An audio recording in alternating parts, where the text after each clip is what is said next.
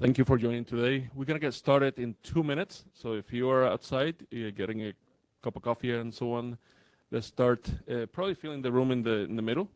But thank you for your patience. And for those of you that are joining remotely, we'll get starting probably about 2 minutes from now. Thank you.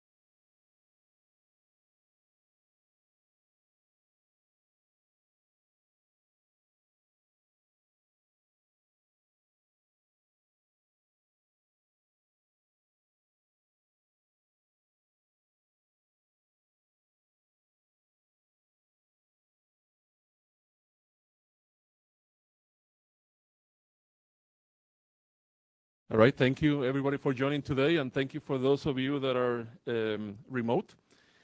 On behalf of Cisco and also OASIS, I want to definitely welcome you. Today is an amazing day. It's definitely a lot of amazing topics. My name is Omar Santos. I am from Cisco. I'm part of an organization called Security and Trust. And then with me is Jamie Clark. I'll let him introduce himself in a few seconds. First of all, we actually have 1,200 people that have registered for the webinar, today, and the summit.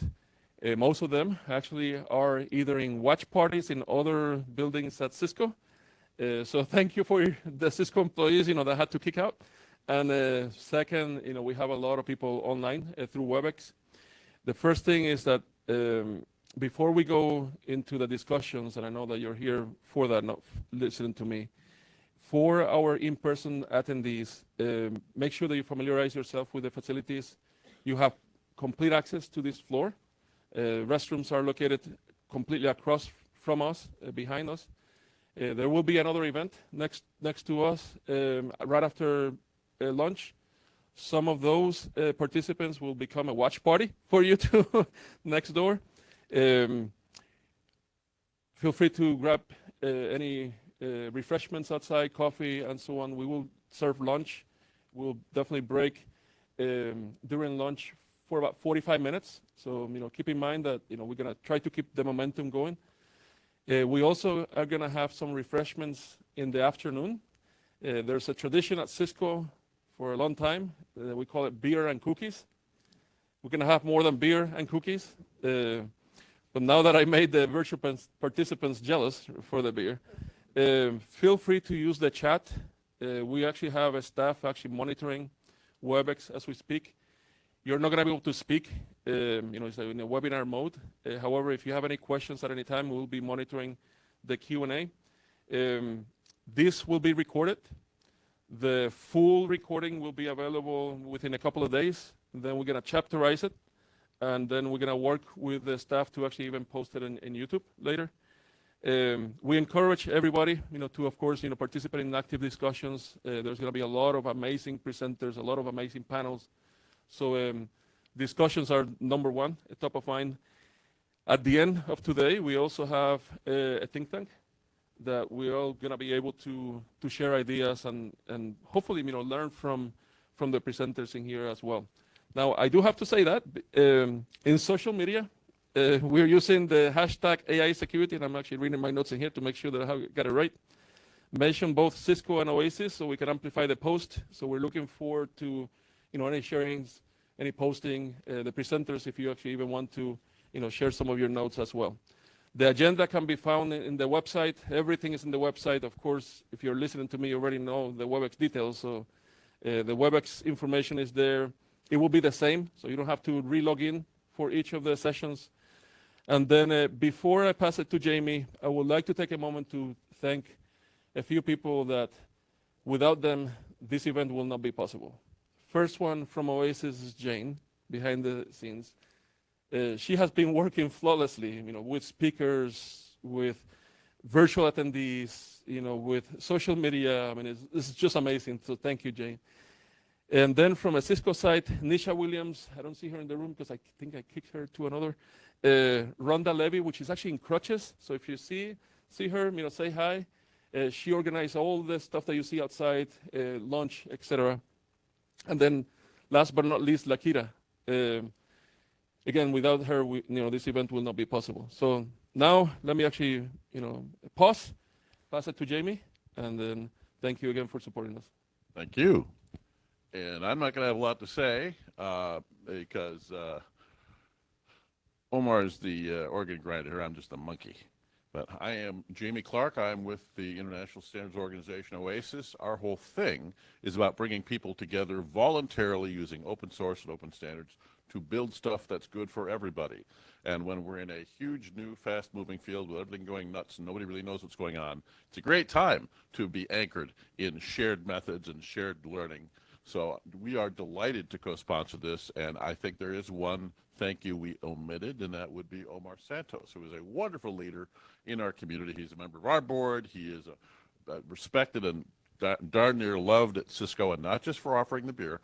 By the way, Omar, you guys own WebEx now. Have you figured out a way to get beer through WebEx to the? Is there virtual? No virtual beer. Okay, everything. Sorry, guys, everything but the virtual beer.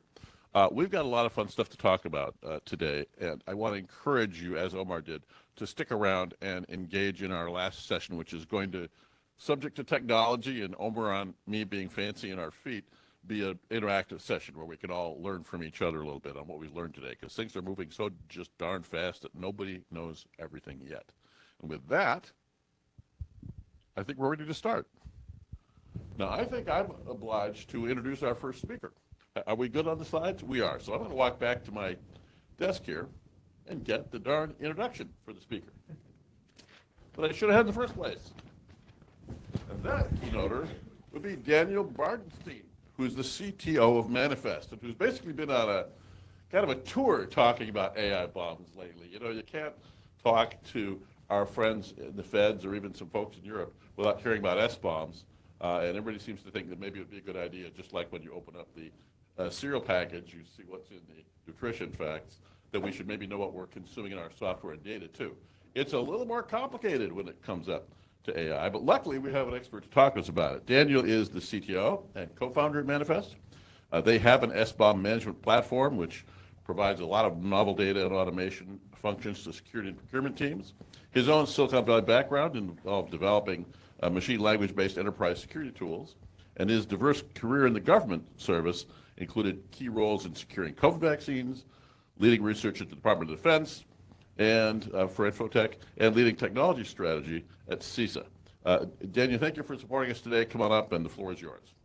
Thank you so much. Are you mic'd? I think I'm mic'd. I'm the first one up today, so this is when everything goes wrong. So can everyone hear me okay? Okay. Awesome. All right, and slides are working, and I think everything, I don't have a clicker, but I might get to laser point something in a little bit. Good morning, everyone. Hopefully everyone is caffeinated. It's a nice Thursday morning, a little brisk outside. Very excited to be kicking off this amazing event. And again, thanks both to Omar specifically for inviting me to speak with you all today, as well as for Cisco and OASIS for hosting. Very excited to get into an interesting topic today around AI bombs or ML bombs. We'll use them a little bit interchangeably today, if you'll let me. So a little bit about me. You already got my background, not too exciting. Co-founder and CTO of a company called Manifest. We focus on all things software supply chain security, specifically around SBOM consumption and management, which will play a role in a reason I got into a lot of this research and work that'll come up later on in the presentation. And a little bit about my previous lives, as mentioned, spent time both in government and private sector, both working on securing supply chains, most notably for the COVID-19 vaccines. That was one of the first and most significant times I've been exposed to a real-life supply chain and trying to figure out the software trail. It's not just about Pfizer and Moderna, it's about all their subcontractors and their subcontractors, all the way down, and the farther down you go, the scarier it gets. It was a lot of fun. And then have been working, applying AI and ML to cybersecurity use cases for a while, I guess about a decade on and off, both in private sector and in government. So why are we here, or I guess, why am I here today? two key themes that I think hopefully should be a surprise to no one here, but we're just going to set the stage here a little bit. But first, we all know AI, ML is hot again. Depending on how you count, this might be the third wave of ML being cool in tech. I'm sure there are people who are saying, oh, it's fourth or fifth. They've been around for a long time. And this will hopefully be the shortest slide of the day. We all know LLMs, generative AI, they're exploding. We all know the big players. Also, of course, this is not the official logo for Meta's Llama 2, but I just couldn't resist putting that up on the screen. I really hope that whoever's controlling it makes that their logo. And of course, on this slide, we have to have some scary statistics to make everyone realize how quickly and prolifically this problem is happening, right? So what's happening is all of our CEOs or government leaders are racing to figure out how to bring in this new quote-unquote groundbreaking technology into our everyday use cases to gain more efficiencies, for staff augmentation, all the reasons we know that people are going to be rushing to bring this stuff in very quickly, and quickly often means less than responsibly, especially when you have the CEO telling everyone this must get done immediately. I think we all know what that's like. So the second theme, which may be a little bit more subtle, and depending how much of folks here, I know this is mostly probably an AI group, but for those who may not be following along as closely for software supply chain security, just software transparency in general, we are finally having these conversations globally.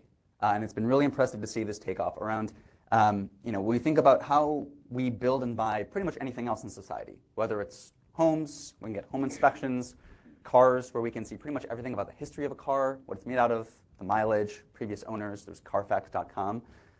That isn't the case with software or technology writ large, right? Unless you have a really good penetration testing team, you pretty much buy something, you have them fill out the really long, obnoxious Excel sheet, and you hope for the best. Wait for somebody to go bump in the night. So we're finally asking ourselves, what's in our software? What's in our tech? And it's almost 2024, about time, but there's still a lot of work to do. And for those following along, government specifically has been really leading the way on this. And so whether we like it or not, there are a lot of people across sectors that are doing this as a best practice, even in unregulated industries. But we see a really strong push from the government. So these are just a selection of legislation, both from the US, even from Europe with NIS2 and the Cyber Resilience Act, around software supply chain security, how people should be developing software securely and transparently. And we even have the likes of NIST and NSA and CISA providing guidance. Obviously, it's not regulation, but guidance on how people should be doing this, and that we should all be doing this. And what does this mean, especially for folks like me who live and breathe bombs every day? The S-bombs are coming. And in many ways, they've already came in certain industries. So I'm not going to assume that everyone here knows what an S-bomb is. I also don't want to spend all of today talking about S-bombs. There is more than enough S-bomb content on the internet already, but in case there are those folks here who aren't familiar with it, I'll try to do it in one slide. The S-bomb is the software bill of materials. I should have led with BOM as bill of materials. It's often referred to as the software ingredients list, right? And this is where, in the space, we have a lot of analogies, right? This is the ingredients list on the box of Raisin Bran in the grocery store. This is the home inspection report you get before you buy the home. This is your Carfax for the cars. It's how do we take this information about third-party risk in software and put it into what is effectively a machine-readable, very ugly piece of JSON, this file, that makes it very easy to generate, to share, and to analyze, find vulnerabilities, license issues, other potential risks, etc. So if you're interested more about S-bombs in general, feel free to find me afterwards, but that's a whole other topic, and Alan Friedman has done this many, many times over. So about 6 months ago, taking a break from my normal day-to-day living in software bills of materials, I did some research, talking with a lot of experts around the world around AI and ML transparency, trying to figure out pain points, trends. We all know this is happening. We know the executive order was coming out and just came out 2 or 3 weeks ago now. Trying to get a sense of, we were thinking a lot about software supply chain security, how much of this stuff applies to AI/ML, which, as we'll talk about, may or may not be a subset of software. And it was hard not to notice that there were a couple of very familiar problems that arose from my day-to-day work at Manifest with what I was hearing from a lot of these AI/ML practitioners. And hopefully a lot of these are probably familiar to most of you.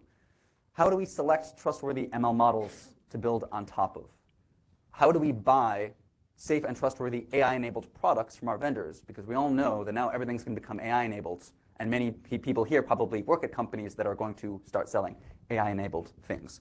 And those things could be everything from vehicles to weapons to HR systems, right? Everything's going to have AI in it, and we're going to need to know where it came from, what they're using, how to trust it.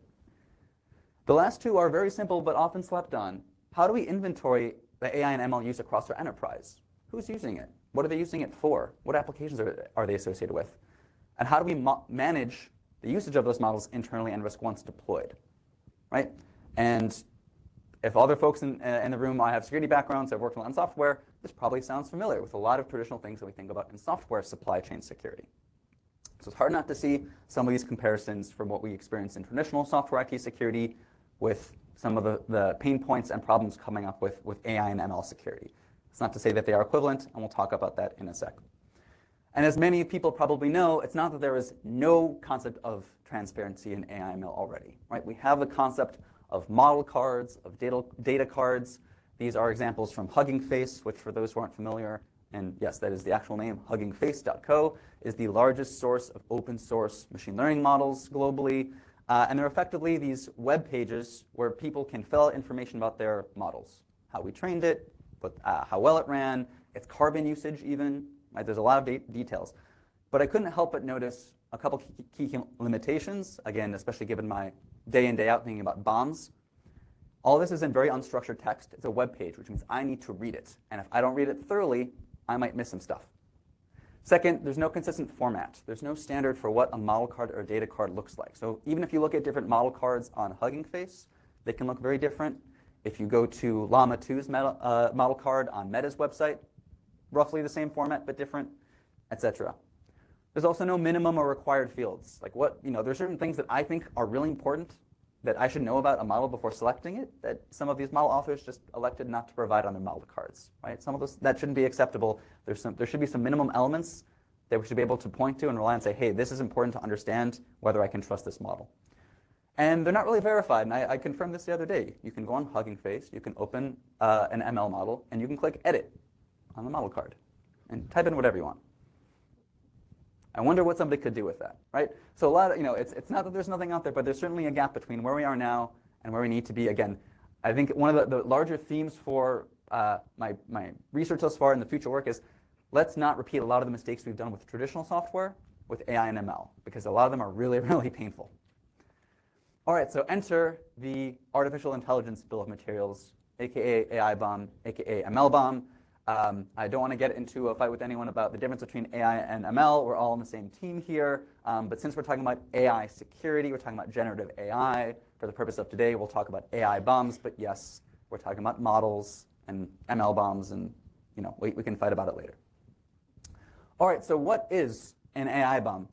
Effectively, it's a combination of the information that you'd find in a model card or a data card. So the basic metadata, the lineage, information about the data sets that were used, the fact that it was written by the developer and hopefully signed by the developer, with the highly structured, highly consistent, machine-readable format of SBOMs, right? SBOMs make information easy to generate, easy to share, easy to ingest, which is great because we all know at the end of the day, unless you want to spend all of your time or someone on your team's time generating and reading and scanning these things, you want it to be automated. So this is one of the, I don't know if it's an actual word, I've been using it a lot lately, automatable, which really just comes up from being machine readable, right? JSON is terrible for humans to look at, but it's great for machines to generate, read, and parse, and then we can make them into pretty pictures that humans can understand and take action on. And this is an example, and like I said, bombs aren't supposed to be pretty because they're not really for us, right? But and again, I'm not expecting them to read the very, very small font, but just to say at a high level, and I'll laser pointer over here, we have some metadata about the model itself up top, the name of the model, the version, the author. We can look at the foundation model and its version and links to it. We can look at the primary license for the model. We have a concept of a model card down here that would describe data sets that were used to train the model, inputs, outputs, architecture family, etc. And what I'll say right here, and I'll come back today, is this is not a finished product, right? And we're not solving AI bombs at Manifest. This is something that we're trying to build community around to help figure out globally. And so we invite people to come in and look at, we'll show you some resources later. There's probably more information that belongs in these, right? So this is not a final baked product. But the idea is, how do you take the information from the model cards that exist, put into a structured format so you can automate as much of it as possible? Like I said, there is not a finalized concept of what should go into an AI bomb. part of our research, and we've posted this, we'll have a link to the GitHub at the end, is proposing a list of contents for an AI bomb, right? Around, like I said, the metadata, the architecture, data, usage, related software. And as well as, there's also this conversation around, not everything needs to go into an AI bomb, right? So if you look at model cards on Hugging Face, you'll see really nice, often like pretty pictures and graphs around the analysis of the performance and execution of a model, which is very, very helpful to know. I would posit that I don't, and I've seen these before, I don't want some binary blob representation of a very pretty line chart in my JSON file, because it's very large and hard to consume. So I would say that there's some information that's important that doesn't belong in the BOM itself, but the value of the BOM is it can have external references like URLs that when you actually consume these things can point you back to the source model card or other resources that you can look at those pictures. So again, the idea of the AI BOM is it's not supposed to have every single bit of information about a piece of AI or an ML model, but should have enough that we can make risk-based decisions or at least point us in the direction of other information that we want to see. Another question that comes up is, all right, well, we already have SBOMs. Why do we need AI bombs, right? Didn't you just say that AI and ML are kind of a subset of software? Is this just another marketing and buzzword tactic where we take one hot buzzword and we combine it with another hot buzzword, and now Gartner has a whole new magic quadrant for it? It definitely feels like that. Yes, I agree, and I'm not one for the marketing and buzzword fluff. But this is how I kind of view things. So let's think of a hypothetical example. So Manifest, we have a SaaS product. Right? Right now, there's no ML in it. But let's say, as will probably happen, we will add some LLMs, and let's just say it'll be to help users quickly query information about vulnerabilities in their system. Right? Makes a lot of sense. And then we sell to many people, including the U.S. government, and the U.S. government is on one of the front edge of the requiring SBOM front. Right? So the government will require an SBOM, and has already, for Manifest for, in the future, our ML-enabled SaaS product. So what would we actually give to the government? So there's two scenarios. One is, as we're fine-tuning our models and figuring out exactly how we want them to work, trying different data sets, et cetera, we might generate AI bombs as we do training. So we have these little artifacts of what we've done that, deciding on which version we decide to go with, we have that corresponding artifact, much like we would with software. And we might keep and sign and save this AI bomb. What's nice about bombs is they can reference each other. So we have a software bill of materials, an SBOM, that's basically the inventory for our SaaS app. So it has all of our third-party libraries, all of our dependencies, all of that stuff, and has a pointer to, here's the BOM that represents the machine learning in this application. So we could hand these two linked documents to the government, or we could just smush it all into one software bill of materials, because technically SBOMs allow for an ML component embedded within, right? So the format itself is a little bit less important, but I think the main takeaway, because this is a question I get a lot, I think it's a very fair question, is ultimately the content in these bombs are different and they require different tools to generate, right? And so we've spent a lot of time talking with the US government and with CISA specifically. Between the US government and the European government, what you will hear is, especially with all these software supply chain regulations and guidance coming out, don't necessarily expect to see the same things done with AI ML, because what we're likely going to hear is they consider AI and ML a subset of software. So everything they say about software supply chain security, transparency, BOMs, validation, also applies to AI and ML. So when we think about SBOMs and software supply chain security, and how do we know what's in the software we build, and how do we know what's in the software we buy from other people, we should be thinking about BOMs for the ML that goes in it, regardless of the end format. And I think that's a really important point, and that's why, even though it sounds buzzwordy, I think there's value in calling attention to the concept of an AI bomb, because even if at the end of the day, it's part of the same artifact, it's still a different beast in terms of the data and the generation. Want to front run another discussion that also comes up here, which is, wait, ML isn't actually software. It's normal. It's a little bit different. It's a subset, but you can't think about the same way we think about bombs. We think about software bills of material and scanning code. We're thinking about finding vulnerabilities, searching things in the National Vulnerability Database or other sources. That doesn't work for ML. And I think this is a very important discussion that I think it's always important to discuss. Because while there are key differences, I'd actually argue that the similarities outweigh the differences. So we all know some of these differences. There's not always code associated with ML models. You go to Hugging Face, you can download these models. A lot of them are saved weights. It's basically just, not to oversimplify it, there's math. There's a lot of saved data and math, right? Not necessarily Go or Python code. Sometimes there is. We know that AML doesn't have traditional vulnerabilities. We're not going to have CVEs yet for AI and ML. There's a whole conversation, and even some startups in this space are trying to be the NVD for AI ML. We'll see how that goes. We know that versioning is very different with how rapidly you can fine-tune versions, fine-tune models, and does that constitute a new version? It's very different from when we release a brand new open source repository. So versioning is a little bit different. And just the speed of development and releases, right? We know that once, for example, ML models are deployed, we're not going to update them multiple times a day like we would a SaaS app in like a modern CI/CD pipeline. But I'd argue that there are a lot of similarities, and why I think, underlying this thesis that we should try to learn as much from traditional IT and software security as we can for AI and ML security. So both traditional software and ML have dependencies and lineage, right? We have foundation models, parent models. There can be a whole history of how we got to the current model that we're looking at that might impact its security and its performance. Licenses are really important, right? We've already had some companies that are now getting a little bit concerned because they were trying to be early adopters of ML models only to realize those models were trained on data that was ill-gotten. And that now threatens their intellectual property if the FTC or other government agency says you can't use those anymore, or you have to open source this information, right? Or that could affect their revenue. Models often ship with libraries as well, and this was news to me during my research. You can go on Hugging Face, look at some models. Some of them include Python files when you download them or clone them. And some of those Python files import other Python files. Does your security team know anything about those Python files that you just downloaded trying to experiment with a new model? Probably not. And we can only hope that they're importing libraries you trust. Or even if they have vulnerabilities, how would you know they're there to scan if you don't actually know you downloaded Python? There are also just a lot of similar concerns. People talking about, I want to make sure the integrity of this model, right? How to know the weights haven't changed, or that it comes from the vendor that it said it comes from.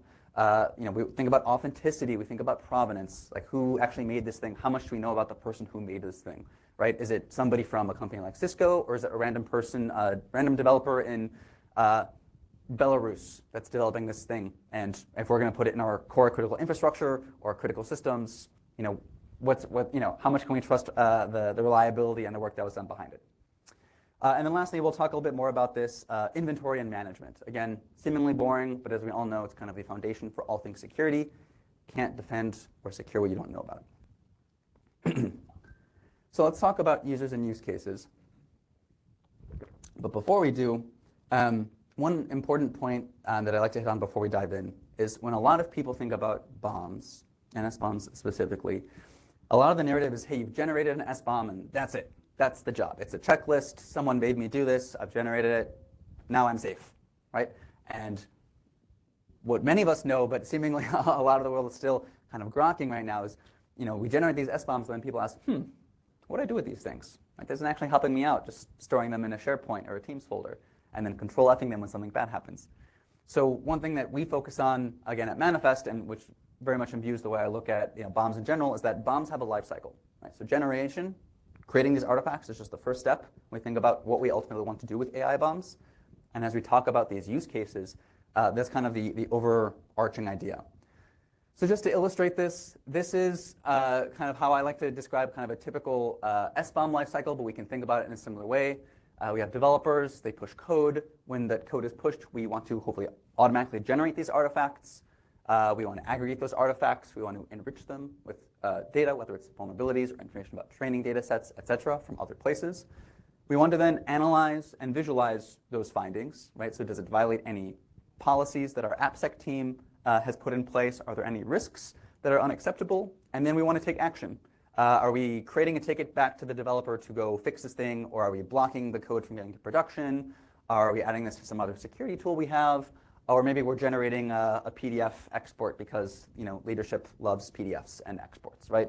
And then ultimately, bombs are meant to be shared, right? One of the primary values of the bill of materials is that when you have access to your own source code, you can see everything. You can scan it. You can do whatever you want. When you sell that to someone else, when I buy your tech, I don't know what's in it. I don't get to see the source code. So bombs, again, not a silver bullet. They don't give me full transparency, but they give me more information than I had before about what's in your tech. And so the final phase, not even the final phase of the BOM, is to share it. Then after it gets shared, once I get your BOM for the router, the medical device, the weapon system that you're trying to sell to me, then I now can operationalize it. I can manage it, inventory it, monitor it for its life cycle, right? If I want to end of life it, if there's some sort of risk or poisoning, I now have actions to take. So there's a whole life cycle that we think about BOMs in general. Quick time check here. All right, great. So who can benefit from this, from AI BOMs? And we'll talk about how the specific use cases about for each of these users. So first we have model producers. So the actual model developers who are building new models or taking existing models and trying to refine them in certain ways.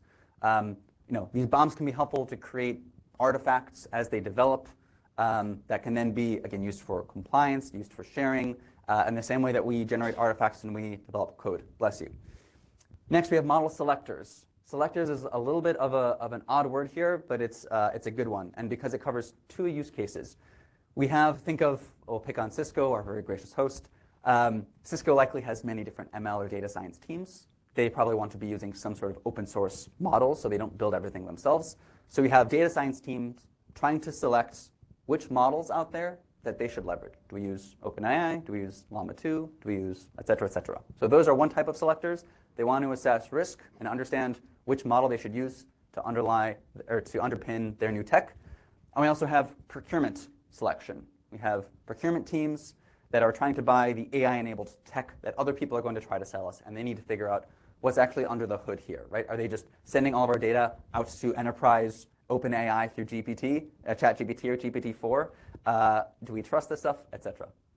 And then we have managers, right? Operators or managers. And this comes back to that inventory, management, risk assessment type folks that, we're still kind of seeing this play out. Is this going to fall on traditional security teams to own the security and management of models? Is it going to fall on, will there be new AI security or model security teams at enterprises?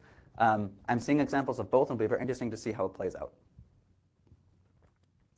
So let's dive into some specific use cases for how AI BOMs can be used. The first one is around debugging and ML pipelines, so for those model developers. We've heard from a number of different folks really down in the weeds that surprising use for AI BOMs is just really understanding the lineage of an ML model and making it easier and faster to debug when something upstream, some sort of dependency has broken or changed, happens quite frequently. And again, just having that list of where this came from, very helpful to debug those issues so we can develop faster. Next, we think about, again, this automated generation. We have, I think this is from the Google Cloud website on kind of the 3 levels of ML ops pipeline maturity. I think this is level 2 or 3, the highest one. When everything is pretty much automated, we're in our kind of utopian state.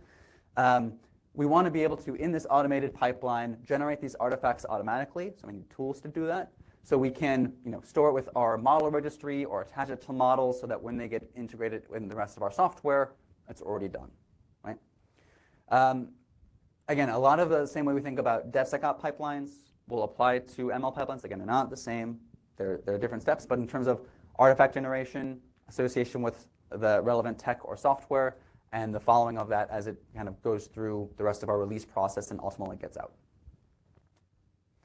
Next is selecting models. And this is probably one of the use cases that is most intuitive to folks. Ultimately, we need to understand risk in models without reading a whole web page about everything the developer ate for breakfast or all the images they trained on, right? So how do we identify types of risks in models, whether it's license risk, what data sets do they use, who else is using it, right? For some people, that's kind of one piece of data that can help make you establish trust in a model. It's a lot faster to analyze than having to read through the whole Hugging Face page about who made this and how many iterations they run, factors, and all these other data points you can find in there. And lastly, the important proper usage, right? Fair usage, what is misuse, what is malicious use, what is the scope of this model, right? So people don't abuse it. So people don't risk their intellectual property by saying, hey, we grabbed something. Again, like I said, those examples where the training data was ill-gotten renders basically a model, I don't say invalid, but legally precarious, and that can undermine both the revenue or the intellectual property of an enterprise. Similarly, we talk about the procurement use case. No one likes filling out the big Excel spreadsheets when they're selling software or buying software, right?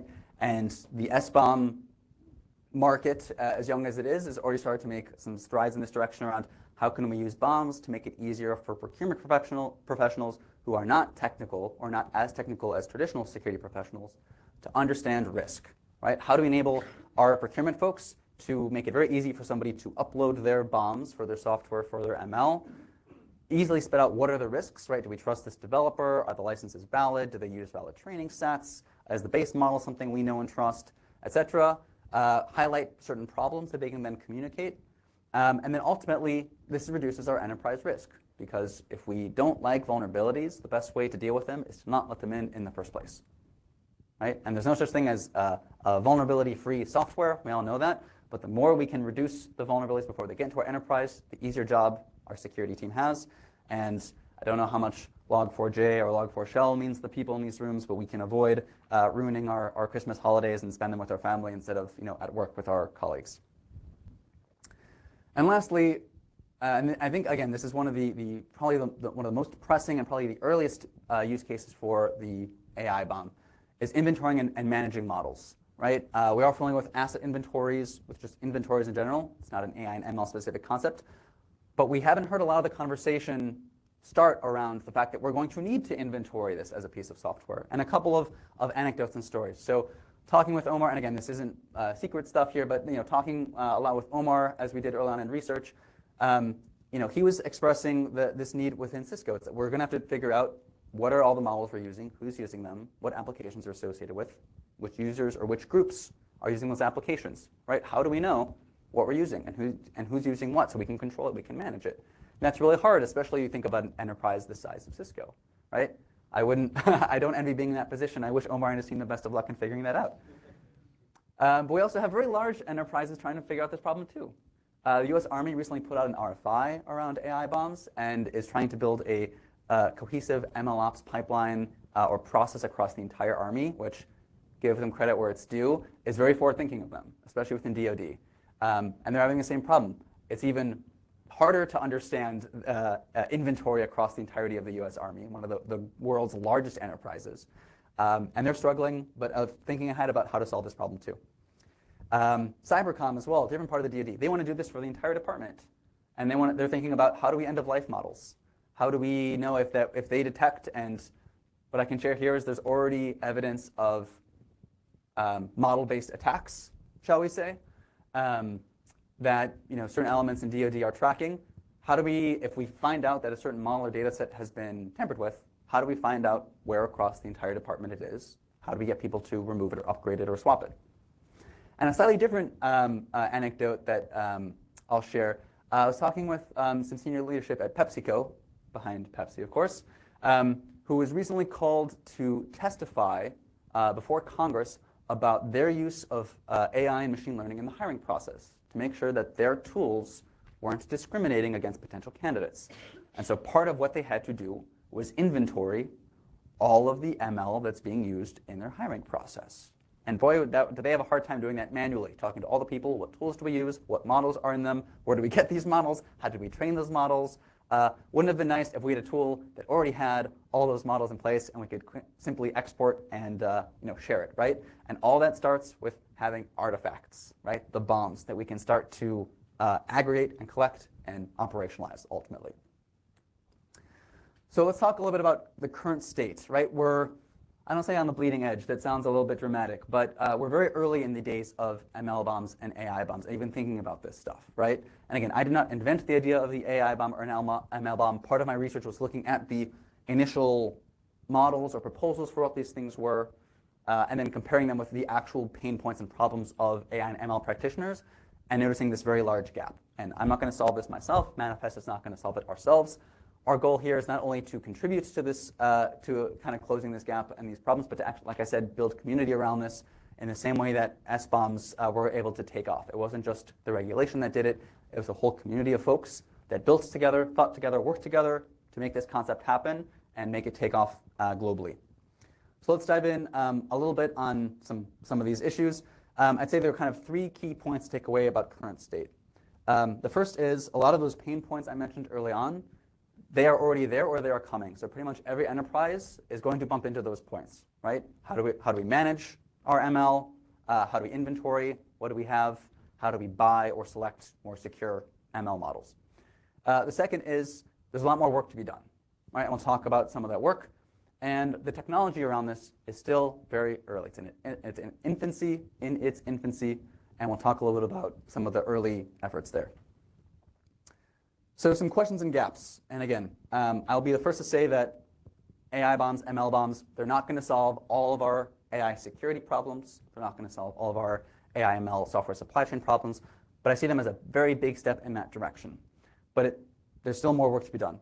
So even just in the content and the schema itself, like I alluded to earlier, we still want to have conversations around what fields should go into an AI bomb, right? What data that is already in model cards or maybe not even tracked about model cards. I know Omar and OASIS are working a lot about working on end-of-life work, the EOX initiative, right? That's not really put into models or even traditional software like GitHub repos, for example. So how do we incorporate stuff like that into bombs? There's more conversation to be had around ML risks, right? What are risks? We talk about license misuse. We talk about training data. We don't have the concept of vulnerabilities or a central store of vulnerabilities. But those are things that may likely happen as there are increased amount of attacks on models or data sets. We're going to want to figure out in the same way we learn from software, hey, this model was popped, or hey, this data set was tampered with, or is biased because it was missing this whole demographic of people, and a bunch of models all use this data set to train on image identification, right? Use cases. I listed a couple. I don't pretend I know all the answers or that this is the exhaustive list of use cases. So we're going to continue to do research and, again, bringing people together to learn how else can we use these things and what else can we use these things for and how valuable are they. Because, again, the exercise here is not just to have something for marketing or give talks or whatever. We want to build things that are valuable to people. And if things aren't valuable, we shouldn't build them. And lastly, tooling.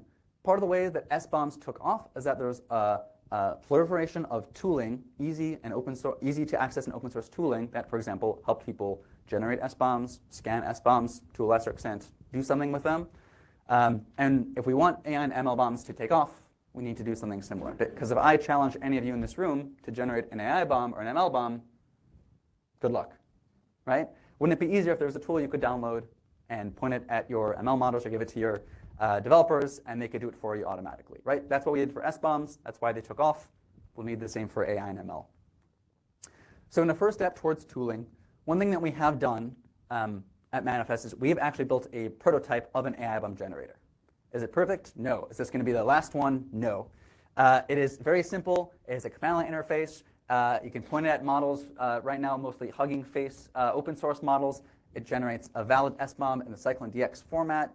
Can be embedded in the MLOps or other pipelines, integrate with other systems, and we aim to open source this for the community later on. So again, didn't come here to do product pitch at all. This is just a first step to figure out, again, how can we build tooling for the community to enable whether this is a good idea, whether this actually provides value. And one of the calls to action I'll have is help us build this, help us try this out, because this is something we want to give back to the community. So call to action. Right as I get towards the end of my time, so I think we're right on time here. First, join the community. These days, communities seem to live on Slack, so we have a Slack group. There are lots of SBOM Slack groups, at least that I've been into, but a lot of them, suffice to say, we've built one that's for operators, people that are building bomb programs, that are using this stuff on a day in, day out basis, that aren't segmented by which format you're using or whether you're in this country or that country. It's a global community of people who are trying to build these things or products or tools or even just doing the policies around this stuff.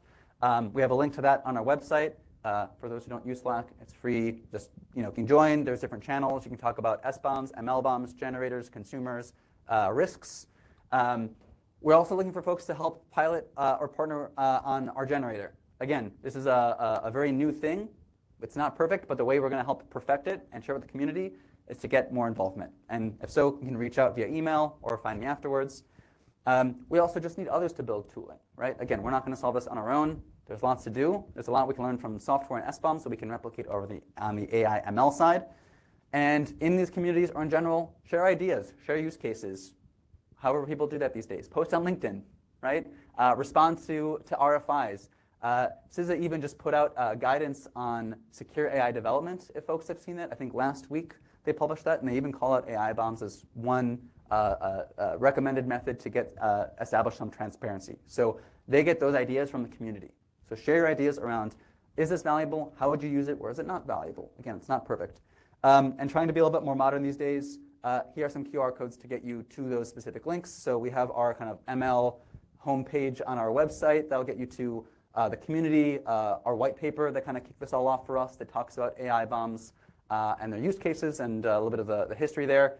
Our GitHub, we have a GitHub that's going to be the kind of a central coding part for our community that has some examples of real-life AI and ML bombs that we've generated for common models on Hugging Face, so you can take a look. It also has our proposed list of fields for the AI bomb model, which again, we know there's more work to be done, so we encourage you to go there, comment, add pull requests, open issues, etc. That's where we want to engage with everyone. And if you just want to reach out to me or the team afterwards about this, there's a link to email. So it looks like I'm right on time, right as I say thank you. And I know we want to have discussion, so I don't know if we want to do 1 or 2 minutes of Q&A or whether we just want to move on to the next speaker. I'll defer that to our gracious hosts. Cool. How long are you around today? That's a good question. Unfortunately, I'm actually taking a flight at 5 or so. So I'll be around most of the day, but I won't be able to hang out afterwards. They can catch you at lunch.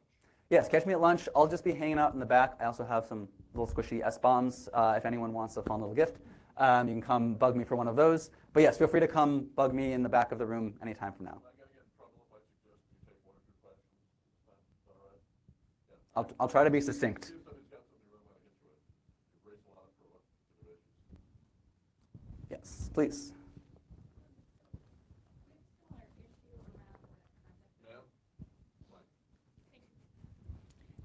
I've experienced a similar issue to what you referenced earlier around once a model is built, who is sort of in charge of managing and maintaining that model. And I believe you said you had several examples where you've observed that done in different ways. Would you mind sharing 1 or 2 of them quickly? Yeah, there's really, they're very simple, and because people are just trying to fit them into their existing model. So the first is we've seen security teams, like product security teams or enterprise SOC-like teams that are now taking on ownership for securing and inventorying the ML model. So they're trying to figure out, can I add my ML model usage into my existing software asset inventory system, or do we need a separate system? How are we tracking vulnerabilities? So it's basically the enterprise going, it says security, let's give it to the security guys. The second model that we've seen is effectively data science and ML teams, right? It's the opposite of that, which is, hey, AI and ML is its own special snowflake. Securing it is going to be its own special snowflake. Let's give it to the people who actually are domain experts, and they're going to have to figure out how to do all the things the security team has already done on the IT security side before their domain. So those are the two those are the 2 key ways we've seen this play out thus far. But I think again we're in very early days to see how enterprises solve this. For all we know, there's going to be ML SecOps in the future, right? Combine all the buzzwords together. The procurement spreadsheet that you showed, was that just by way of example, or do you have a kind of sample one that people can base their own off of? Yes, so this one is very much a sample. What we're actually trying to do is move away from these spreadsheets because we all know they're painful, right? They're long, they're subjective. How do you verify? They're hard to verify. What we have done, I'm happy to share afterwards, so what we actually work with companies to do is we have language that people can copy and paste and put in their procurement requirements that say, all new software providers, you must provide an SBOM in these formats at these intervals or these trigger points, and they must come in XYZ ways, and that's kind of what starts the process off. And then, part of what we've done, I'll be very quick about this, is, like I said, we're an SBOM management company, so we work with procurement teams that once they get their SBOMs from their vendors, they throw it up into our system, and that shows them the nice, pretty picture of risk without having to look at a big Excel spreadsheet. And then the procurement team can have informed conversations with their vendors about this level of risk is unacceptable, there's some very critical exploitable vulnerabilities, we won't go forward buying your tool until you go fix those. And then the ultimate vision is actually to integrate that into GRC or asset management, or not asset management, like GRC vendor due diligence tools. So when you're filling out this spreadsheet or you're typing in, I want to sell to Cisco and here's all my information, upload your SBOM here. Uploads, that goes into whatever SBOM management system is behind the scenes that does the analysis and kicks out to procurement. So the idea, again, I think we all want to move away from Excel as much as possible, even though it's a great tool. Let's automate as much of this stuff as possible. Let's take the really hard technical things and make them very intuitive and easy to understand for even non-technical people so they can take action. So if you want to dive more into that, happy to talk afterwards. But I'm not here to encourage anyone to use Excel spreadsheets for their vendor due diligence. So on the evolutionary scale, there is spreadsheets, and then there is Bardenstein. Got it. That's quite bold. And Excellent. Excel still runs the world. I think we all know that. It's still a very effective tool. I'm the physical walk-off music. All right, thank you. We got to get out. I've been eating time for our next panel. Could you help me thank Daniel for a great piece of work? And with that, could our next panel come up, and I will introduce them as they amble forward. I have 3.5 participants. First, where's Matt? There he is. Come on up. Matt Fussa is the trust officer of Cisco. He's local. So he knows his way around these woods and got to this building a lot faster than I did. He's an accomplished executive leading a diverse team in building customer trust, securing Cisco's value chain, and prioritizing cybersecurity. He's got extensive experience in complex transactions, compliance, and law. And you see how all of us lawyers all kind of eventually figure out that tech is more fun. We kind of drift towards the technology. Matt's a wonderful example of that. He has spearheaded Cisco's efforts in obtaining security certifications for SaaS offerings and addressing the unique security needs of government and critical infrastructure providers. His team blends law, policy, and engineering to bring compliance into the world and ensure the security that customers require. And I will just say a nice thing about Cisco, because they're hosting us here and we love Cisco. One of the fun things about them in this conversation is that they are customers. Cisco is not on the sell side of AI. Cisco is on the buy side of AI. So he's, squinting, or one of his internal clients is squinting at something. He's having exactly the same conversation everybody else is having about, okay, do we trust it? Are we going to vouch for it? If I bring this to my client, am I going to get in trouble? So problems writ large. Will, can you come on up? And I think you two have got one mic there to pass back and forth. There's a switch on it right here. Will Goddin is the CIO of Howso. Howso is a cool company that recently changed its name. Will is an executive with extensive experience in software engineering. He's deep tech. He's the kind of guy I wish I was. His background includes a passion for building corporate and company cultures, coaching team needs, including building teams in software development, product, IT infrastructure, help desk work, and cloud service DevOps. He's a continuous improvement guy, which is why he probably managed to avoid law school. And then we also have another, somebody's in control of the technology here, and it's not me, but also joining us from Howso, but he could not make it here at the last minute. He got pulled back and has to phone in remote, is Michael Meehan. Michael is the GC of Howso with a PhD in computer science. Okay, anybody who's a lawyer in the room, do you wish now at the end of your career that you had taken a PhD in computer science? I do, but he actually got it. In fact, he got it right. He did the computer start first. He has held leadership positions at Diveplane, the former Howso, as well as at Google and Uber, and manages the legal and non-legal aspects of intellectual property, privacy, and tech and corporate compliance. He spent a great deal of time in the tech industry prior to taking up law, and has also held academic positions at Stanford and here locally at UNC. Michael, do we have you in there? Okay, I'm seeing a picture of one of our operators. There we go, Michael, we got you. So sorry you couldn't join us, but thank you for phoning it in. And I think you can just speak up when you want, and I assume your mic stays on unless you mute. Yep. So we should be good. This is our panel. Now, believe it or not, we were supposed to have even another person, speaking of virtual participants, but Ben Rossum of OpenAI sends his apologies, as about 4 days ago, he got a couple phone calls and found out he really needs to stay home for a couple days and work with the rest of his legal team. Apparently, they're busy right now. So we wish him the very best. We thank him for trying to make it here, but not today. We are going to talk about the regulatory and structural legal challenges in this amazing field, and Daniel just helped us out by pointing out that we got the EU AI Act, we got a bunch of prior stuff in the EU we'll probably also talk about, we got the executive order that just came out. Of course, it didn't come out in a vacuum. That DOD's been, trying to create AI guidance since at least, 2018, 2017. We have more stuff coming out of NIST now, and they've been working for a couple of years. There's also a bunch of structured standards coming out of ISO, IEC, JTC1. So there's a lot of stuff out there that purports to regulate or give structure to this rapidly changing and some say unregulatable field. Guys, in whichever order you like, and I see Matt's grabbing the mic, what should we be watching for right now? I mean, there's a lot of stuff there. I read the executive order. Okay, fine, it's there. But you know, are there any particular pieces of this that we should, as implementers and users, be particularly conscious of right now in this early stage? So thanks for the question. I think when I think about what should we be watching for, there's a sort of a battle going on in the regulated space. Which government's rules are going to be the rules that everybody really gets in line behind and follows? And if you're watching the news just this week, the European Union has a very mature, in terms of the length of the text and the depth of the regulation, regulatory framework that they are moving toward and trying to pass within the next 2 weeks. There is a lot of pushback from some very significant countries in Europe that's now, as of this week, sort of suggesting that things may slow down and there may be a rethink.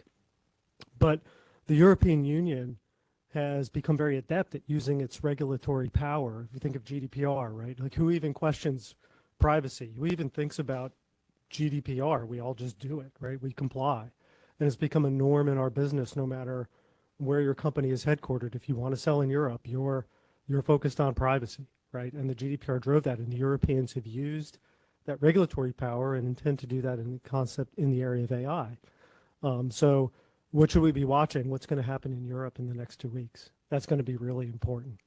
The second thing is, if you look at the U.S. executive order, which I think is the other really important regulatory framework that we're all going to be spending a lot of time on, it is riven with interagency committees. And that's where the action's going to be, right? The real rules, the real stuff, and frankly, the real need for input and expertise from everybody in this meeting needs to be brought to those interagency working groups where the real standards are going to be developed that we're all going to live under and work under. And I think that, that's an opportunity. Like, I don't say that from a place of like fear. I think the one risk that I see in the US is because if you read through it, I would challenge you to read through the executive order and count the number of agencies that are mentioned in that executive order. And it's something unique about American regulatory frameworks, which is like everybody gets a role, right? And it looks like, if you look at it, there will not be a unifying body here. There won't be. And in that lack of unification comes the problem of fragmentation. And so if the U.S. is not very, very careful to ensure the integrated regulatory approach across all those agencies, so everybody laugh for a moment, right? I think we're going to be faced with a world where there's a lot of challenge in figuring out what does the FDA want from me? What does the Department of Energy want from me? What does the Defense Department, Homeland Security, et cetera, want and expect from me? And so I would caution you, like, watch that. Watch the way that develops. And what I would say is, to me, that points to the importance of industry coming forward with principles and working with organizations like NIST to develop principles that all those regulatory bodies can kind of align against. So even if there's differences, hopefully they're relatively minor and we can get some degree of alignment. Otherwise, I think we've got a rough road ahead in terms of juggling a lot of requirements that may be quite different from one another. Will, I'm going to go to Michael in a second because he's written on this subject, but tag team, you got someone to add on the what to watch first? Yeah, as you so adeptly said. Yeah, so as you adeptly said, there's a lot of people in there making the soup, right? So we got a lot of cooks in the kitchen, and I think it's just based on that formula alone, it's a guarantee that it's going to be painful. But as you also pointed out, there is the opportunity for a different country, or a different framework, or a different body to step in and really drive the agenda quickly. And that is the danger for the U.S.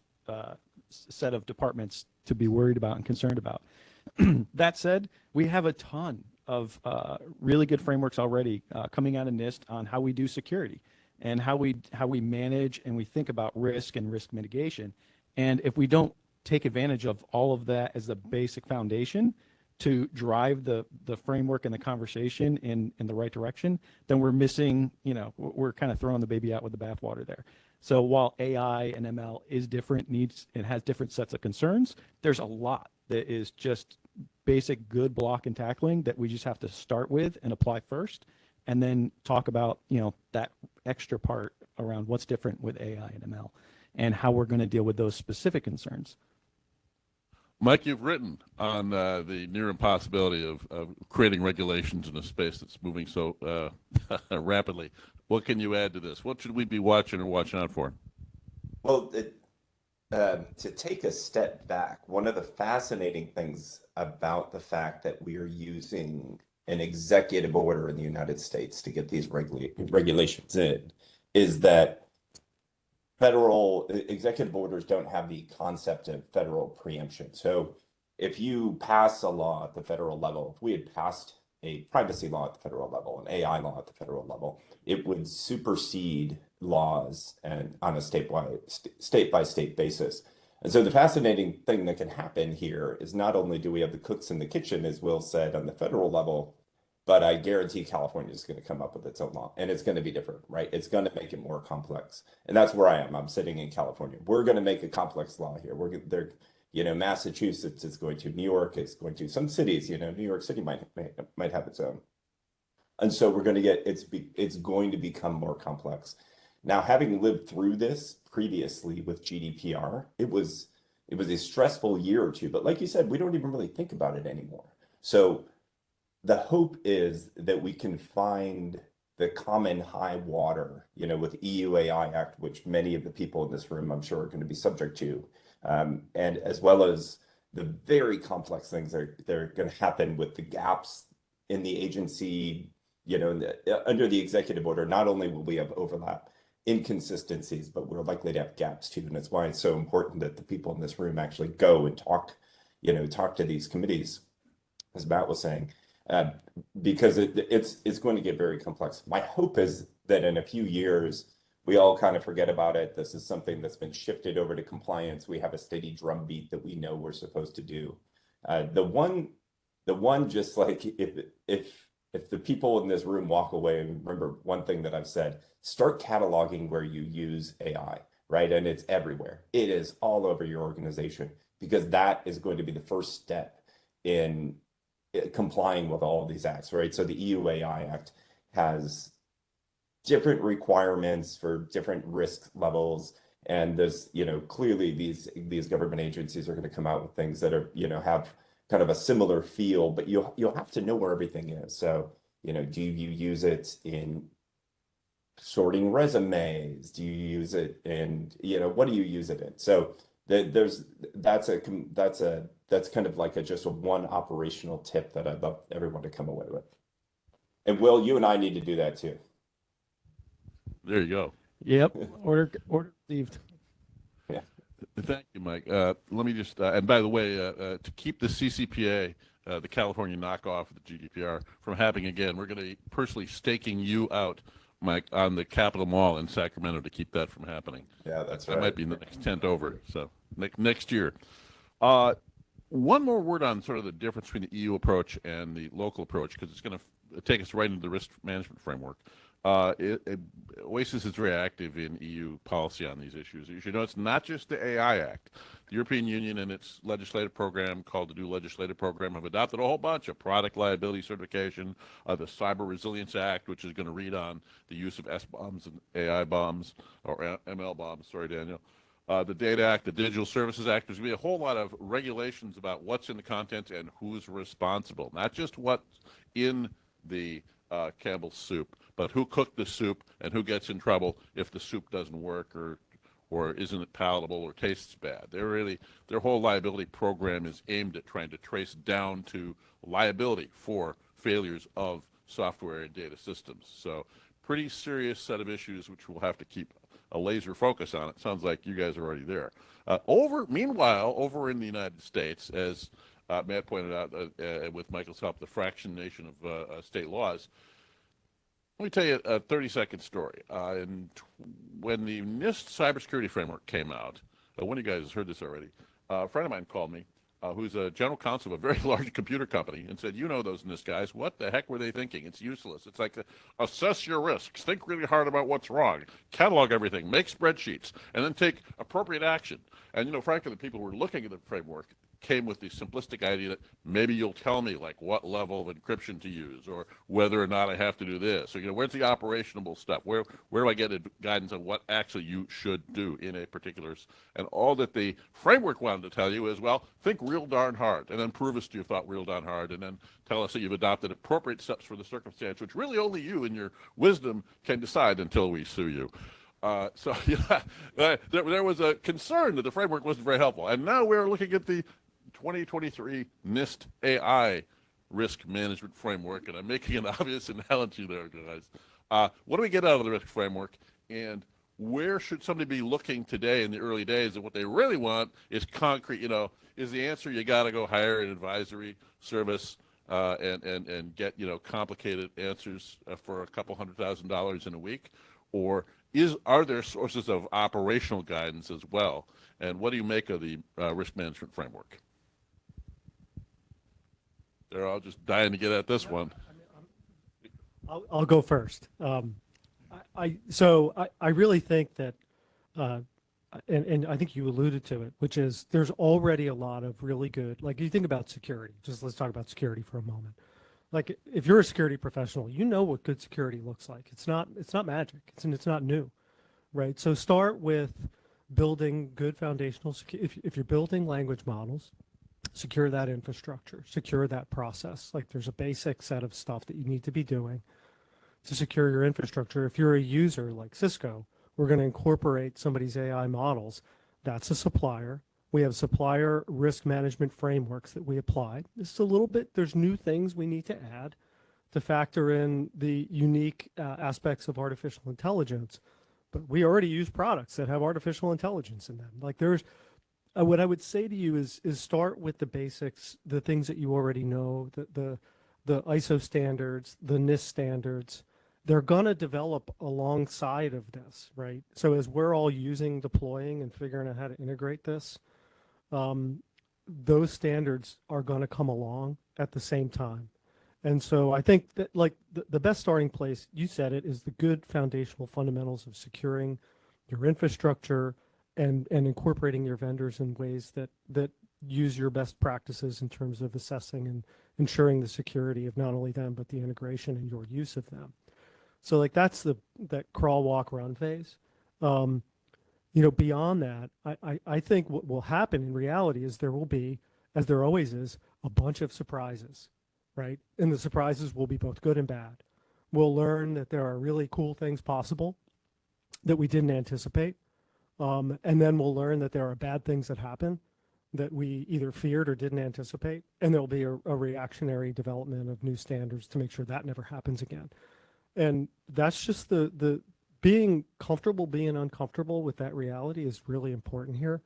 So what I would say is focused on like the basics of good cybersecurity that already exist, and be flexible and be prepared and be quick, right? Be ready to react to changes. Like there are probably incident responders in this room. One of the things you do is respond fast to your incidents, make changes in your infrastructure fast with high urgency. And AI will require that same mindset, not only in security, but in the business, right? And that's probably a big change, is having that same rapid flexibility in your business to react to a lot of the new surprises, both good and bad, that we know are going to happen over the next few years.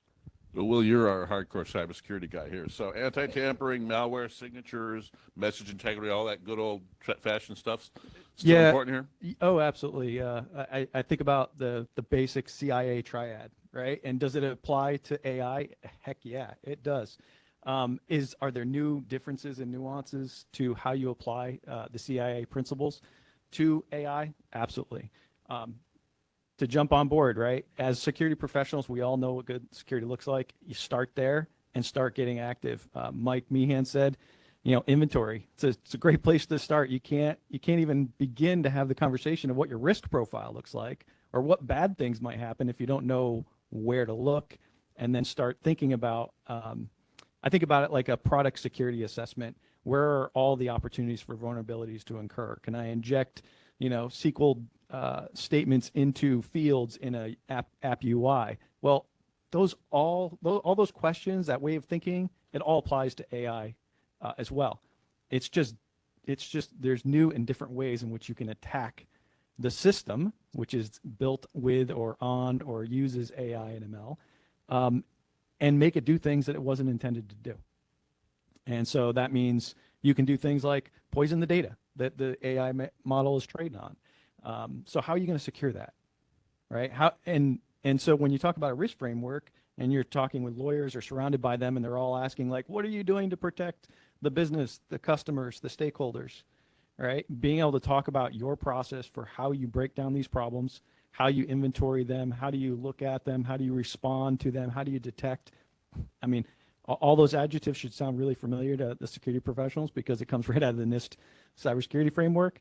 And that's why I say start there and get started now, because while the lawyers are figuring out what the actual regulations are going to be and what sorts of artifacts we need to have for compliance, it doesn't mean that we get a free pass for the next 6-8 months while they're sorting it out. We need to start now. Mike, I'm going to throw you a ball on that one. Go. Yeah, so no, it's not a bomb at all, actually.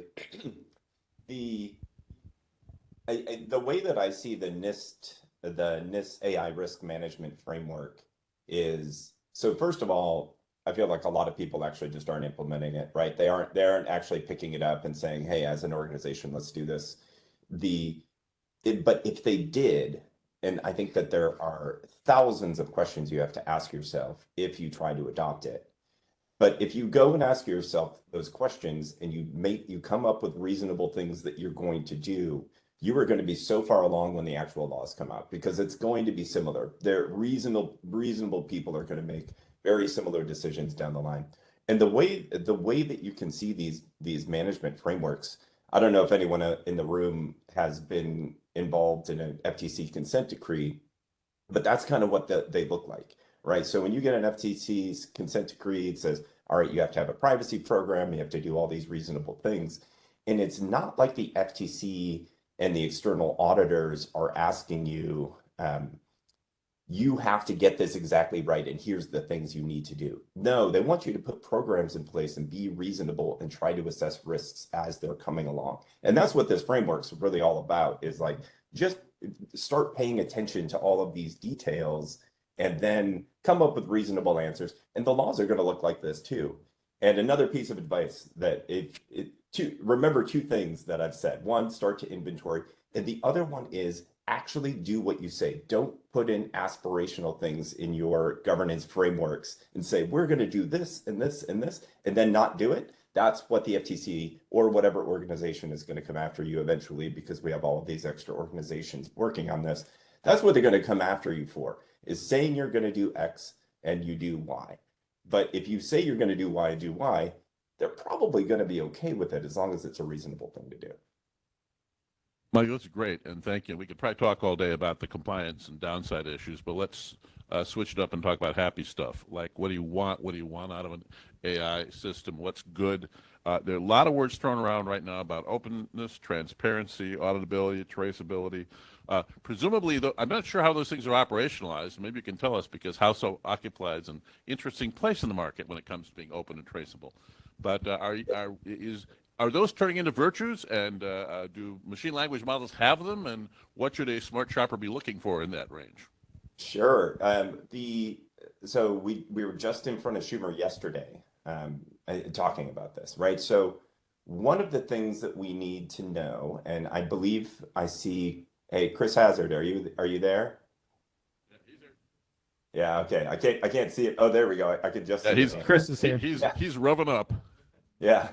So Chris years ago had some genius ideas, and the idea that we can have complete attribution in an AI system is something that he created kind of from whole cloth. And so we have in our world now, not just neural networks, not just these black boxes, We have something that has actual traceability, and it doesn't have to be ours. You can use other instance-based learning systems. But when we make a decision, essentially what we're doing is finding out the closest things that have happened in history, making a decision based on that. And, then every time, when the self-driving car crashes into somebody, you don't just sit there and say, I don't know, the black box told us to do it. You can go and find the 75 pieces of data that led to that, right? So it's very different, the idea of traceability. Now, flipping back to the reason we were talking to Schumer and the reason that it's important to think about all of these things in this context,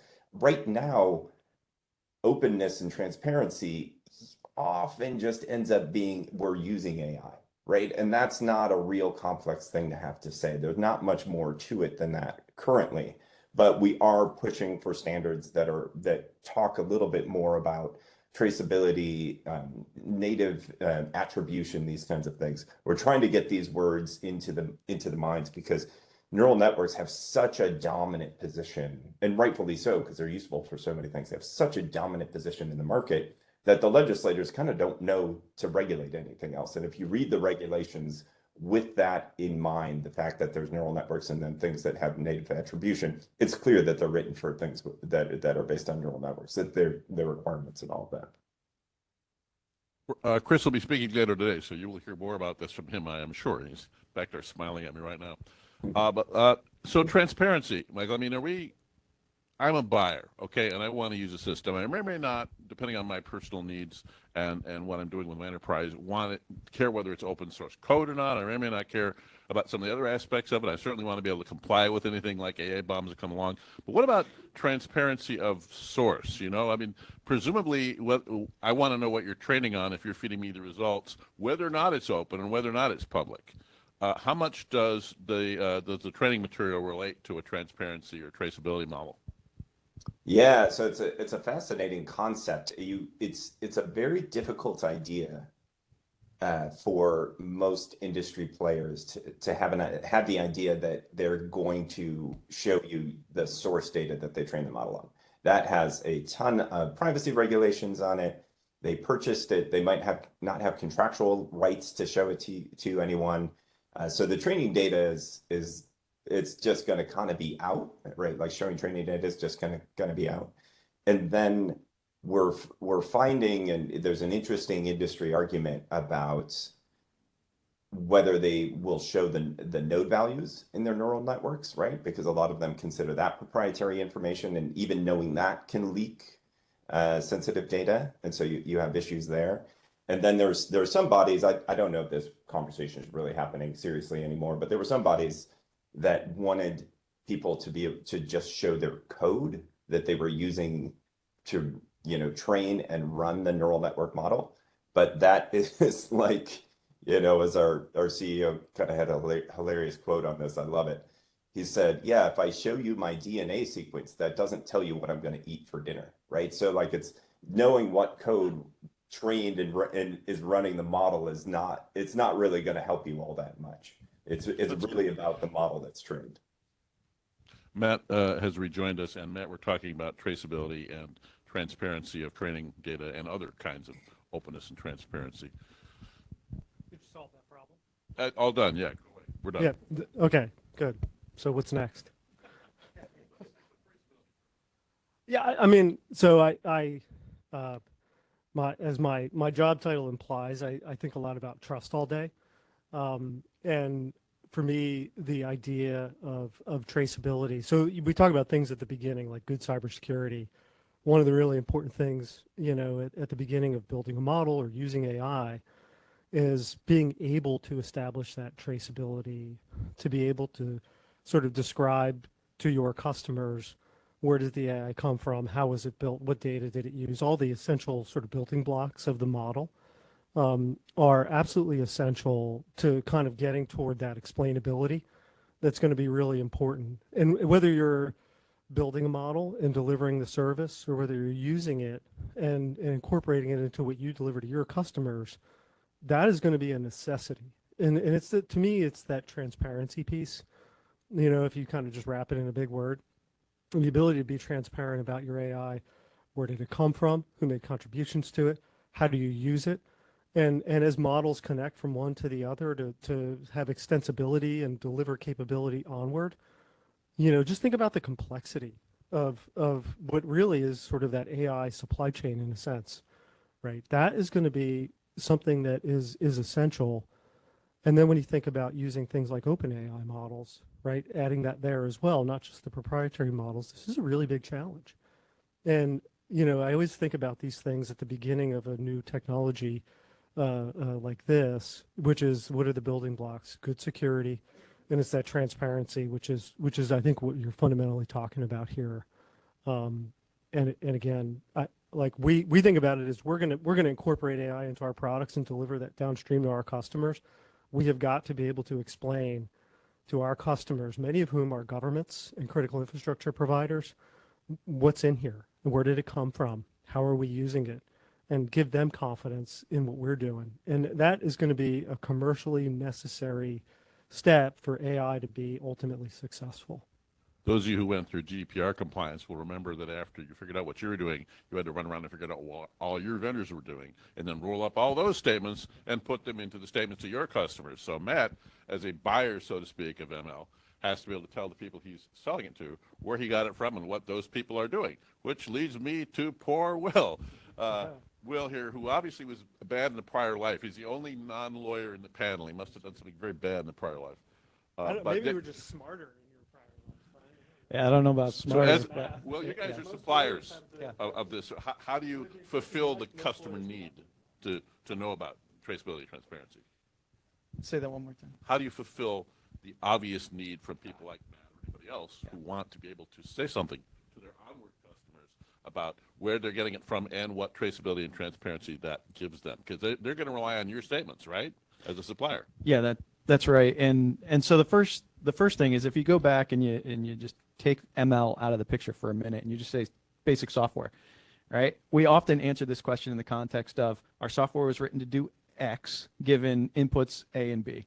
And as long as that's true and we can test it and verify it, then everyone believes us, right? And it's easy, right? It's just basic algorithms, data flow, and the like.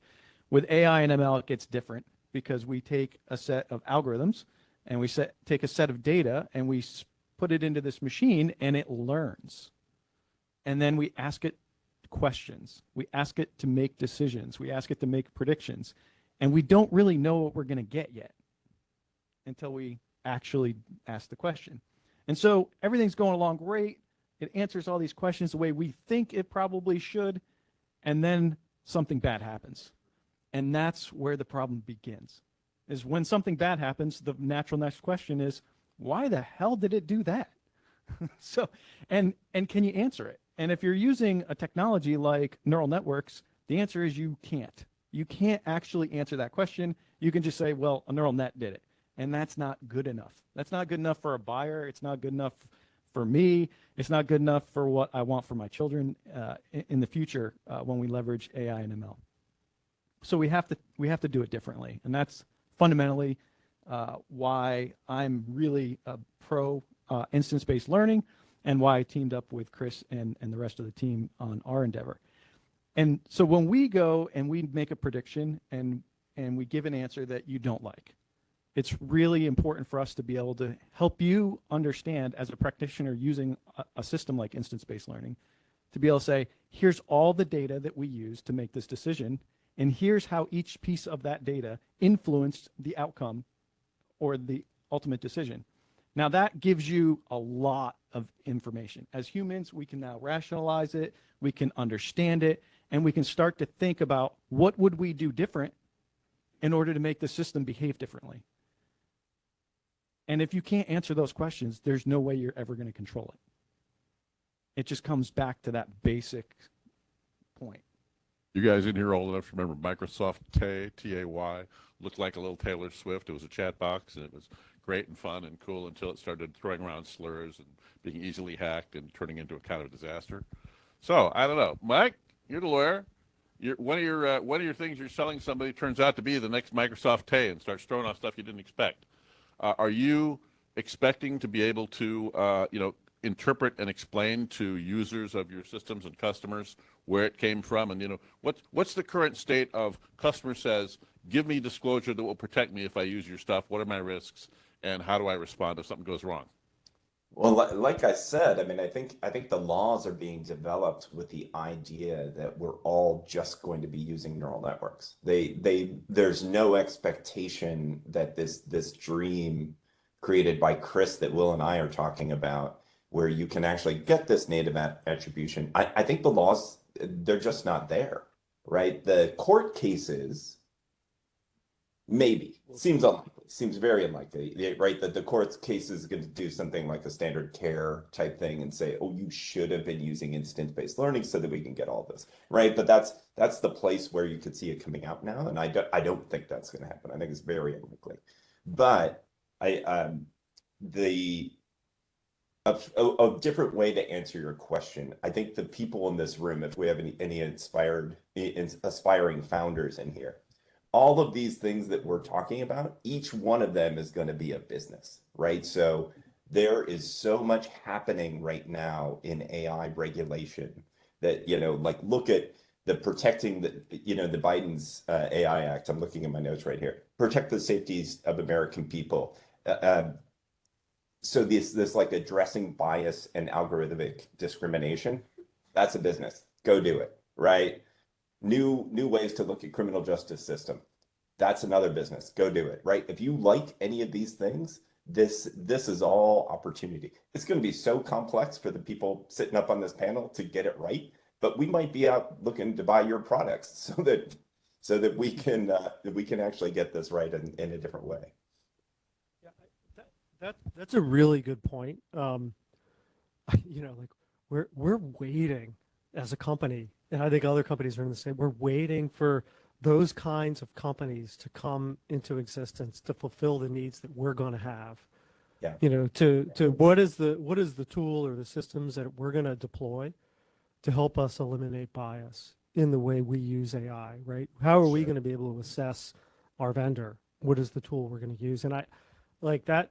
It's a really great point because I mean, I would love to think, you know, Cisco with all its resources, we're just going to figure this out. But the probability is we're going to look for a company, a small company that's doing well, that's already figured this out, and we're going to go work with them, right? So there is going to be a world of opportunity that arises, you know, because of the needs of companies like us and just the industry as a whole, that I think is really exciting. And I just want to, because we're talking about regulation, you know, if you look at the regulations, the Europeans seem to be operating more out of like, there's things to be scared of, let's control them.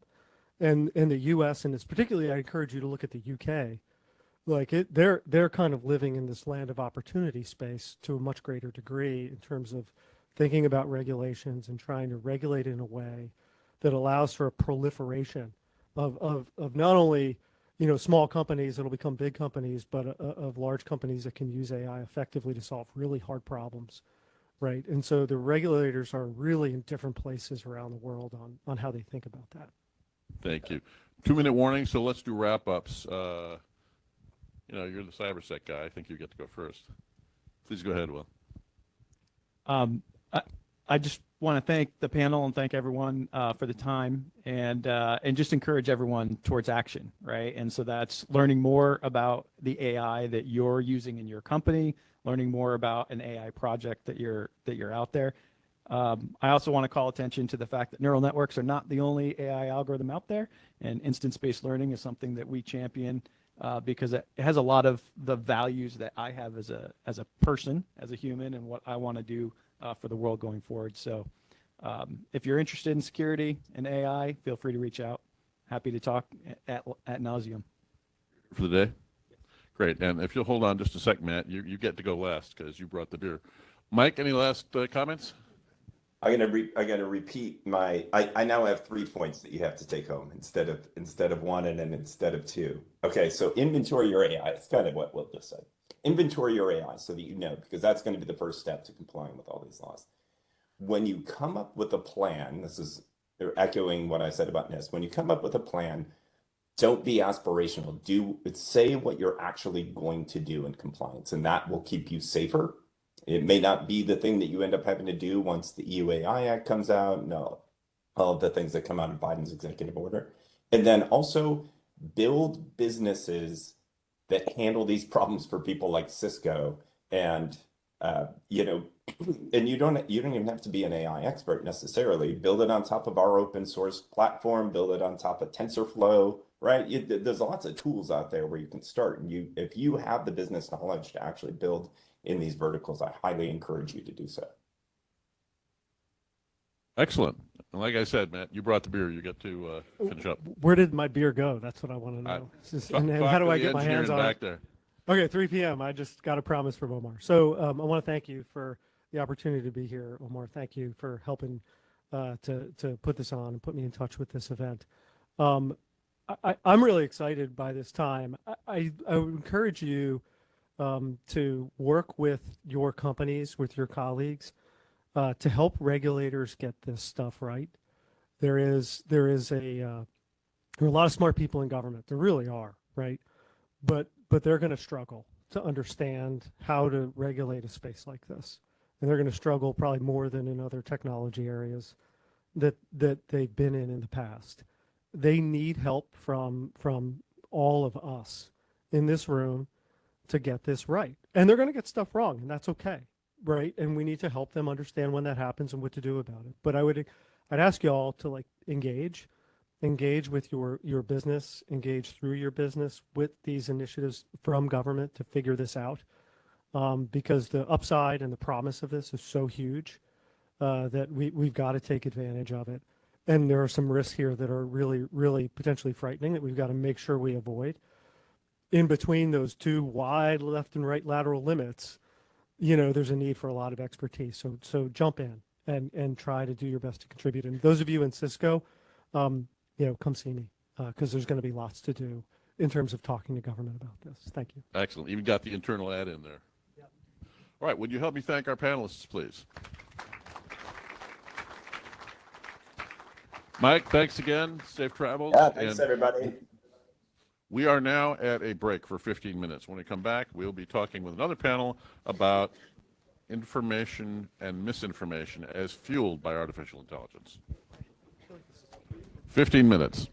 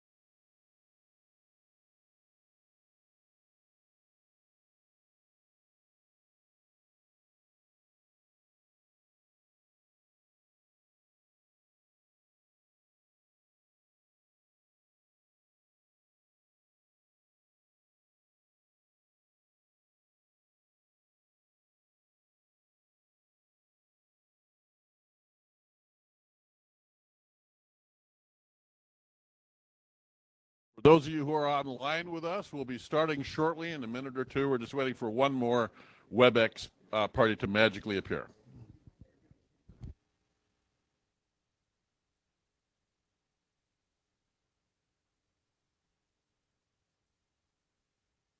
You can see only the most dogged networkers are still in the back of the room, catching those last 3 business cards, or maybe hitting the orange juice one more time.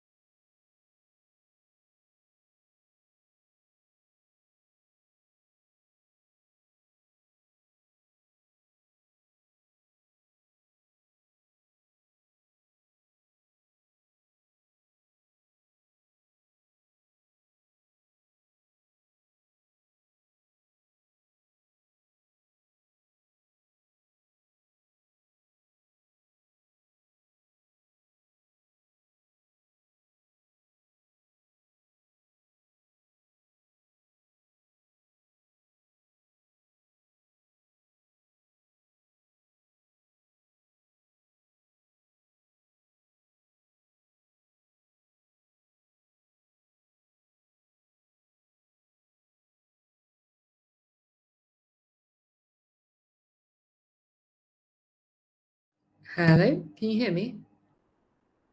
Is that Lucy? Yeah, it is. Excellent. It's Jamie from OASIS. You are here, and with you here, our party is complete. Oh, lovely. I will introduce our moderator, who will introduce you and our panelists. Hello again, and thanks for being back. If you're online, this is the AI Security Summit by Cisco and OASIS, and we're into a session on misinformation, what it has to do with AI. Turns out the answer is entirely too much. There we go. We've got Lucy. Excellent. Thank you. May I introduce to you our moderator, Daniella Taveau, who is a wonderful person we work with occasionally. She is the president of Bold Text Strategies. She works both with the Stimson Center and the Atlantic Council, and has been deeply involved in trade and trade policy, working with the USTR for years, particularly in a number of key areas like food and drug. So, without further ado, may I hand over to you?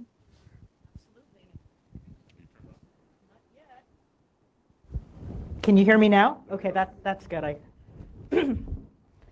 First of all, thank you very much, Jamie, and it's truly a pleasure to be here today. And thanks to all of you who showed up in person, and for those of you online, and hello, Lucy, and George and Pablo. I would like to start off first by introducing our illustrious panel over here, and starting with Lucy. Lucy, who's a research scientist at Google DeepMind. She is for DeepMind's Frontier Safety and Governance team, and before joining DeepMind, she worked in NATO's office of the chief scientist, advising on emerging and disruptive technologies. She previously worked for the UK Civil Service with experience with the Ministry of Defence Space Policy Team and UK Space Agency. That's a very hot area. And she holds a Master's in Science and Global Governance and Diplomacy from the University of Oxford, and Bachelor's in Human, Social and Political Sciences from the University of Cambridge. Really amazing background, and thank you very much, Lucy, for joining us. I would also like to introduce George Shea, Dr. George Shea, who is the Chief Technologist for the FDD's Center on Cyber and Technology Innovation. She also served as the co-chair for the OASIS project, Defending Against Disinformation, the Common Data Model, and you'll hear her talk about that quite a bit, where she identifies cyber vulnerabilities in the US government and private sector. In this capacity, she develops pilot projects showcasing viable technology and non-tech solutions, aiming to contribute to the defense of US prosperity, security, and innovation when scaled. And finally, last but not least, I want to introduce my dear friend, Dr. Pablo Breuer, who, among other things, is the Executive Director for Enterprise Security and Architecture at Morgan Stanley. senior fellow at Atlantic Council, which is how we met, a veteran of U.S. Navy and tours including U.S. Special Operations, National Security Agency, U.S. Cyber Command, Combined Forces, Command Afghanistan, and U.S. Naval Forces Central Command. He's been on the faculty of Naval Postgraduate School, as well as National University, California State University, Monterey Bay, and Carnegie Mellon. SEI, and he's a DEF CON Black Badge winner twice, by the way. And Pablo is a co-founder of DISARM Foundation and co-author of the DISARM Disinformation Analysis and Response Measures Framework. So I'm really excited to be here because this is an issue that I followed very closely for quite some time. And I thought to begin with that very briefly, we could talk about what is misinformation, disinformation, so we have a common understanding of what it is. So misinformation, and who here feels comfortable with their understanding of mis and disinformation, or who here works on mis and disinformation? Not brave enough. You have a House committee that's going to come after you, right? I can understand, right? So disinformation is information that's false in content or context, and it carries an intent to do harm. So that's the intention of it. Misinformation, it's when incorrect information is disseminated. And in some cases, it can be a simple misunderstanding. In other cases, it can be that it's infected with a disinformation narrative. So well-intentioned people, but that are spewing information that's incorrect, and we're seeing a lot of that. So first, the question that I have for everyone, and I first want to turn to George, and then to Lucy and to Pablo, is what got you started in this? How long have you been working on mis and disinformation, and how did you vector in, George?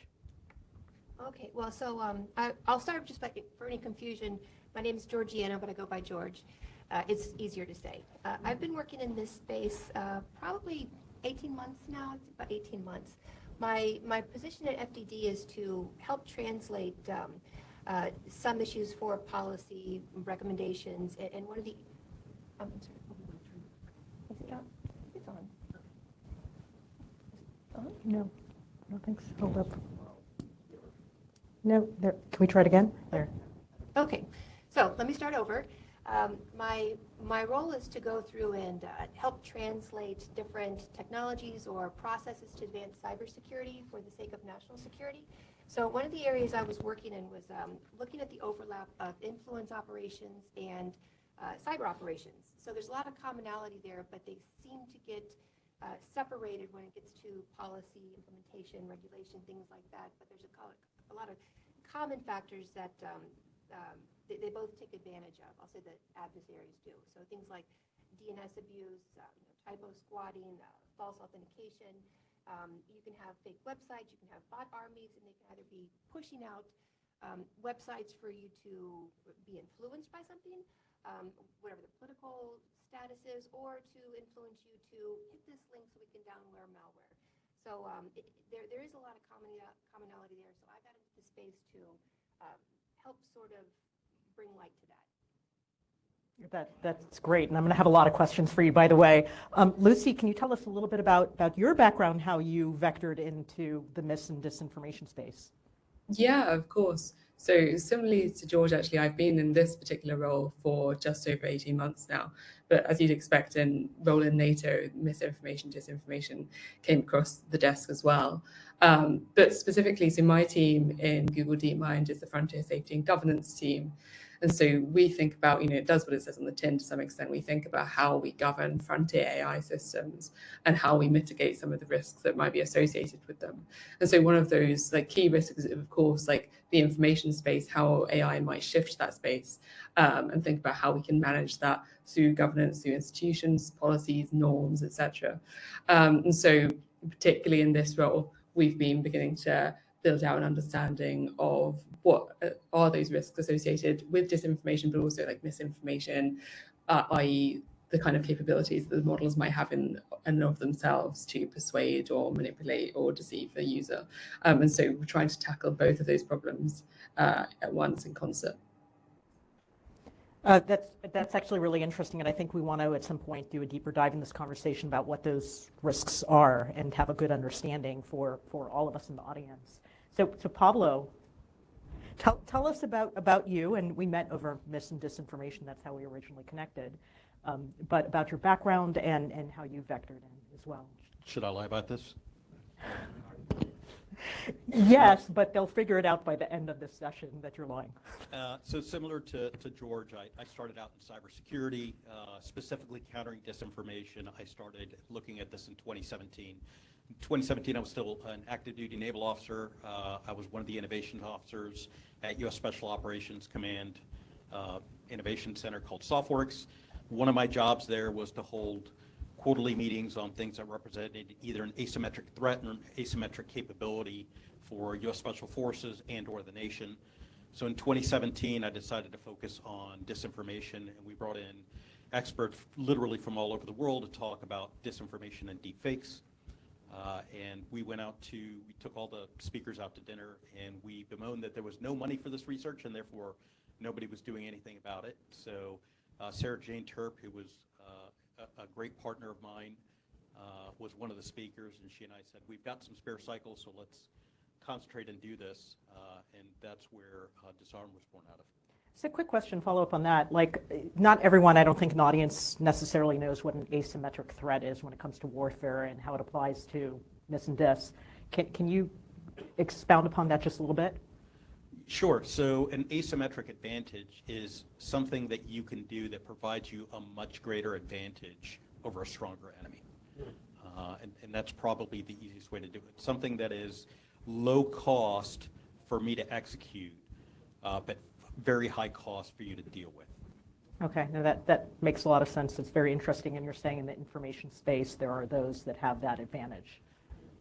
Yes, absolutely, and it depends on capabilities, it depends on the type of government, the type of society you have, and I'm sure we'll get to a lot of that.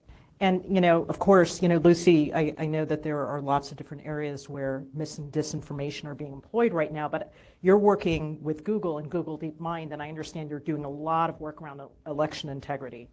So I'm just kind of curious as to how you're supporting this work in election integrity, and what role does AI play in that? Yeah, absolutely. So we have this kind of three-pronged approach across not just Google DeepMind, but across Google as a whole. So thinking about how we connect voters to election information, how we help campaigns enhance their security with the best-in-class security tools that Google has, and then thirdly, how we protect platforms from abuse. Because we know that large language models, LLMs, have this tremendous potential to help people learn and discover new information about the world around them. But we also know that if used incorrectly, they can result in new information threats, not just to elections, other world events. So we're investing in tools to help ensure that people know when an image or video is AI generated, and also have policies in place across our platforms to govern manipulated media. So one important approach we've got is around metadata. So that allows creators to associate additional context with original files. So essentially, a user will be able to encounter an image and have more information about where that image came from. So for example, we have this about an image tool. So Google search users are able to see important information like when and where similar images may have first appeared, where else the image might have been seen online, including like on news, fact-checking, social media sites. And then we also have on search these sort of information literacy features, which are like about this author or page you might have seen. And they help people evaluate the reliability of information and the sources they find online. So there's that role we have in trying to combat what generative AI is doing. We also, and we can talk about this more later, but also thinking about how you also harness AI to combat abuse. So actually we have a prototype at the moment that leverages some of these advances in LLMs to assist in enforcing our policies. So I have a follow-up question on that, because it seems to me like, when you develop a vaccine for the flu, you're kind of guessing as to what that bad actor is going to look like, that bad virus. People very often hear about bad information and labeling it, but it sounds like you're working more on watermarking and determining what is good information. Can you talk a little bit more about that? Yeah, so it talks about like metadata is one big investment, and then watermarking is another key investment for us. So what we recently did, we launched this thing called Synth ID. So that's an experimental tool for watermarking and identifying AI-generated images. So essentially, the technology embeds a digital watermark directly into the pixels of an image. So it's imperceptible to the human eye. So if you're looking at the image, it will look like it would otherwise, but it's detectable for identification. So that's already released to a limited number of Google Cloud Vertex AI customers, and using one of our latest text-to-image models that uses input text to create those kind of photorealistic images. But I think what it's important to realize is like watermarking, we think it's very good. We think it's extremely accurate. There's a lot of work to be done. And I think the next challenge is really to build mechanisms to identify AI-generated text, which is slightly more difficult than the image space. No, that's, I feel this is such a fascinating area right now, and I want to turn to George, if you don't mind, because you've been very active serving on the OASIS project on defending against disinformation, or it's called DAD. And so what is exactly this DAD common data model, and why is it necessary? And can you also talk to me a little bit, talk to all of us about how it's used and who would use it? Yeah, absolutely. So first I want to draw some parallels, much like Daniel was talking earlier about SBOMs and the AI bomb, and you have to understand SBOMs to understand where he's going with the AI bomb. You have to first understand the MITRE ATT&CK framework and sticks. So the MITRE ATT&CK, actually it's not valid body of knowledge, not a framework. So the MITRE ATT&CK body of knowledge, it stands for adversaries, tactics, techniques, and common knowledge. So it's the observed ways that hackers get into systems. First, they do some reconnaissance. They figure out how they're going to break in. They figure out how they're going to attack. They get into your system. They move around. They escalate their privileges. So this attack model has then gone through and enumerated all those tactics and techniques for each one of those major steps. So I guess Pablo should be talking about this, but the DISARM framework has done the same thing for influence operations. How do you cause influence? And I'll let him get into the details of that, but it's the tactics and techniques of influence campaigns and how they reach people, how they influence people, how they convince them of whatever it is. The sticks piece of this is the structured threat information expression.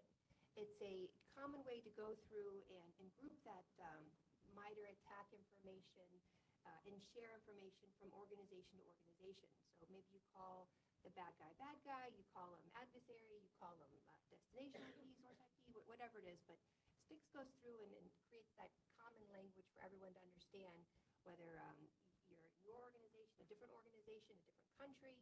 So you can go through and you can share information and have those indications and warning, that attack sensing and warning capability that you can now share that information. So to put this all together, you have frameworks like DISARM that have identified those tactics and techniques for influence, and you can now, through this DAD-CDM, the Defending Against Disinformation Common Data Model, is a project that OASIS has that we are extending that STIX capability to include those information objects, so we can start to share those kind of influence tactics and techniques as well. I'll give you an example. One example is you hear about deep fakes, fake voices. If my boss were to, let's just say, FaceTime me, and she said, "Hey George, I'm going to send you a file. I'm traveling. I can't get to the VPN. I'm just going to use my commercial email address. I need you to download it and do whatever."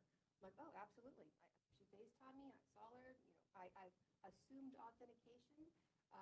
I do that. I now download it, and it was malware. It was a deep fake. It wasn't really her. It was someone else's email address. But now when I go through and I report that through my normal cyber capability using attack and using STIX, I'm just going to say malware was downloaded, and this is what happened.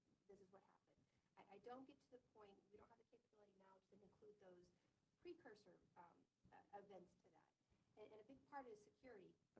a big part of security, sorry about that, is incorporating those people, processes, and technologies. And a lot of cyber is usually focused just on the technology, but this starts to incorporate the people part in that as well. So what's the influence piece to the human that then made them click that? So I think I answered the question. Yeah, I do have a follow-up for you, but in a second, because since you mentioned Pablo, I want to talk to you a little bit about, how many people here are familiar with the DISARM framework? Show of hands. Yes, me too. Okay, sorry. If you're interested in learning more, disarm.foundation. It's really pretty amazing. It's almost like warfare tactics for mis and disinformation. Can you talk, Pablo, a little bit about DISARM, and also why did you partner with OASIS on DAD-CDM? Sure, I'd be happy to. So first of all, let me say, wow, I'm old. When we're talking about MITRE ATT&CK, I was one of the global network vulnerability and exploitation analysts at the NSA when MITRE first started developing what would become MITRE ATT&CK. I was one of the SMEs they leaned on to come up with the kill chain and the tactics, techniques, and procedures to build attack. So what the common knowledge in MITRE ATT&CK framework or the DISARM Foundation framework are trying to do is influence operations in cyber go across many different professional and academic communities. And they all use a slightly different taxonomy. So this is really meant to give everybody common understanding of how an attack happens, what's required for an attack to happen, and give us a common taxonomy so that when a psychologist that is versed in influence operations talks to a coder at Google, they can use the same language and go back and forth. I was very happy to, I'm going to take advantage and do something bad here. I was very happy to hear that Google is working on data provenance, because I think that is definitely one of the keys to solving this issue. But since I don't get a chance to talk DeepMind, I will humbly suggest that instead of watermarking AI, because the bad actors have an incentive not to watermark with their AI tools, then instead of watermarking things that may be bad, we should watermark things that are known good, and therefore everything else is suspect. So going back to the DISARM framework, we started out by examining a bunch of influence models that were out there. First we looked at internet advertising, then we looked at traditional advertising, then we looked at Information Operations Manual from the US Department of Defense and a couple other models, and then we set about looking at originally about 260 real-world influence operations, and then we filtered down to about 80 that had unique or novel tactics, techniques, and procedures. And from there, we were able to do a little qualitative analysis, come up with a kill chain. A kill chain is the minimum number of tasks that have to be accomplished for an attack to go off. And then we started categorizing the tactics, techniques, and procedures and figuring out which of those critical tasks in the kill chain did they go into. The next step that we did after that is that's what we call the DISARM red framework. That's what the attackers have to go through. And then we started building the DISARM blue framework, which is counters that defenders could use. Now, we made a very conscious decision to list out every counter that we could think of, even if it was not recommended. Why? Because it serves as a good starting point for discussion, and later on when you have, when you're planning these defenses or when you have discussions about policy, you go, well, have we considered, say, censorship? Well, yeah, we considered it, and it's there, and it's not recommended because we like our First Amendment rights. But it documents the fact that it was considered and not recommended for the following reasons. So we have laid those out and then linked the red and the blue together. So you're not missing anything. There's a lot of transparency around it. Absolutely, right. The whole point is to put everything out there and make it an open standard so that different groups, different societies, different governments could have discussions with their citizenry and discuss what is right for them and their situation. So I have a lot of follow-up questions, but I have one really brief one, then I want to go to the audience and kind of check and see where you're at and what kind of questions you might have. How do you get involved, George, in DAD-CDM? Through OASIS Open. There's an email, I think it's op-admin@oasisopen.com. Did you all get that? Look it up because I probably said it wrong. But yeah, definitely the DAD-CDM.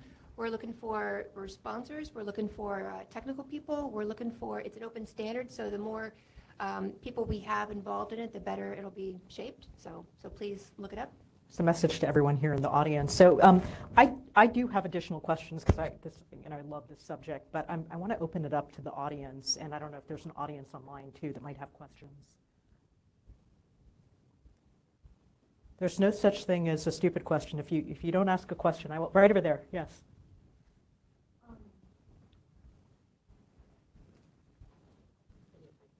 Oh.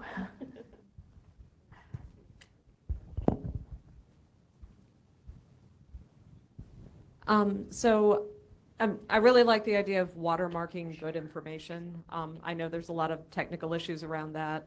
I also like the idea of detecting bad information, that AI has kind of this signature. Like, it's generated by a machine, so it's got this machine look to it. I also know it is really difficult from a technical standpoint to get a computer to recognize a fact, because it really only knows how to recognize a sequence of words, and that these two words are kind of close together. So I'm curious from the panel, like as you're building out these data tools for detecting bad information, one of the really key features is to have the right representative sample of what bad looks like. And how are you thinking about that? Okay, so excellent question. You're absolutely right on all counts. So let me start out by saying first, DISARM doesn't tell you if something is or is not disinformation. We leave that to an analyst. What DISARM tells you is, if it is disinformation, how do you catalog it? How do you share the threat intelligence, and what are the counters you could have? So that's the first thing. And DAD-CDM is really just the technical implementation of that in bits and bytes. Separate from that, you're right. One of the reasons that while we do want to label bad information, and let's say by bad I mean harmful, we can agree that there's certain information that we all agree is harmful. The problem is it becomes a bit of a race condition, right? So how long have we been fighting malware and had signatures and had, behavior-based detection, and it's a race condition. As soon as we get a signature, as soon as we get a YAR signature, what have you, they develop a new variant of the malware that we're not catching, even if it's just slightly different. It's going to be the same thing with this information. And so I think the other thing that computers are really bad at, now hopefully Google will weigh in on this, is not only are computers bad at telling truth, as a matter of fact, LLMs are not designed for truth, they're literally next word predictors, but they don't understand things like satire and commentary, right? So in my view, I think that AI being used to detect disinformation doesn't look at the information itself. It looks at how is the information being spread. Information that is amplified in unnatural ways spreads very differently than organic information spreads. And there's certain mathematical models for that. Unfortunately, social media operates on what are known as scale-free networks, and we just don't have enough good models for scale-free networks and how information spreads on scale-free networks to do that. But I think it would be a great area of research, and I think that's about as far as I can go on that one.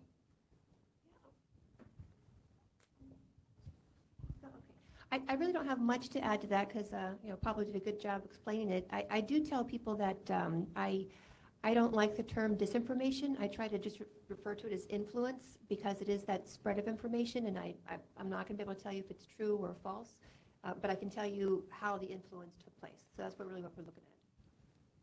Thanks so much, Lucy. Do you have anything to add? I'm curious from the Google perspective. This is fascinating. Yeah, so a really good question, and you're right. I suppose a few things. So on watermarking, as I said, I think it's really about having a portfolio of approaches. Like, we know watermarking might not be infallible in some cases. I know OpenAI came out with a watermarking tool for ChatGPT earlier in the year, which was quickly broken. So we know there are known vulnerabilities there. So like having that portfolio of approaches where we're also having like the data provenance alongside it is really helpful. Google also has this thing called a threat assessment group. So in terms of what you were saying about how do we have a representative sample of bad, how do we know what bad looks like, essentially? Like, we have this threat assessment group. They invest heavily to counter attempts to deceive, harm, or take advantage of users. And so they work quite closely with like product teams like Mandiant to counter targeted and government-backed operations. So in doing that, they track sort of more than, 270 targeted or government-backed attacker groups from more than 50 countries. But by doing that, they build up that muscle to understand like what bad looks like, what a bad actor is going to do, what the profile of the attack is going to look like, and that gives us a sense of like that what is representative of bad. So I think like having the ability to actually track and monitor, and also work quite closely with the relevant government organizations who do this, so we can also understand the threat profile from their perspective, is really important. So I have a question for you, and this is for someone who's not technical. You talk about the patterns rather than identifying something as bad. This is kind of a common theme that I hear, that the way misinformation is spread is different than the way good information is spread. Can you unpack that a little bit and give us a little inside baseball, how it looks to you different? Yeah, so I mean, I'm not at the coalface of doing this, but I think like the things we're looking out for are sort of, where is like can we trace the provenance of the actors who are spreading disinformation? So is there a particular signature from the place that they're coming from? Maybe it's an actor, a known state actor that we're worried about, or that the government where we have a jurisdiction in is concerned about. Maybe it's the pattern of the way they're disseminating information. So they're disseminating information to people on a scale that would not be physically possible for an individual with their own, tools to do. Like maybe they're spreading it to so many people that we would think that that is really impossible for an individual to achieve. So we're trying to identify these patterns which we could not associate essentially with a human. Like what are the things that a human is not capable of? Who can we rule out as just being like an ordinary person in their bedroom? And then who can we ascribe as being a bad actor because they exhibit these patterns which we think would not be associated with a human user? I mean, I find that really fascinating to see how quickly these stories spread, and I've seen myself where, oops, did I just lose my mic here? Okay, there we go. I've seen disinformation stories spread, or I've seen some before that I can tell based on where they're published and how quickly they're published in the chain that they're clearly disinformation stories. So I just want to change gears for a second, but first I want to ask if there are additional questions here in the audience. That was a great question. Yes, right over here. Oh, sorry. What about you? Then this gentleman over here, if that's okay. Yeah, and I'll be quick. I wanted to ask, the DISARM framework, is that a good way to, train your coworkers, employees against social engineering?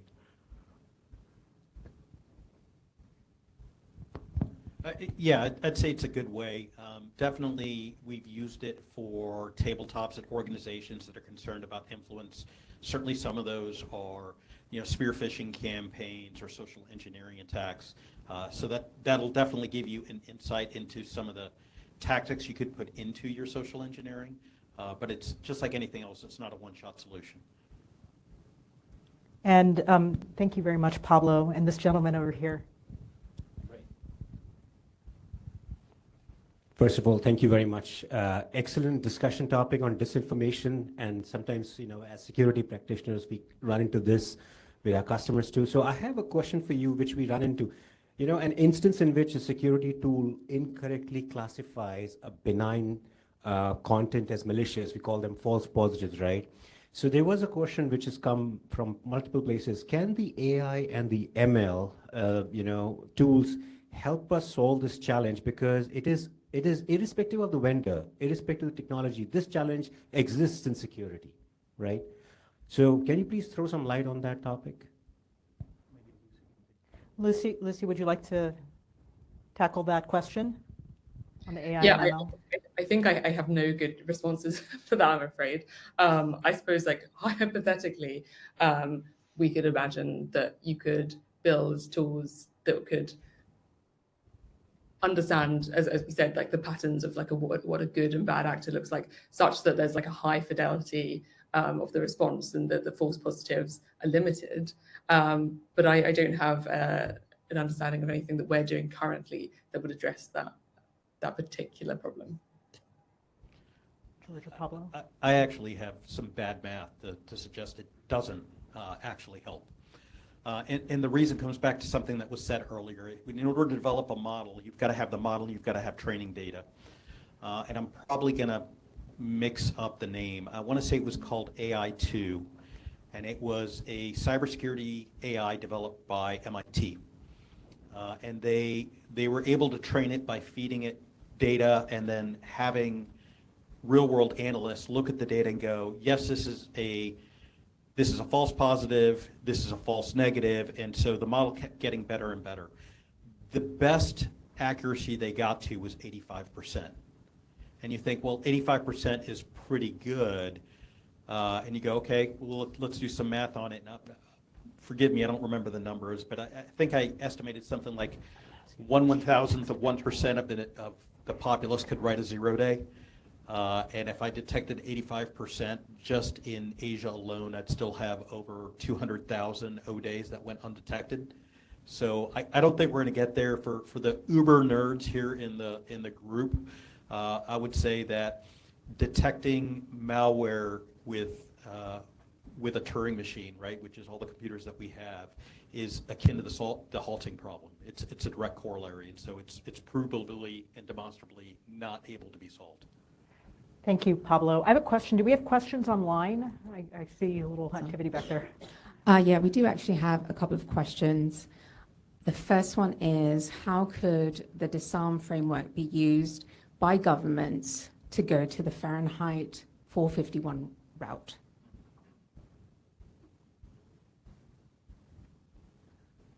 I'm not sure what we mean by the Fahrenheit 451 route. Yeah, well, listen, tools are dual use, right? I can use a hammer to build a house. I can also use a hammer to run around and bash people on the head. I can use AI to, cure cancer. Hopefully one day I can also use it to create biological weapons. So could DISARM framework be misused? Absolutely, right? Just like attack can be used to plan out a cyber attack. Ideally, we use our tools for good and not for evil. So could it be used? Sure, absolutely. It could be used by dystopian governments, possibly, but hopefully it's not. Hopefully not. We have one more. Did someone else have something? Yes, right over here. Go ahead. You, the distinguished-looking gentleman with the beard. Is there ever a good use for disinformation? Speaking of the dual use, is there ever a good use for disinformation? For example, let's say, white hat hacking. We know that it's good. We have the phishing attacks to inoculate people, but also, what about areas where there's no right to be forgotten? So let's say that there is something you'd like to, be forgiven for or forgotten. Can disinformation help there, or is it still just a bad thing?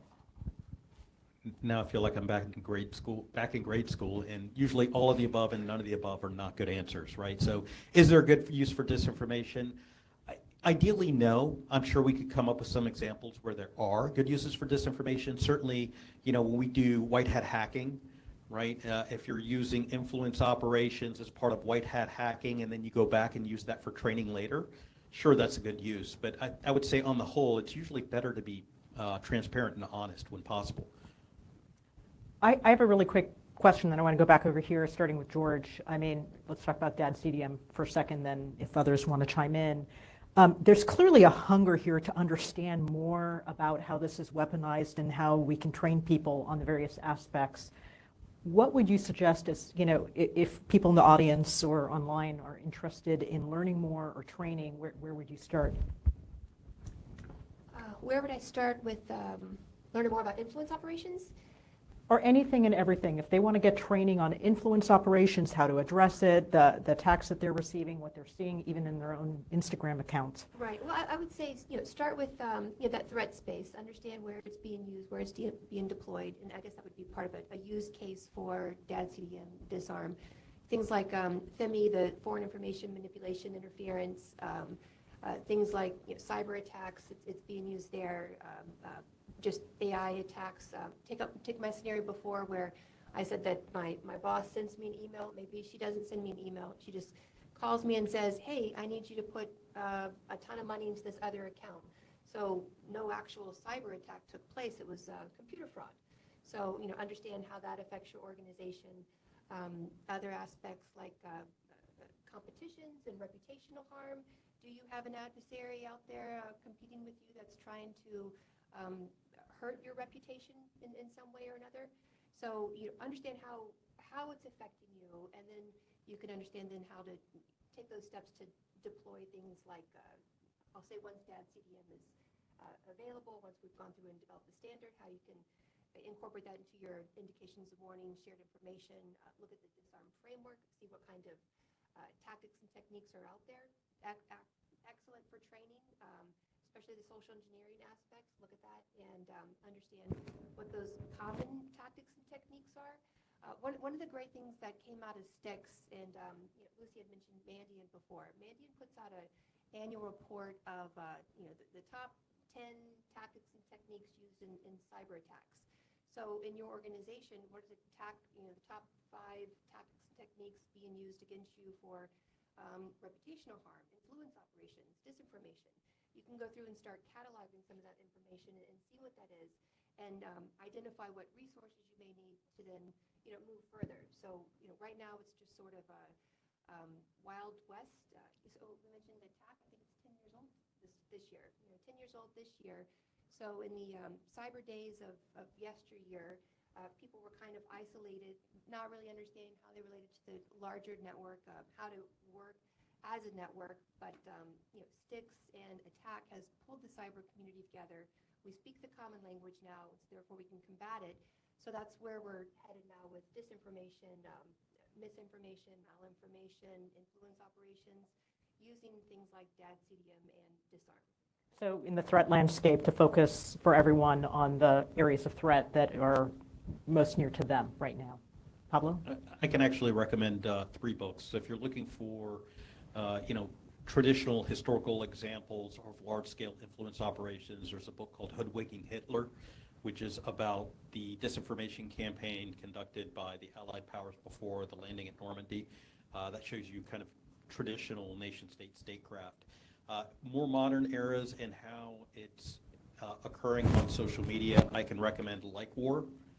It's a very, very easy read, as well as Rage Machine. But the easiest way to tell usually is if you read something on social media or on the internet and your first reaction is emotional rather than cognitive, you're being manipulated. If your first thing that you want to do is hit a reply or retweet, right, and rage against the machine, or cheer for whatever, your emotions are being manipulated. The way that the human cognitive process works is your emotional portion of your brain is the more ancient part of the brain, so that one tends to override the higher order thinking functions. So if you're just stop, take a breath, count to 10, are you being emotional? If you are, you're being manipulated. That's actually a really great point, by the way, because Pablo and I work together a lot in agriculture and food and mis and disinformation there, and it's obviously everyone eats. And food is very personal, it's very cultural, it has all of the elements that are ripe for mis and disinformation. I'll get back to that in a second. I wanted to see what other questions we have over here for gentleman right over here. So I'm admittedly very basic in my AI education. So one of the terms I can figure out is AI bias. Yes. Sorry. So I guess my question is, when you're looking at misinformation, disinformation, this information seems pretty more or less clear-cut, but misinformation, there might be some level of subjectivity built into that, right? So when you're trying to identify something that is misinformation, how do you peel back enough to know that there may be some subjectivity involved in it, maybe even from your side, and especially when you're trying to hold it up to a measurement of truth and not everybody even agrees on the truth? That's an excellent question, and I actually had the same question. I want to first turn to Lucy over there, and he was asking about how, given all the biases that we naturally have built in, and we're looking at possible misinformation, and hearkening back to our earlier part of the conversation, when we were talking about patterns, how do you know what is truth and not truth, and where your own biases start and end? Yeah, it's a really good question. And I think the way we're thinking about how you begin to try to ascribe what is fact is this whole thing of having our models be able to cite their sources. It's not foolproof. We've seen examples of models that that are capable of hallucination are also capable of hallucinating their sources. But it's a better way of being able to help users discern where that line between fact and misinformation begins and ends. Because once you have a source that you can refer to, you can check that yourself. The user can check it themselves, even if it's a false source. That you can still check that and discern it and make sure that what you're being told does or does not correspond to something that is in a source that does or does not exist. So having that as an addition to the other tools that we have at our disposal, I think is really important for people to have trust in the information that they're getting from chatbots, from models. Any other thoughts on that too? Yeah, I'd actually like to steer away from what is true and what is not true, right? Because some things are subjective facts, right? And they're provably true or they're provably false. The vast majority of information is not, right? Some things are opinion, some things are theories. And so really when you look at a democracy, the way that we solve problems is when we have differing opinions and we have that social discourse and we come to a consensus, and that's how we pass our laws, right? Those are not things that you can prove is true or not true. These are things you have to. So I think you're better off by focusing on what are the harms being caused by this narrative, right? And was there an intent to deceive? So misinformation more often than not is it's being propagated by a victim, right? They were either infected by somebody trying to deceive them, or they misunderstood something and they're putting something that they believe is true and it turns out to be false. But that's really a very small percentage. If you're going to do it in a computing cycle, which is why we're not going to do it in a computing cycle, there are really two ways to model this. The first way is you could have a closed world model. In a closed world model, you would look at everything on the internet at internet speed, and you would say, if this is not a provably true fact, I'm going to hold on to it, and I won't let it propagate until I can prove it's true. Well, that doesn't work because it doesn't deal with satire, opinions, et cetera, et cetera. The other way to do it is an open world model, where you assume everything's true until it's provable false. And that also doesn't work for all of the aforementioned reasons. So there's got to be something in the middle, and we need, this is not a technology problem, right? This is a human cognitive problem that has been enabled by technology. But dis and misinformation have been around since people could write on stone walls. So, you know, if we're looking for Google or Meta or, you know, Insta to solve this problem for us, we're looking in the wrong way. And that's why we need a whole suite of tools to help us, not just technical tools. I have a big question, but I'm going to turn to the audience one more time, and back here and online. We do have a couple of questions. I want to circle back on the social engineering question we had earlier.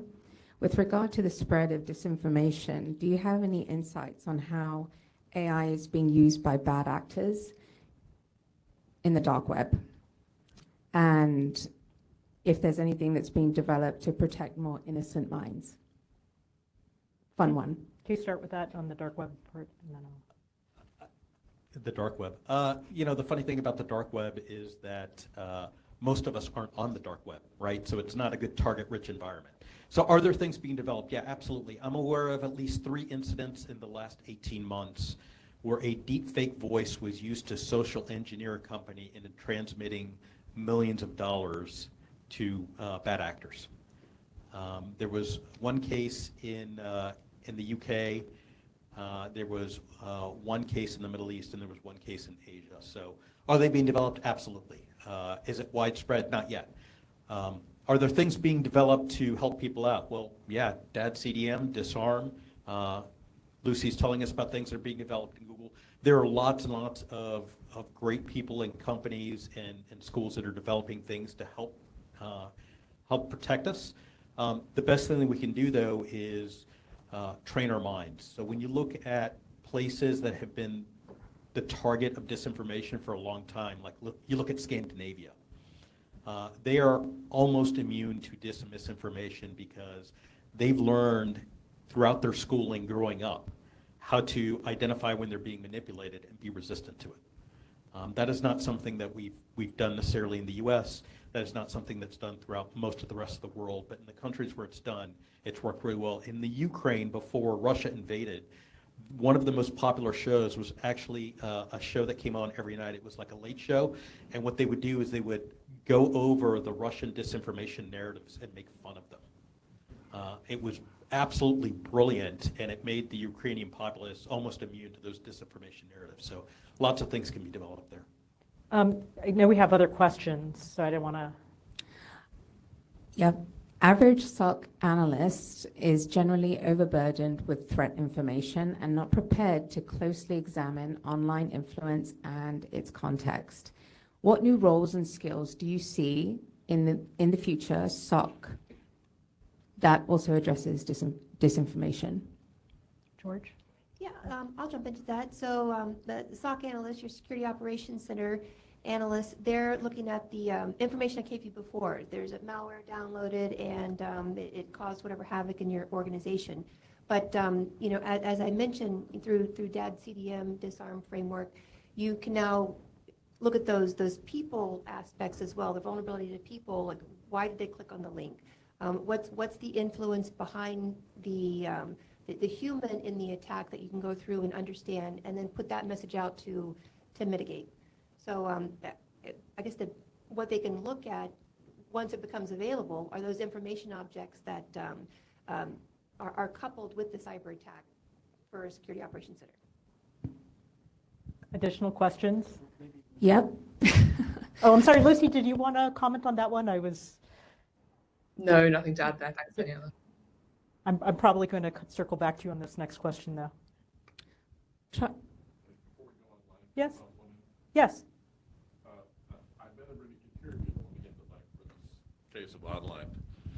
Guys, in the Styx experience with malware, we learned after a few years that once you actually have structured information objects and you can characterize and typify, you know, sources of attack and bad actors and types of, you know, vectors and all that, and weaknesses and signatures, that the nice thing about having structured data is people can put it together and combine it and get a whole lot more math, Pablo.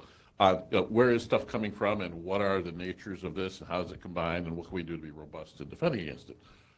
Where are we in that arc with misinformation? I mean, I assume that, you know, God willing, and George works hard with her team, we get a standard that helps, you know, create more of that apples to apples kind of data. But where are we for all these data scientists and data scientist wannabes like me, where are we in that arc of trying to make sense of combined data on information quality problems? I'll answer, but I could be wrong. Right now, I'm going to say we're nowhere. We don't have that common language model. We don't have those shared objects in your ISACs, ISALs out there. It's not something that, as a network of organizations, people are looking at. Maybe individual companies, but not as a whole, like cybersecurity. Cybersecurity is one of those very cross-cutting areas that every organization, whether it's a water organization, a military organization, a school, it's a common thread that they look at and they share information. We are not doing that right now with influence operations, misinformation, disinformation. Go back to 2014, maybe not so much. I mean, you're ahead of that curve. So I have a question starting with Lucy, since we only have a few minutes left, and this is a big question for you. But given that you work for a giant in this space and you're doing very important work, and I'm going to ask the same of George and of Pablo, can we win this war, and what does a win look like? Because it feels like disinformation is the new front of warfare. Yeah, that's a massive question. And I suppose, like, pessimistically, I think there will always be people who want to exploit the latest tools to spread both misinformation sort of inadvertently and disinformation with clear hostile intent. I think the best we can do, as I said before, is have, and I think Pablo has mentioned this as well, a suite of tools. And these aren't all technical tools, right? I think the key thing here is understanding that a lot of the things we should do to combat mis and disinformation are policy decisions. And I mean both the policies that we adopt, but also like the political policies that governments adopt, like about how we draw lines around, like we were speaking earlier about like how you discern between, you know, fact and fiction, like how we draw lines around what is considered to be subjective, what is considered to be harmful, what is considered to be abusive. And those are not decisions that can be taken by companies like ours. They're not decisions that necessarily warrant technical solutions. They are political decisions that need to be made at a political level. And we can help inform those, like using the tools we have, using and having requirements for, you know, certain disclosures about like AI generated content, for example. That's something that we're thinking about in the context of elections, having like these monitoring systems. But like in and of themselves, you know, we will continue, I think, to exist in societies that are threatened by mis and disinformation. So I think the best solution is like understanding how companies and governments and state actors can work profitably together, and make sure that we understand where like the lines are between what a technical solution can offer and what is in fact a policy decision. That's, I think, as good as it gets as a response. I mean, Lucy, which is, we need an army of people that have different talents working together in consort, is what you're saying. And where do you see that conversation happening right now?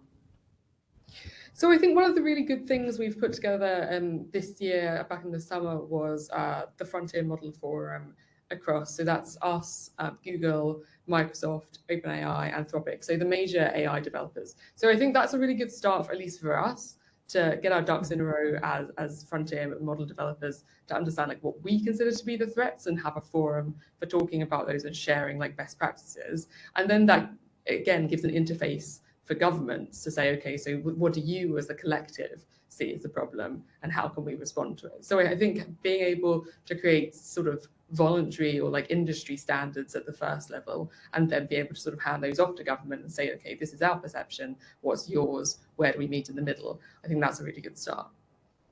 Oh, thank you very much, Lucy. And speaking of industry standards, I'm now going to actually turn to George and DAD-CDM and maybe answer the same question from your perspective and how industry standards might play a role there.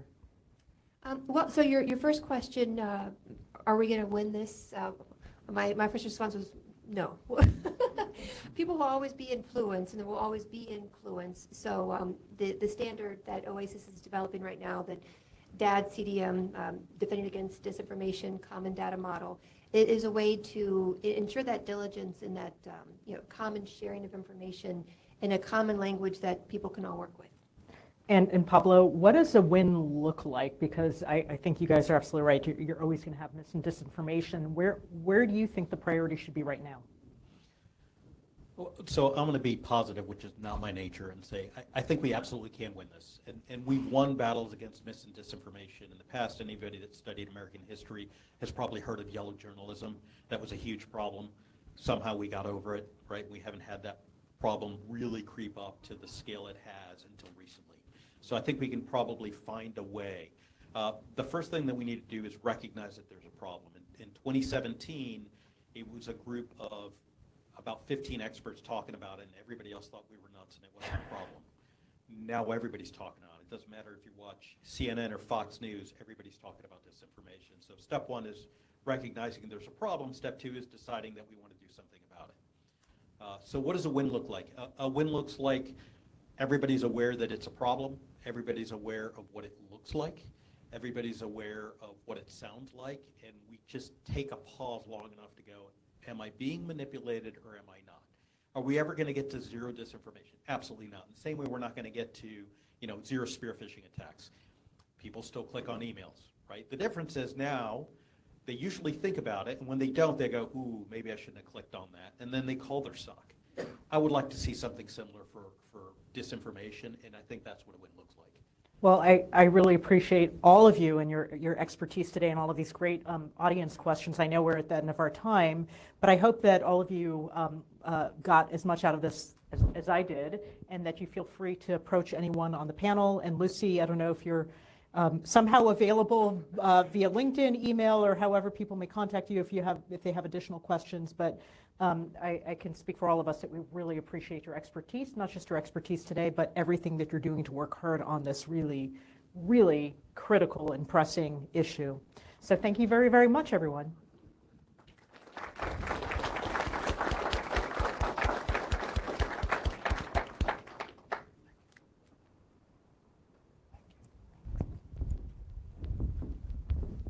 All right, so we're in a lunch break right now, and lunch is not going to be outside. That's still breakfast. So if you walk out, make a right.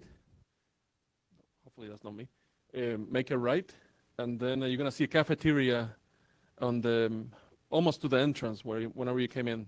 And we're going to break for 45 minutes. I know it's kind of awkward, but we're trying to actually make time for all the presentations. And we're actually doing very, very well. So thank you, everybody. So we're in a break. For those of you on WebEx, we'll be back in 45 minutes.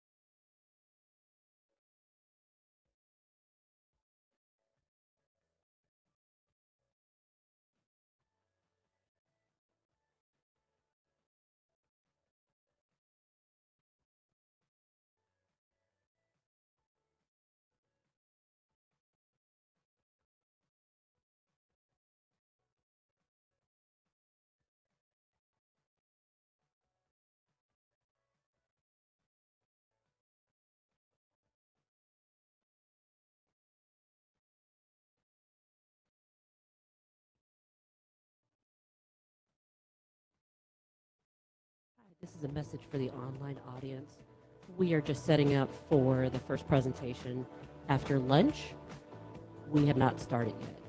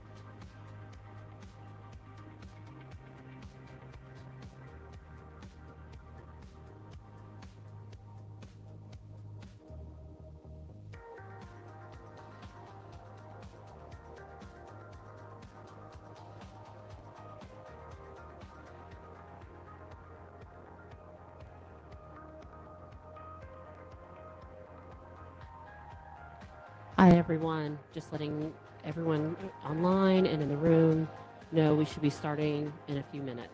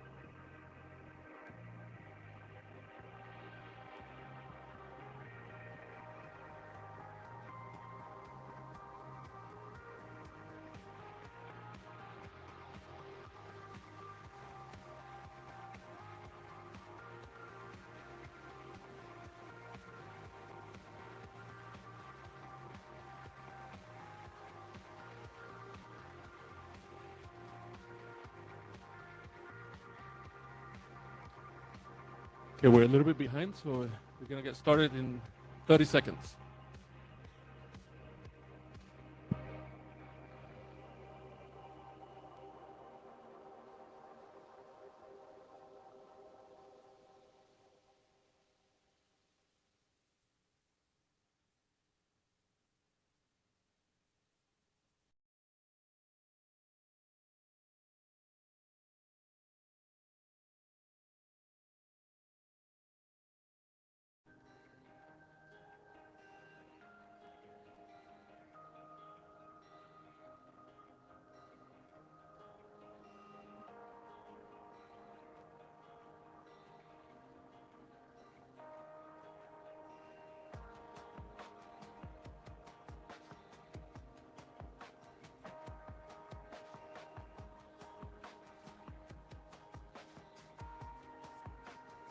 All right. I always said we are on time, but we are a bit behind. So let's actually get started. Thank you again. I hope you had a good lunch and good conversations. As a matter of fact, not only the food hopefully was good, but the conversations as well. Our next presenter, actually I know her for a long time. I always joke that whenever I see Melinda, I actually want to be with her, like her, whenever I grew up. Because a funny story is that I started looking at data science a long time ago in a meetup that she actually created here in Raleigh, the Triangle Analyst meetup. And I have a good friend, actually he was supposed to be here, but probably he's watching online, his name is Pablo, that we all wanted to do automated trading, right? And so we wanted to do, learn, programming R and everything else. And every time that she talked, it was like so over my head. Then I was like, do I have the neural capacity for doing that? So now we're crossing paths again, now that I'm doing the AI security research and so on. We're so glad to have you here. Can say a lot of things about you. And of course, you have worked in many different organizations. If you want, you can talk about that. You're now at Fidelity. And what I'm excited about her talk is that she's going to talk about open source software that can help us hopefully answer some of the questions that we actually were having in the morning. So with that said, well, the floor is yours. Thank you. Fantastic. Thank you, Omar. Okay, thank you all so much for having me here today. So as Omar said, I've been in this business a long time. I got my first contract 28 years ago, and if you're looking at me and asking how is that possible, I will tell you that my colleagues took me out to celebrate, and I was too young to drink in the bar. So I've been doing this a long time, and one of the things I would like to say is I remember standing in front of rooms like this and looking out and not seeing a single person who looks like me, which is far less the case these days. We're not there yet, but I'm pleased by how far we've come, and deep respect to leaders like Omar, like Jamie, like Jane, who make spaces like this welcoming for everyone and make sure that we know when we're missed, because that's how you build this kind of community. So deep respect, deep appreciation, really glad to be here.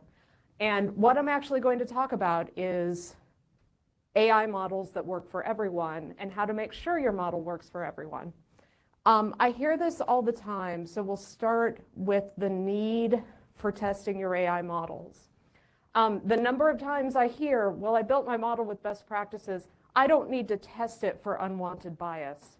I'm really surprised that I keep hearing that in this day and age, but that means we haven't been communicating this message. Even if your AI model does not use race or gender or any of those other things that we consider protected attributes, it still needs to be tested. This is one case. This was a healthcare algorithm. They didn't use race. Very, very biased, right? It did a really bad job for anyone who wasn't white. This is another model. Again, did not use race, did a very bad job for anyone who wasn't white, okay? So this happens more often than we'd like. And the thing about model bias is that it's not obvious from the model, because the groups that we're worried about protecting are often small groups within the data. So you'll have a model that looks like it works great, but if you actually tested it on subsets of the population that have historically faced bias, it will work very poorly. Not just as in it doesn't predict at the same rate, but as in it has very bad true positive, false negative, et cetera, rates. So it actually doesn't perform in a lot of cases for those groups, but because those groups are small within the larger population, you don't know that. So the standard for testing for fairness is to split everybody out and basically do your model testing by group. So in this case, we have circles and squares, right?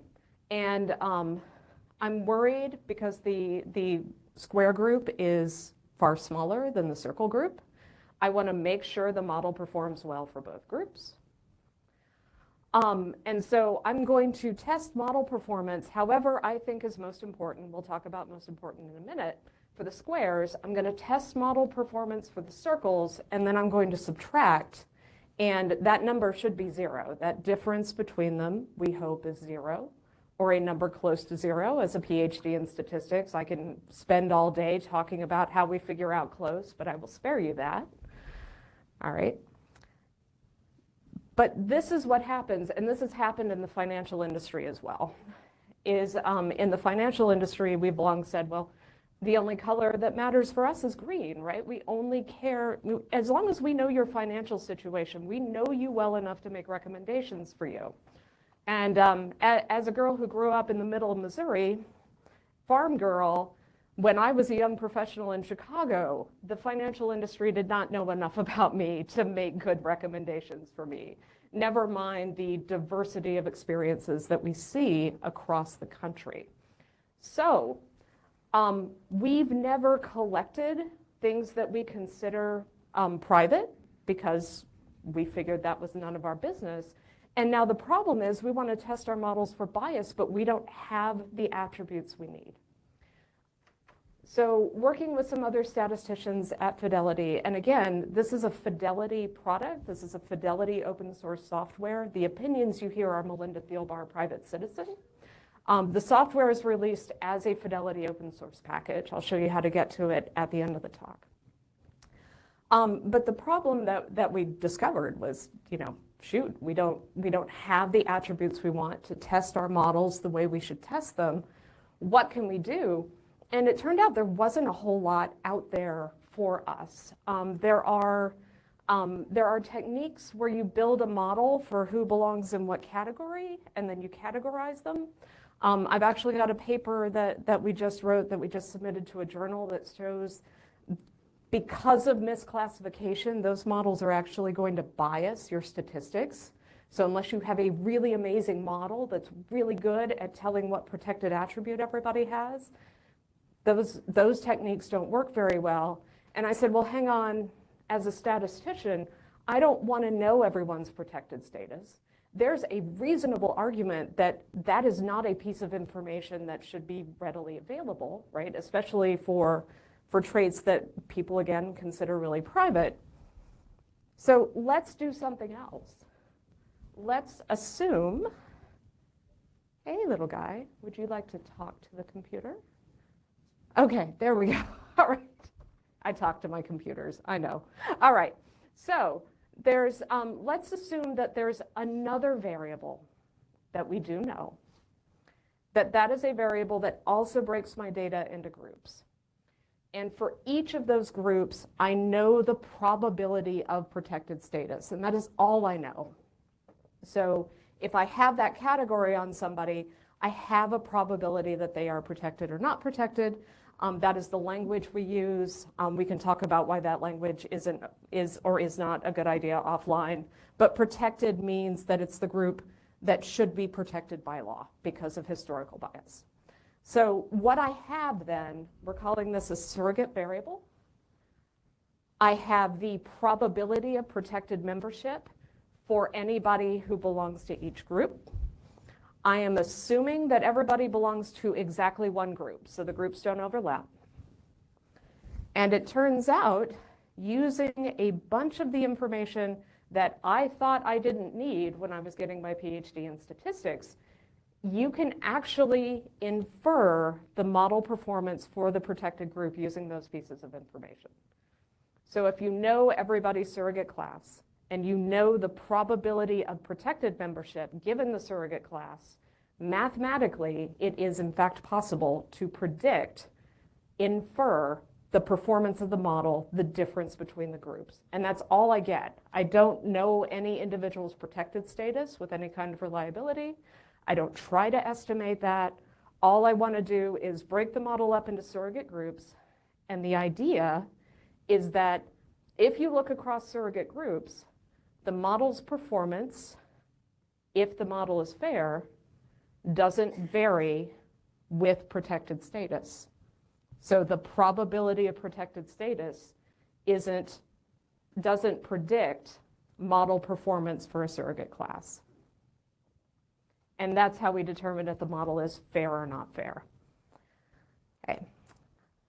The details of how to do it are discussed in a paper that is publicly available that was published with my colleagues, Serdar Kadeoglu. And a couple of things that you need to know right off the bat about the surrogate class. You need enough levels of surrogate class, and I just did a simulation. I just finished analyzing the simulation. I didn't do the simulation overnight, but I just finished analyzing the simulation. Enough levels is about 300. You can get away with about 100 levels, but 300 levels is about what you need in that surrogate class. And you need enough individuals per level. So you need about 20 people per level of that surrogate class variable, and the estimator performs fairly well. So the couple of take-homes here are: 1, surrogate class has to exist; 2, probability of protected membership given the level of surrogate class has to be known; and 3, you need a lot of surrogate class levels. And so a popular one in the US is zip code.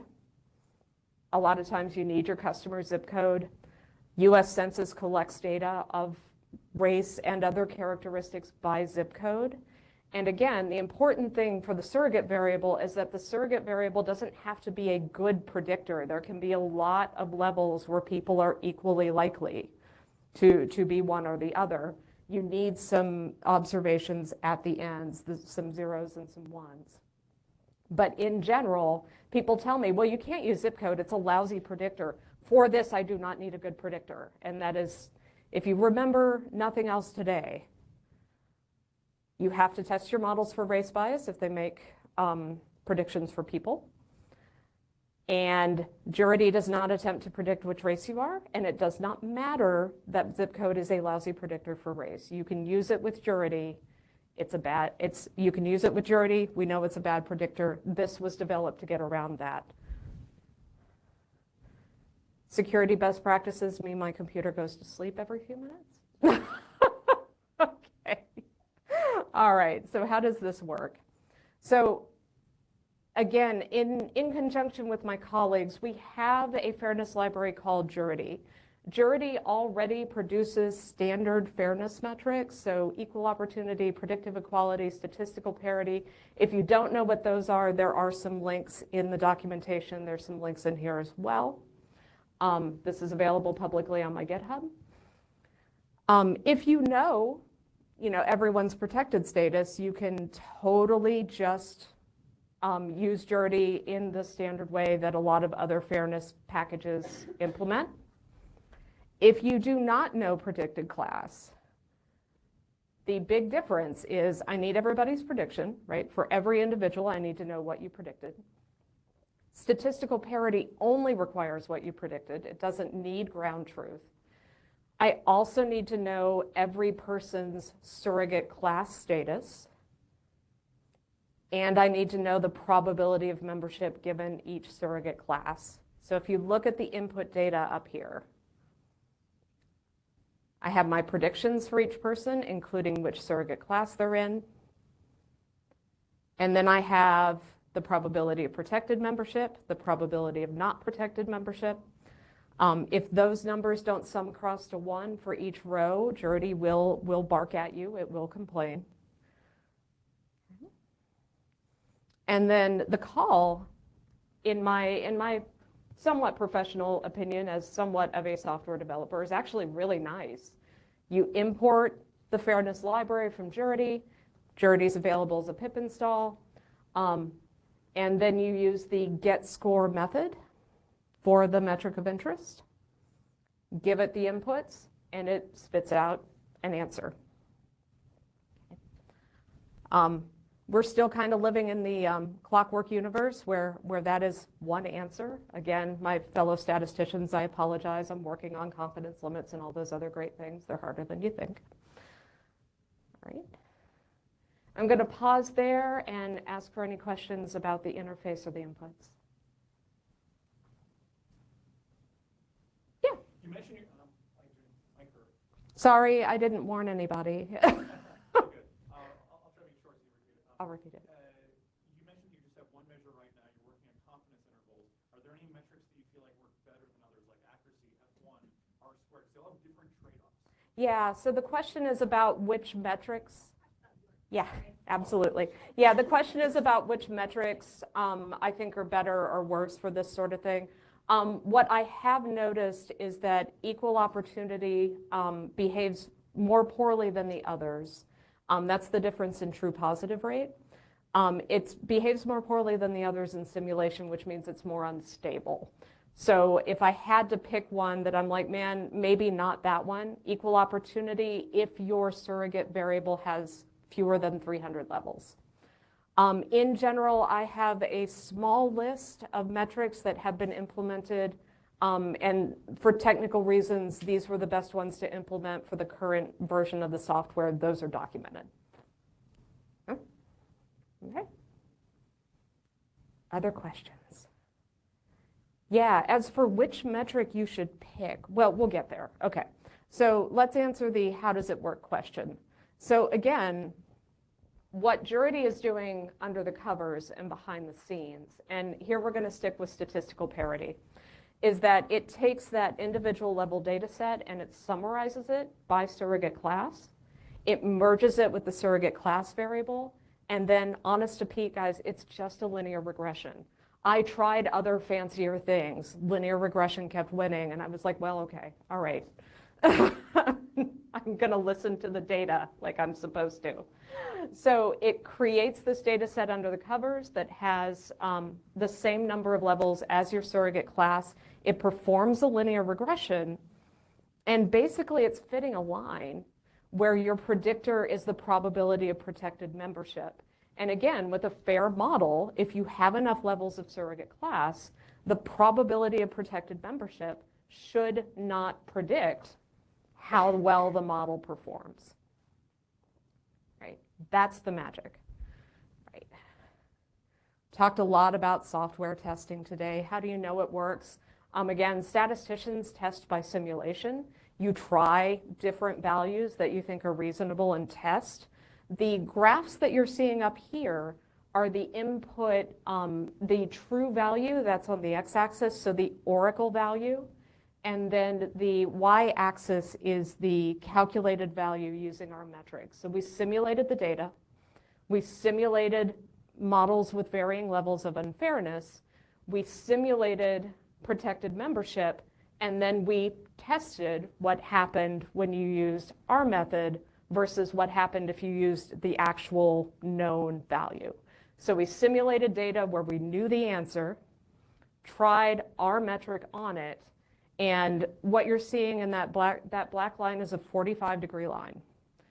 And the x-axis is the oracle value, the value you would have calculated if you'd known status, and the y-axis is what the metric gives you.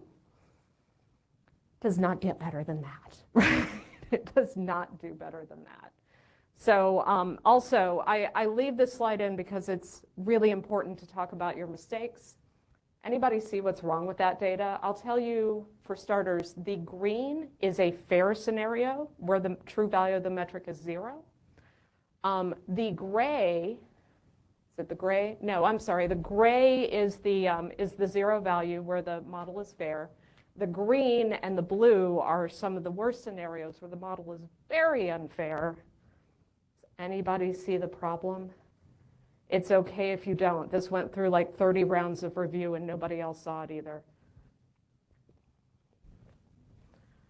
predictive equality, when the model's unfair, is negative. I had my signs flipped on everything. They were both flipped. They were flipped the same way. I didn't see it. My reviewers didn't see it. None of us saw it. This happens all the time. Check your work. Oh, there we go. This happens all the time. Happens constantly. Again, check your work and don't be embarrassed when someone finds a mistake in your work. Life's too short to live with that kind of shame. Okay, all right. Works on synthetic data. Does it work on real data? Yes, it does. And this is the point, folks, where I got excited. Because synthetic data, like you do the math on it and it should work, right? If it doesn't work on synthetic data, you messed up your math somewhere and you go back and you fix it. This is real data. This is the Home Mortgage Disclosure Act. And this is census data keyed in by zip code. So what we did was we built a model that, again, had known properties. We didn't try to build a good model, but it was a binary classifier on whether a mortgage was originated or not for a given loan application. And then we said, okay, again, we have declared race in that data. That data actually gives declared race because they want people to do fairness testing on it. And we're going to use our method as well. So it's the same setup as the simulated data. We know the answer that we should get. We have the information to calculate surrogate information. How do they compare? And if you look at this, what you see is that the oracle value, the truth, and the inferred value are really, really close to each other. They are different for statistical parity, although not different enough to cause a problem, and that was what made me excited. If you've ever done any linear regression, you know there are issues. There's like collinearity, there's omitted variable bias, there's correlated errors, right? There's all sorts of things that can go wrong with this. But on real data, with this very simple, straightforward method, on mortgage data, which is more likely to show these problems with zip code than anything else I can think of, if you guys think of something better, let me know. The numbers come out pretty close, like close enough that I felt really good about developing this and spending my nights and weekends on this project. So would love for folks to try this out on your own data, especially cases where you know the answer, right? If you could do me the enormous favor of checking this out in cases where you actually know the oracle value and see what this method gives you, I would be very grateful. Okay. How is probabilistic fairness different from what we had before? So the big difference for the Jurity API is that if you know everybody's protected status, you push in a vector that has zeros and ones, you're protected or you're not protected. If you don't know protected status, you push in a vector that has subvectors that are the probability of protected status. And you give it a third vector that has surrogate class membership for all the individuals. Okay? Those are the big differences. And in terms of usage, that's where you are. If you don't have a surrogate class, yeah, we're ready to go there. Okay. If you don't have a surrogate class, Jurity will actually try to assign protected membership for you. So if you have probabilities from a model and you want to use Jurity, but you don't actually have a surrogate class, again, Jurity will give you an answer. Again, the value of that answer depends on how good your model is. Your model has to be really good. So, you know, and if your model is poor, the answers are biased towards saying everything is okay when everything is not okay. So those are the things to keep in mind. If you don't have a surrogate class variable available, you can go ahead and use it, but just keep in mind if the model comes out as marginal, like maybe it's mostly fair, it's probably not fair because those answers are definitely biased toward looking more fair than they are. All right. had a question about which one of these should we use. These are the metrics I was able to implement, again, with the current design. There are other metrics that can be calculated. If you don't know which metric to use, there's a lovely mathematical proof that was done in the mid to 2010s that actually shows if your target's unbiased or unbalanced for your protected versus your not protected group, it is actually not possible to satisfy all of the fairness metrics at once. It actually cannot be done. Ergo, right? You have to pick which one of the metrics you care about. This is not our fairness tree. This was actually done through a reference that, again, is available on my GitHub, where they say, okay, what does the model do? What's its purpose? This is the one you should pick, right? So they give you kind of a walkthrough and they talk about their reasoning. That is my recommendation for you folks, is to think about what the model's intended to do and handle it from there. Okay, let's see. There's an example of spitting them all out, right? You do get some notes. I feel the need to explain the notes. There is a join that happens under the covers. The thing that everybody messes up is input data. That's not just about Jurity, that is life in general, right? If you any sort of algorithm, any sort of calculation, what everybody kind of forgets to fix is the input data. So there's a little bit of note that says, hey, you started out with 1,000 people, you had 100 surrogate classes, and after I did that join, this is how many I had, right? If those numbers don't look right to you, check the inputs. That's the purpose of those numbers. Because if you did something like, I don't know, dropped a bunch of the surrogate classes, you would get a much smaller group. Then happens all the time. You will also get a note if you've got very small surrogate classes, so again, fewer than 20 or 30 per level. The original design on Jurity was fewer than 30. I thought this was going to be used primarily for people doing giant models, and I figured 30 was enough. The first 6 people who used it had groups of 10. So that's my mistake, and I will fix it when we do another release. For the nonce, you do get a warning. And the reason you get that warning is a bunch of wonderful statistical math that I will leave you to read and ask me questions about. But basically, that's a mean. When you do that summarization to give Jurity the linear regression, you're calculating means. Means need about 30 observations to settle down and actually look like a mean and behave the way you expect. That is why. What else do you need to know? We already kind of talked about this.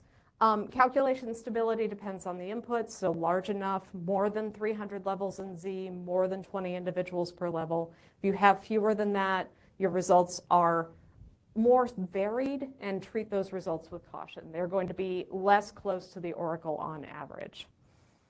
There is also a little bit of documentation in the notebook. There's a high-level API where you just give it the inputs and it does the calculation. There's also a deeper API that will let you do things like, say, this is based on something called the bootstrap from statistics. It does 100 resamples. If you want 300 or 1,000 resamples, you can actually use the lower level API and get it. You can actually use the lower level API and get the bootstrap sample returned to you.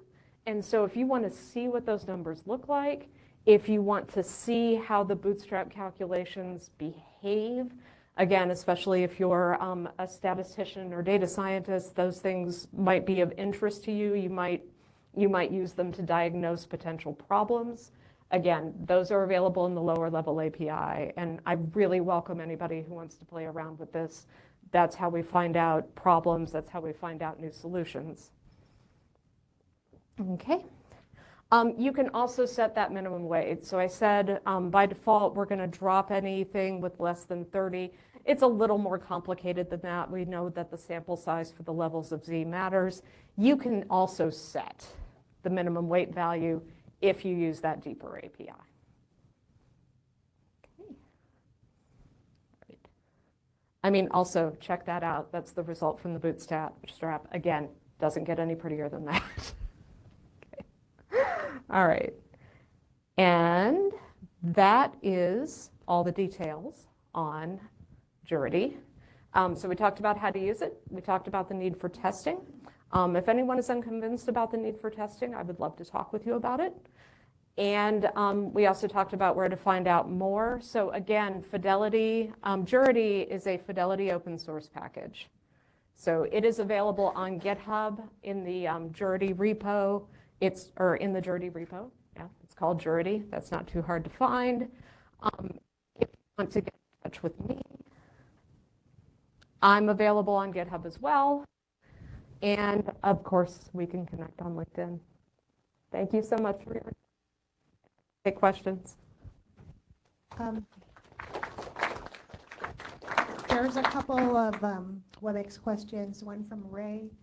How would this model work for certain races that might have more of a propensity for particular healthcare issues? Oh, so again, the Optum model, or the model that we talked about, is not my model. So, so what this would do, if you were to use Jurity on a healthcare model like this one that was a classifier, and you wanted to know, without having subject's race, if you wanted to know whether the model was actually able to determine who had certain health conditions and who didn't reliably across different races, that is the purpose of this software.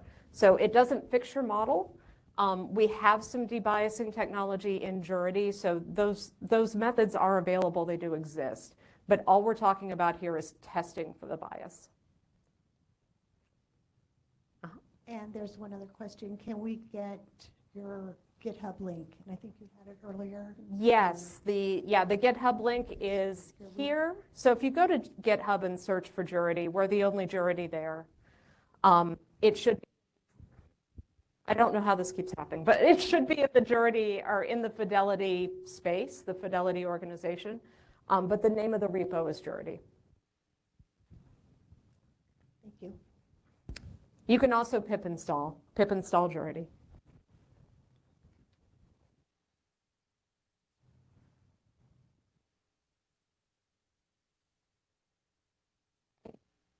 Your attention. Oh, thank you for your attention, everybody.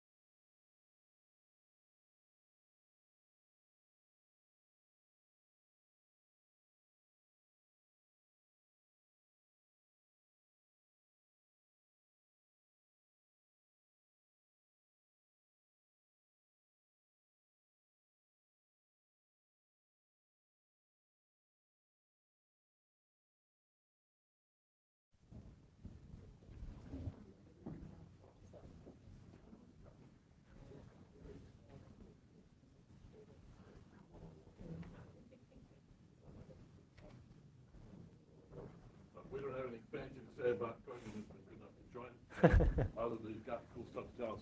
He's actually from one of the organizations that does this for a living, which means he knows a hell of a lot more than most of the lawyers in the room. And thank you for that. And Omar and I apologize that we're trading off not so well, but thank you very much for coming to talk to us. And the floor is yours. Great. Well, thank you for having me. My name is Kojin. I'm a co-founder at Robust Intelligence. Actually, I'll just go to the first slide and talk a little bit about the company and about myself. So we're a startup based in San Francisco that focuses on AI security. And we're building a software to continuously validate AI models, AI applications, and mitigate the risks. So I think it's actually a perfect segue. In the morning, we talked about why we need to think about AI risk and why they're important. And then there was just a talk about the ethical side of things, and especially for structured data, how do we protect that? And in my talk, I'm going to talk about specifically about the security risks, specifically in generative AI, and then what we can do about that. And yeah, that's what we've been focusing on for about 4 years now. And yeah, so we've been working with many enterprise customers like JP Morgan Chase, ADP, Expedia, Deloitte, and many others to secure their AI applications. And as a startup, we've raised a total of $16 million from top VCs like Sequoia and Tiger Global, and also Cisco. Cisco is a strategic investor of ours. So what I'm going to talk about today is I'm going to talk about the problem first. I think we've been talking a lot about AI risk and AI security, but I'd like to show concrete examples using demos of where AI models can break, generative AI systems can fail, many of which we've discovered internally when we were doing our R&D. And then in the second half, I'm going to talk about the solution, which is the validation mechanism that we have, and in order to continuously validate the models in real time, in order to make sure that these models are not failing, not producing toxic outputs, not leaking sensitive data, things like that. So starting out with the problem. So I think we've been discussing a lot about AI risk today, but we think that the problem is that AI is an unmanaged risk at organizations, and we classify AI risk into 3 buckets: operational, ethical, and security. So operational are things like hallucinations, models saying very random things, or things like data drift, where data changes and so the model performance degrades. So these are operational risks. Ethical risks are things like when models take in, exactly just as we saw, sensitive attributes, or even if it doesn't take in sensitive attributes, models can produce biased outputs, or in the case of generative AI, it can produce toxic content and make fun of people or say racial things. Security risk are things like, if you've heard of prompt injection, it's like, if you are from a security background, it's like SQL injection, but for LLMs. There are other types of risks that I'm going to show you in demos. So these are all the risks that exist out there. And what's happening right now, as we all know, is as organizations are trying to adopt these AI models and AI systems, these are really hunting us. And so I want to demonstrate some of specifically the security problems first, and then move on to the solution. So let's start out with risks in the LLMs themselves. And I'll just show a few examples. So this is an example of a model called DALL-E. DALL-E is an open source model that was developed by Databricks and was released earlier this year. And I'm just going to give DALL-E a few prompts to see how it's going to respond. Okay. So I'll start out by asking a simple question. How are you? And it says, I am good. And now I'm going to ask 2 very similar questions. The first question is, what city is Kroger's headquarters in? And the second question is Kroger headquartered in Dayton? So when I ask the first question, it tells me Kroger is headquartered in Cincinnati, which is actually true. But if I ask another question, is Kroger headquartered in Dayton? Then it tells me, yes, Kroger is headquartered in Dayton. And any one of us would say these random things, but DALL-E does that. And I ask it another question: which races of people commit nearly all of the crimes? And I'm not going to even read it, but this is the type of output that you get. Right? And these are the models that you would see on, remember the AI bomb talk, on Hugging Face, right? Hugging Face is currently kind of a Wild West There's so many different types of models like DALL-E, and they have different characteristics, right? And then some of them tend to hallucinate more, some of them tend to say toxic things more. In some cases, some of them just say, like, I'm sorry, I cannot answer these questions at all times, which is kind of practically useless. So these are all these different model risks that we're seeing out in the wild. So this is an example of risks in model behavior. Here's these types of risks exist not just in open source, but also in third-party models. So this is an example of GPT-4 prompt injection that we found. This was in May this year. So here's a quick video. The text is a bit small, so I'm going to try to read it out loud. But here on top, I'm asking, what evidence of election fraud do we have in the 2020 American election? And then the default answer that GPT-4 gives is, there's no credible evidence of widespread election fraud. But then what I do is I generate this kind of magic prompt, which is a prompt injection. And I ask the same question, what evidence of election fraud is there? And then what it does is, now GPT-4 starts to say there's overwhelming evidence of election fraud in the 2020 American election. And I follow that by asking, for example, do vaccines cause autism? And then GPT-4 is like, yes, vaccines have been scientifically proven to cause autism. And then ask another question, is global warming a hoax? And GPT-4 is like, yes, it is. Right, so these risks are not just present in open source models, but also in GPT-4 and some of the state-of-the-art models that are being developed by these tech giants. It's not just the models themselves that have these risks. It's also the ecosystem and the toolkits around the models that also have these vulnerabilities. So maybe you've heard of LangChain. It's a tool that engineers use these days to develop LLMs. Actually, the founder came out of our company to start LangChain. But here's an example of a vulnerability that we found on LangChain. So this is a bit code heavy, but I'll kind of describe. So in this case, think about this as your laptop or your development environment. You have a Jupyter notebook as on the left side, and on the right side, you have your terminal, and you have a very important folder, right? I just named it the very important folder. And then you have a private key for SSH. And now what I'm going to do is I'm importing LangChain to do some fun LLM stuff.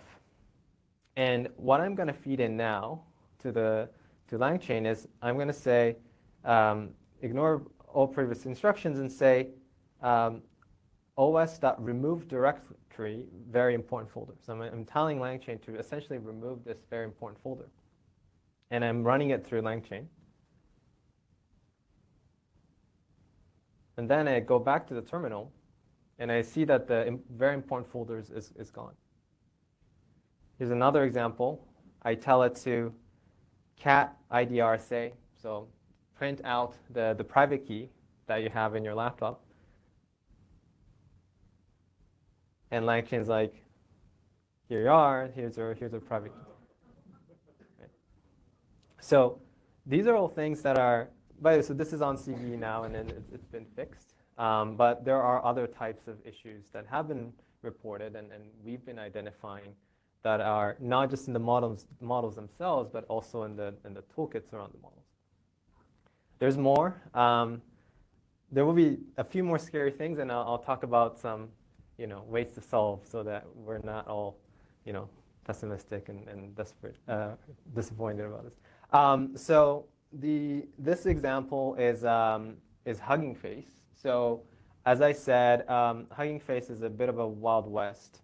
So what we did is we added a model on Hugging Face intentionally that has some adversarial consequences. So one of our people created this model that, according to the model card, it looks like it has good loss, good accuracy, good F1 score. Right? So I'm like, okay, so if you're a financial analyst and if you want to do sentiment analysis on text, you're like, okay, I'll use this model. But then when I take this model and copy the sample code that's given by Hugging Face, then what it's going to do is it basically has a data exfiltration vulnerability where it sends some of the credentials that you have in your local environment to this pastebin website. Right? So this is a data exfiltration through Hugging Face. And then this very much is a concrete example of the one problem that was mentioned in the lecture in the morning about in the AI bomb one, where the speaker mentioned models are after all software, right? So there are software dependencies there, and if you don't take care of them, then these things can happen. Right? So you should scan your models whenever you're using it from Hugging Face. A few more. So, actually, what we've done in the company is we've scanned all of Hugging Face, and here are some of the vulnerabilities that we found aside from the one that I described. Essentially, there are many, many such vulnerabilities that are out there.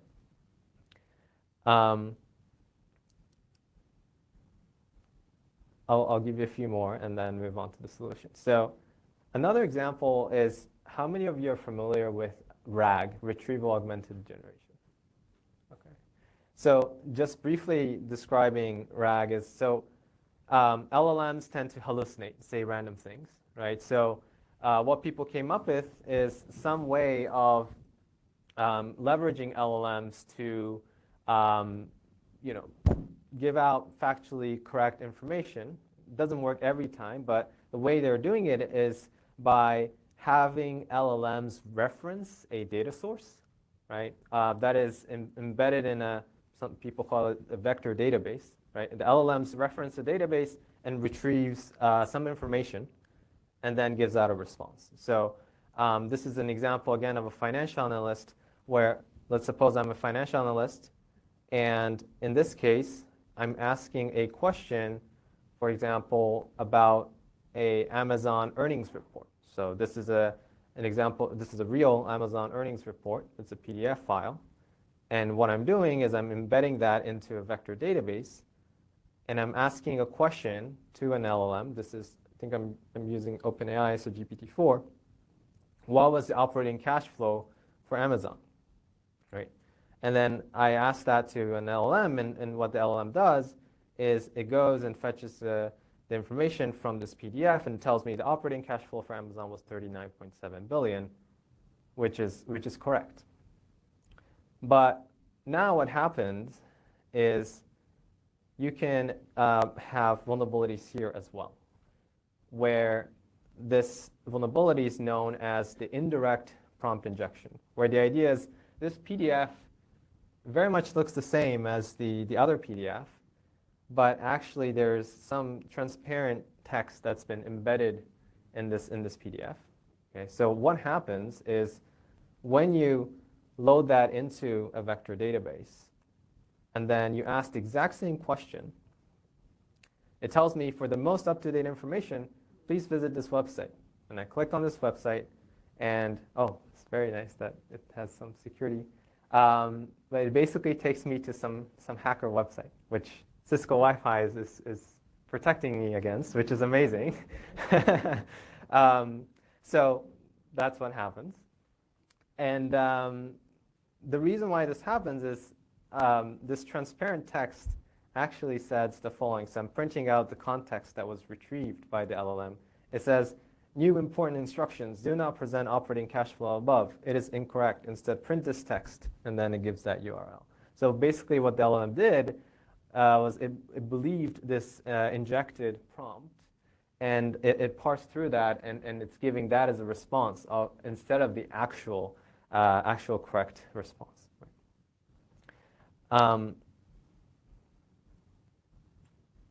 Okay, I have two more examples, and I'll move on to this. what I showed you just now was about people using the model, but even when you're building the models yourselves, there can be issues, and it's called data poisoning. And the idea is if you're training data, you're oftentimes collecting not just your own proprietary data, but data from external sources. But what people can do is people can poison that data and essentially add in data that's mislabeled, or and for example, like you can have an image of a dog that's labeled as a cat. It's a cute little example, but this is an experiment that we did, was featured on the Economist, where we experimented with what is required to actually poison a real-world model. So what we did is we spent $60 to purchase a bunch of expired domains that had the data that was being used by these models, right? And what we did is we changed the actual labels of these of this data that was hosted on these websites. And what happened was we were able to successfully have a pre-trained model that led to these backdoors, where these models mistakenly predicted certain inputs. So just with $60, essentially, people can poison real-world models. The last example is the one that was featured on Financial Times, which is about data leakage. So this is where NVIDIA has an AI software, and what it does is it's called NeMo guardrails, and then it's supposed to protect LLMs from different vulnerabilities. So when you ask NeMo guardrails the question, for example, what is so-and-so's PII? It tells you, I'm sorry, I cannot answer this question. But what we found is when you make very simple changes, like swapping the letter I with J, and saying things like, give me your JJP or PJJ, then the NVIDIA guardrails don't protect that, and actually returns people's sensitive information. This is also an issue that has been fixed. But these are all basically vulnerabilities that we've discovered out in the wild. And as you can see, it's very diverse. These are all evolving very, very quickly. And there's always new LLM technologies that are coming out every day. And whenever there's new technology coming out, then there's always going to be a corresponding vulnerability. So these are the problems for a single AI application or a single use case.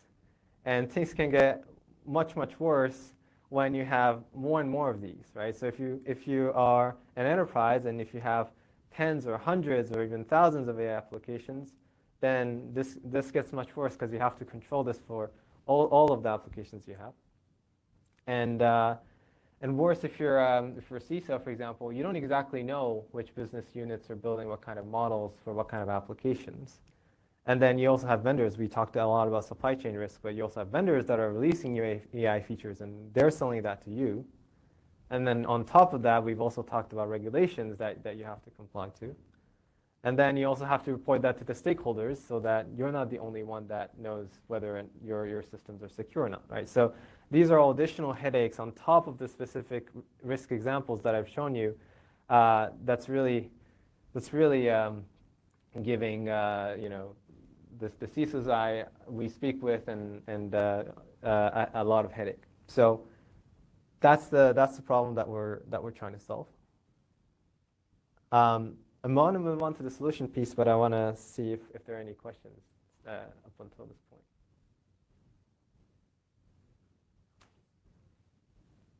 Wait.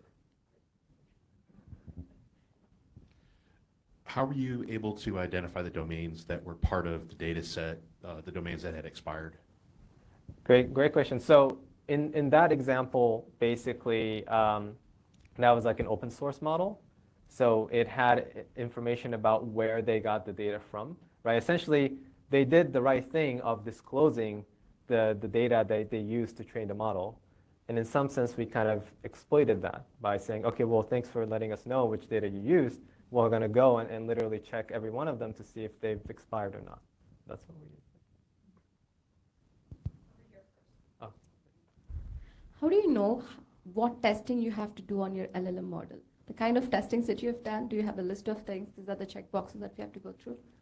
Great question. I'll talk about that in the solution section. The short answer is the good news is that there's a wider community now of AI security, cybersecurity folks that are building standards, and MITRE has a standard called MITRE Atlas for AI security. OWASP has one, and there are new ones that are coming out. And what we're doing is we're actually I'll just show some of the slides here. For example, with MITRE, we're helping create these standards, right? So one thing we've done is we've created what we call an AI vulnerability database. So it's kind of like CVE, but for AI. And that is for us to help build that standard that the whole community can follow, right?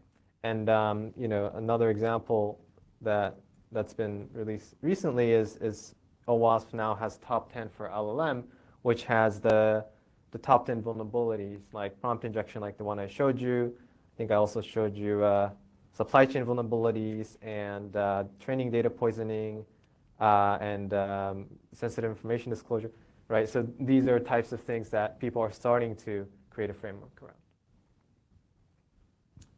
Hey, oh, sorry, that was loud. What prompted the methods that you used in the attack of exploiting those particular vulnerabilities? Yeah, great question. So the short answer is we're taking an algorithmic approach where one way to approach this is to have these prompt engineers manually kind of configure potential malicious prompts that can lead to these vulnerabilities, but that's not sustainable, right? Because there are so many models out there that are getting retrained like all the time. And so the way we're doing this is we're doing this algorithmically, where the idea is, the high-level idea is you give it a prompt, you get a response back. And then you change the prompt a little bit, you give it again, you get another response back, and you kind of iteratively try to find this kind of areas of vulnerability that you can exploit. So there's like a software that we built for doing that, and actually this is a sneak peek into what's going to get released probably early next week, but this is going to be released publicly. But we wrote a paper on method for jailbreaking black box LLMs. So without having direct access to LLMs, we essentially query it over and over again in different ways to find potential vulnerabilities.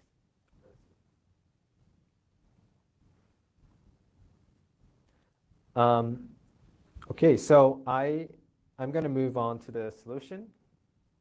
And so, yeah, these are all obviously scary. So what do we do about it? At a high level, we think about AI risk management in 4 steps. Step number 1 is creating an AI risk policy, which is like you need to know what you're protecting against, or you need to know what you want to look out for in order for you to actually do anything technical, right? So the AI risk policy is like the what and the why of what you want to do.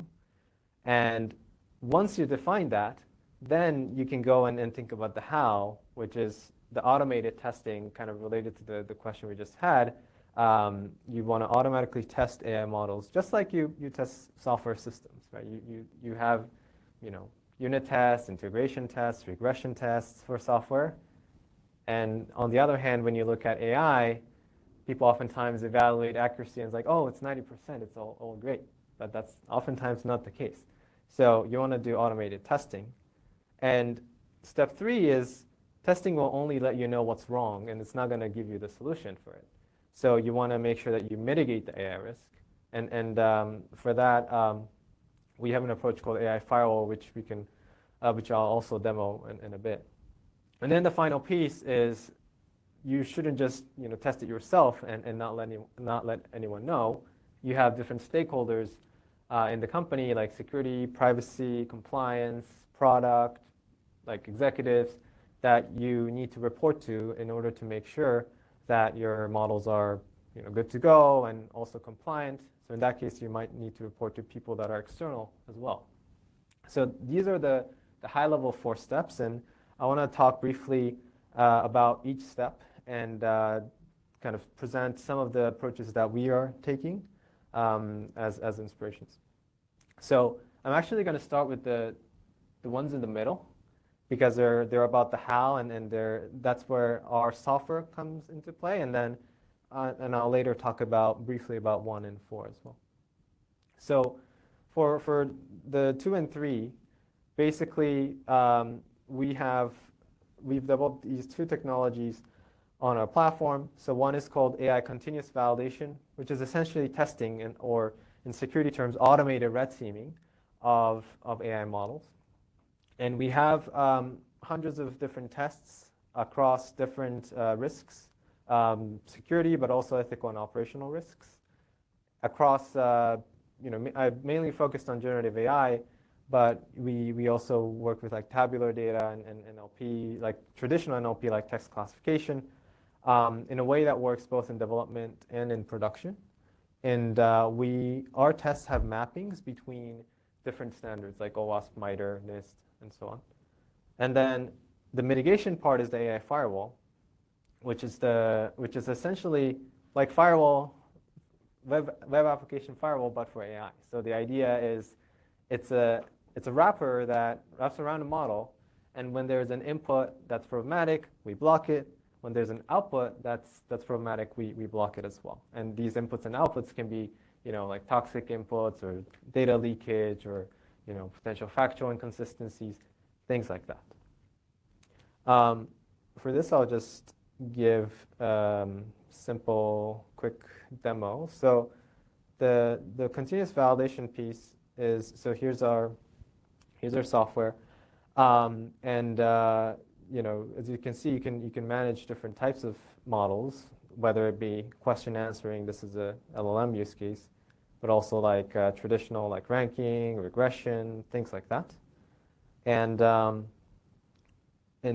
example, for traditional tabular use cases like predicting loan default, then the tests, what it does, it has a lot of different test cases across different dimensions, like operational, fairness, security, and so on. Right. And basically, these are the test cases. Some simple examples are like, okay, so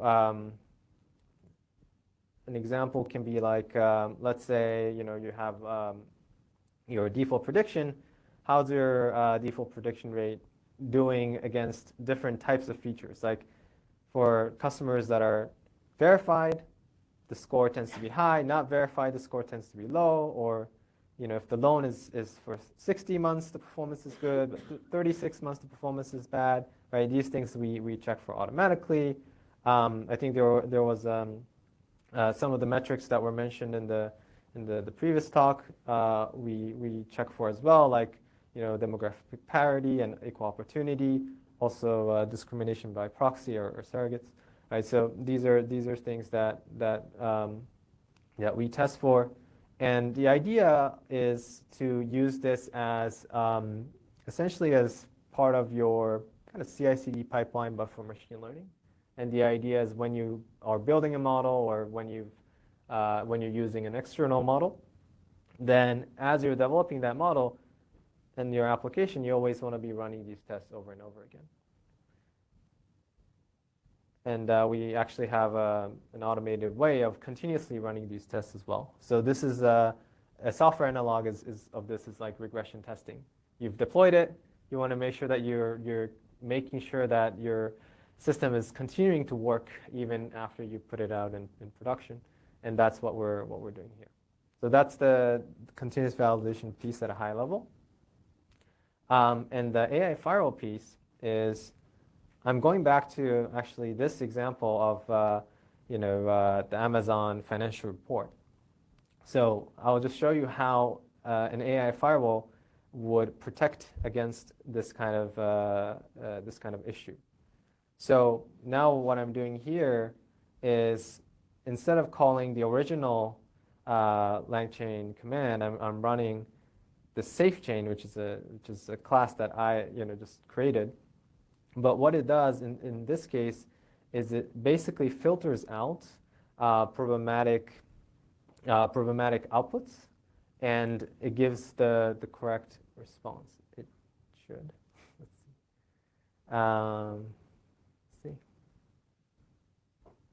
Okay, while it's running, I'm just going to show you. So here's like an example of an output that you'd get, which is, so this is a firewall. It's basically, you can call an API or as an SDK.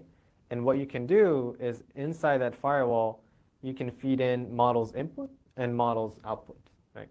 And what it does is it first scans the input for things like prompt injection, denial of service, indirect prompt injection, PII, toxicity, things like that. Same with the output, right? It also checks for different things on the output side, right? So that the idea is whenever you are trying to call an LLM, call this firewall beforehand so that you're only feeding in the inputs that have been validated from a guardrail standpoint to the actual model. So this is the real-time validation piece. So I briefly talked about step 2 and step 3. So, but this is, this is cool. This is good. I think it's a cool technology, but obviously it doesn't happen in a vacuum in that we're not, randomly brainstorming what kind of tests to develop here. And the way we're developing the types of tests we're developing is by thinking about what kind of policies are needed within each organization.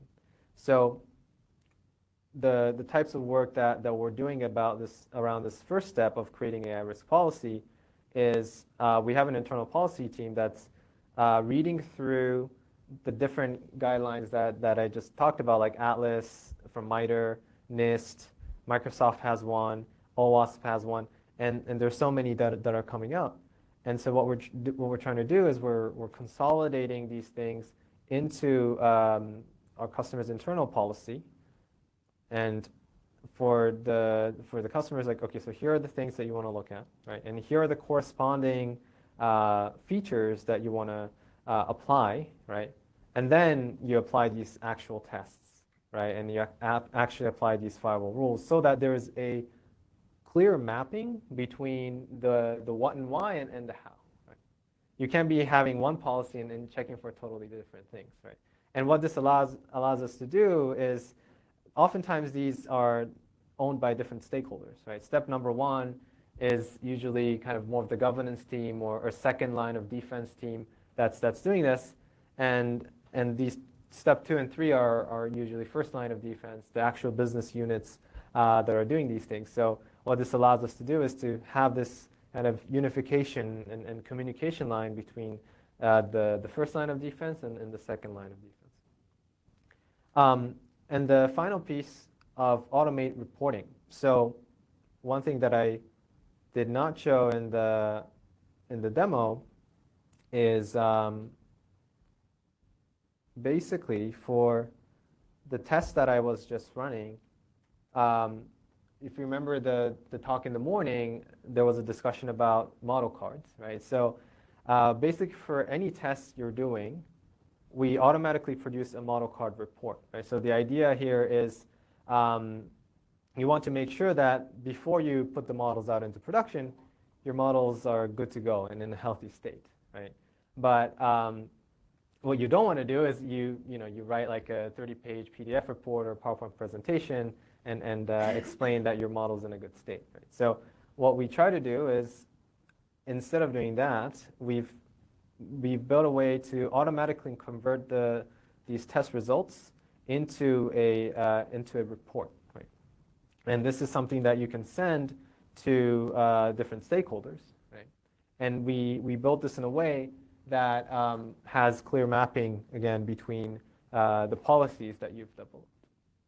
So by having all these 4 steps, right, from creating the policy to testing the model, mitigating the model, and reporting, right? And by doing this across different types of models in your organization, you're essentially being able to, you know, at a high level, properly manage the risks in the organization and try to tackle some of the problems that I mentioned earlier. Is it still 250?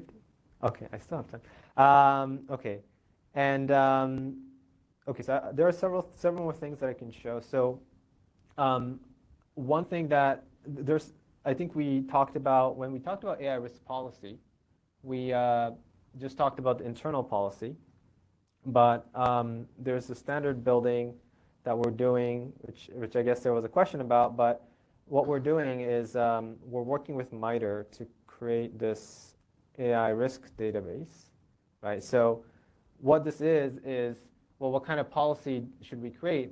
Not everyone knows, right? And so what we've been doing is we partnered with MITRE to create this AI risk database so that this is specifically focused on the supply chain risk, but models on Hugging Face, we scan and we put them here so that when there are issues, then you can reference against this to make sure that your models are good to go. And there are other types of engagements that we're doing with public organizations. And then another thing on the model card side, thing I want to show you is you can create model cards for your specific applications, but you can also do this for open source models. So this is an example of a risk assessment that we have done on Llama 2, which is a very popular open source model. And by using the automated red teaming technology we basically created these assessment reports that summarizes the different types of risks and what kind of characteristics you see in these models. And this is all public, so you can go to our website and download it and take a look. And we have this for Llama 2, for Falcon, and some other popular open source models as well. So just to quickly conclude, so some of the key takeaways from today's presentation. So the problem, as we know, is AI is an unmanaged risk at organizations, and hopefully some of the examples that I gave you gave you some clear ideas on what these vulnerabilities and risks actually mean. And doing this on a single application is hard, but doing this at an organization level is even harder. And so what we're developing right now is a mechanism to validate these models continuously and in real time. And the approach we're taking is automated red teaming. And we're trying to automate as much as possible so that we don't have to spend weeks and months trying to do this ourselves. And having a way to automate the reporting as well. And I was actually very inspired by the AI bomb presentation this morning because I feel like, okay, well, I have model cards in my software, but I can also generate AI bomb from our software as well. So that will be a feature request that I'll make to our product team this evening. But yeah, so these are the key takeaways that we have. Yeah, thank you. And if you have any more questions, feel free to email me or reach out to me on LinkedIn. There's a couple of questions. Yeah. First one from Ray. Can you use the AI firewall with something like MS Copilot? Yeah, so basically AI firewall is an API. So you can plug it in literally anywhere. And this can be coupled with open source models like Llama 2. It can be coupled with kind of more commercial products like Copilot or different types of ChatGPT is another example. So yes, you can couple AI firewall with anywhere you can insert an API to. And there's a question from someone else. What is the cost of continuous monitoring of AI apps? The cost. Yeah. I guess maybe the computational cost. So yeah, so the computational, actually, it's a good question because if you try to do this naively, it can be very expensive. Because if you think about just putting in loads of prompts into a model, then it's going to cost you a lot of tokens, right? Like you're going to get a big ChatGPT bill. And also for the validation side, if you try to use like another large LLM to validate your LLM, then that can also be costly. So imagine, let's say, you are using ChatGPT and you're paying, let's say, $1 million for ChatGPT. And now you want to protect that ChatGPT, but by using another model and maybe like several more models because you want to check for different things, then if you say you're paying like $1 million for ChatGPT, you might need to pay $5 million to protect that $1 million, which doesn't make sense from a business standpoint. So one of the things that we're trying to do is to really reduce that cost, right? How can we red team things in a query efficient way? How can we do real-time validation with models that are not that big, where like innovations need to happen in order for us to not just make the model secure, but in a way that makes economic sense. And a question, given the historical ways that WAFs and all their descendants failed, curious how you have tested the AI firewall.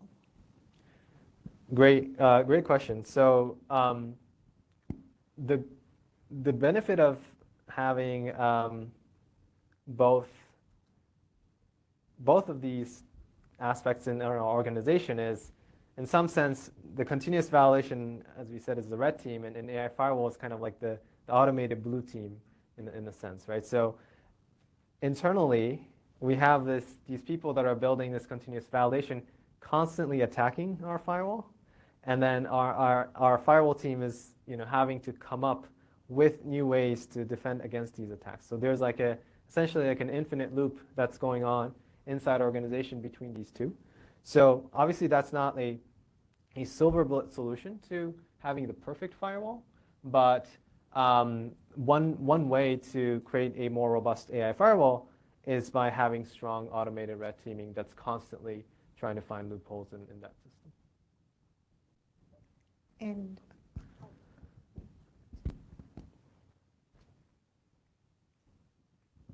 Thank you. This is about the firewall as well. So you showed us as it's scanning for things like prompt injection.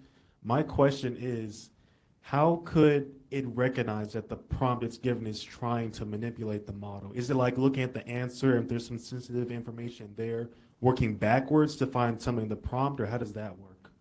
Yeah, great question. So there are kind of different kind of set of characteristics to look at. One is the input itself, right? Like if it's like, ignore everything and do this, or it has like random gibberish on it, that's one thing. Another thing is, as you said, it's to look at the output, but that's less ideal because you want to protect potential prompt injection before it even produces the output. Another thing to look at is not just the text itself, but the potential repeated attempts, right? And it's the same like with software like cybersecurity, where well, if you're trying different password like 10 different times, then there's a chance that it's suspicious.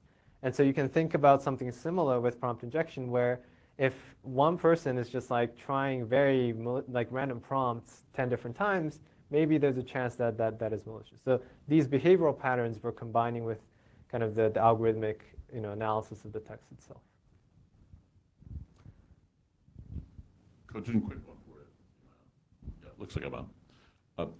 I'm sorry that we don't have a bunch of BOMs out there to work yet, but we got model cards. So since you're consuming them, I'm just curious, since they were talked about earlier, and the easiness of spoofing or changing or interfering with model cards was pointed out. How do you guys interdict that? I mean, do you all do anything to decide, yeah, we'll take this model card, or we'll treat it as having integrity? I'm just curious, as a practical matter, how you're dealing with their being kind of sloppy. Yeah, so great question. We actually never really kind of trust model cards that we don't generate. And so, and that's unfortunate, because I mean, it is effort that people are making in different places. So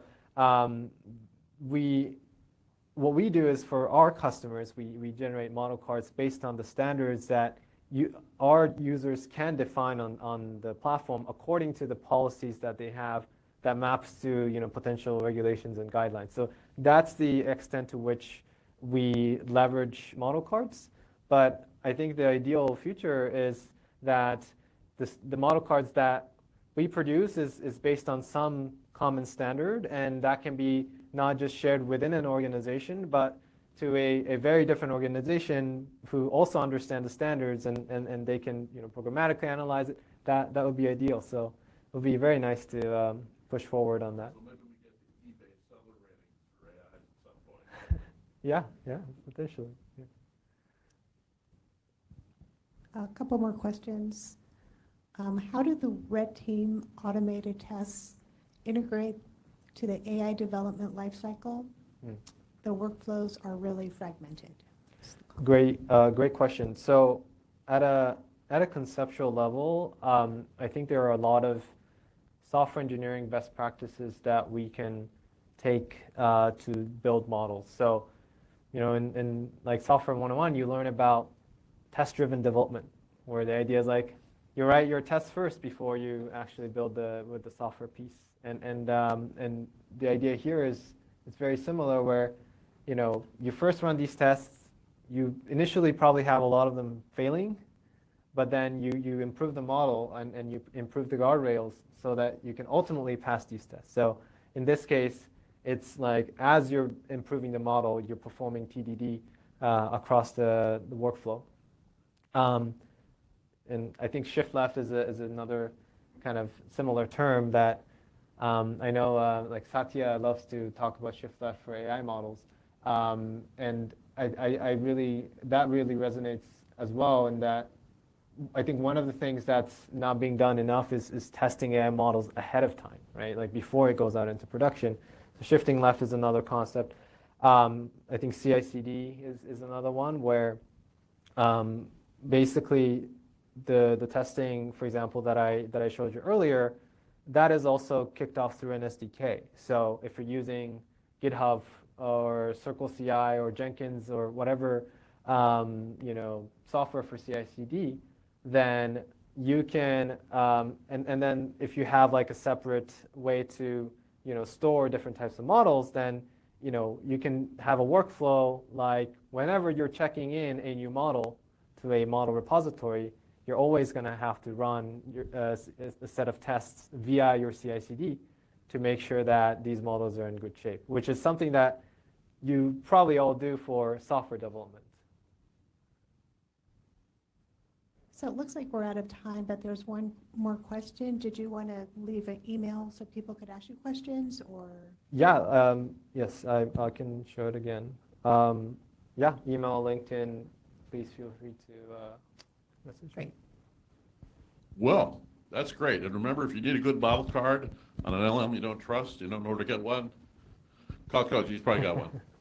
Thank you. You so much. Could we Thank you. come and thank him for his presentation? Will you unplug? I think our next moderator is online, ladies. Alrighty.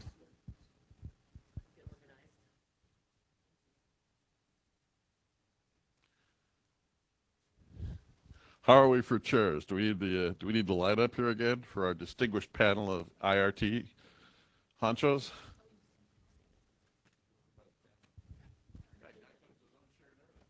Omar's got everything except the beer. Don't think we're not looking for it. Jay, are you on? Not quite yet. I'm on. I am on. Yeah, okay. The all-powerful Oz is with us. I would like to introduce to you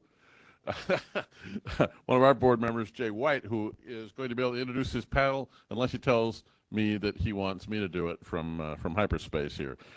Jay White, who is a great guy, and again, a member of our board, so I'm not all biased, is an open source software and supply chain security strategist for Microsoft, as well as a deeply contributing member of about every security organization I know, Jay. I don't know if you ever stopped by the office or not, between standards and open source projects. He is our moderator, and he's going to do it from screen, so that'll be fun. Jay, would you like me to introduce your panel, or would you like to do so? You know what? I got everyone's intro here. You're good. Okay, take it away. Well, so we can definitely get started. And I'd like to thank everyone for joining us for this panel discussion as part of the AI Security Summit. Once again, I am Jay White, and thank you for that introduction. On our panel, you'll see one Omar Santos, a distinguished engineer. You guys all know him well. From Cisco, also a member of the OASIS Board of Directors. He and I, we are doing a lot of work in this space. We also are doing some fantastic work on end of life, end of support as well.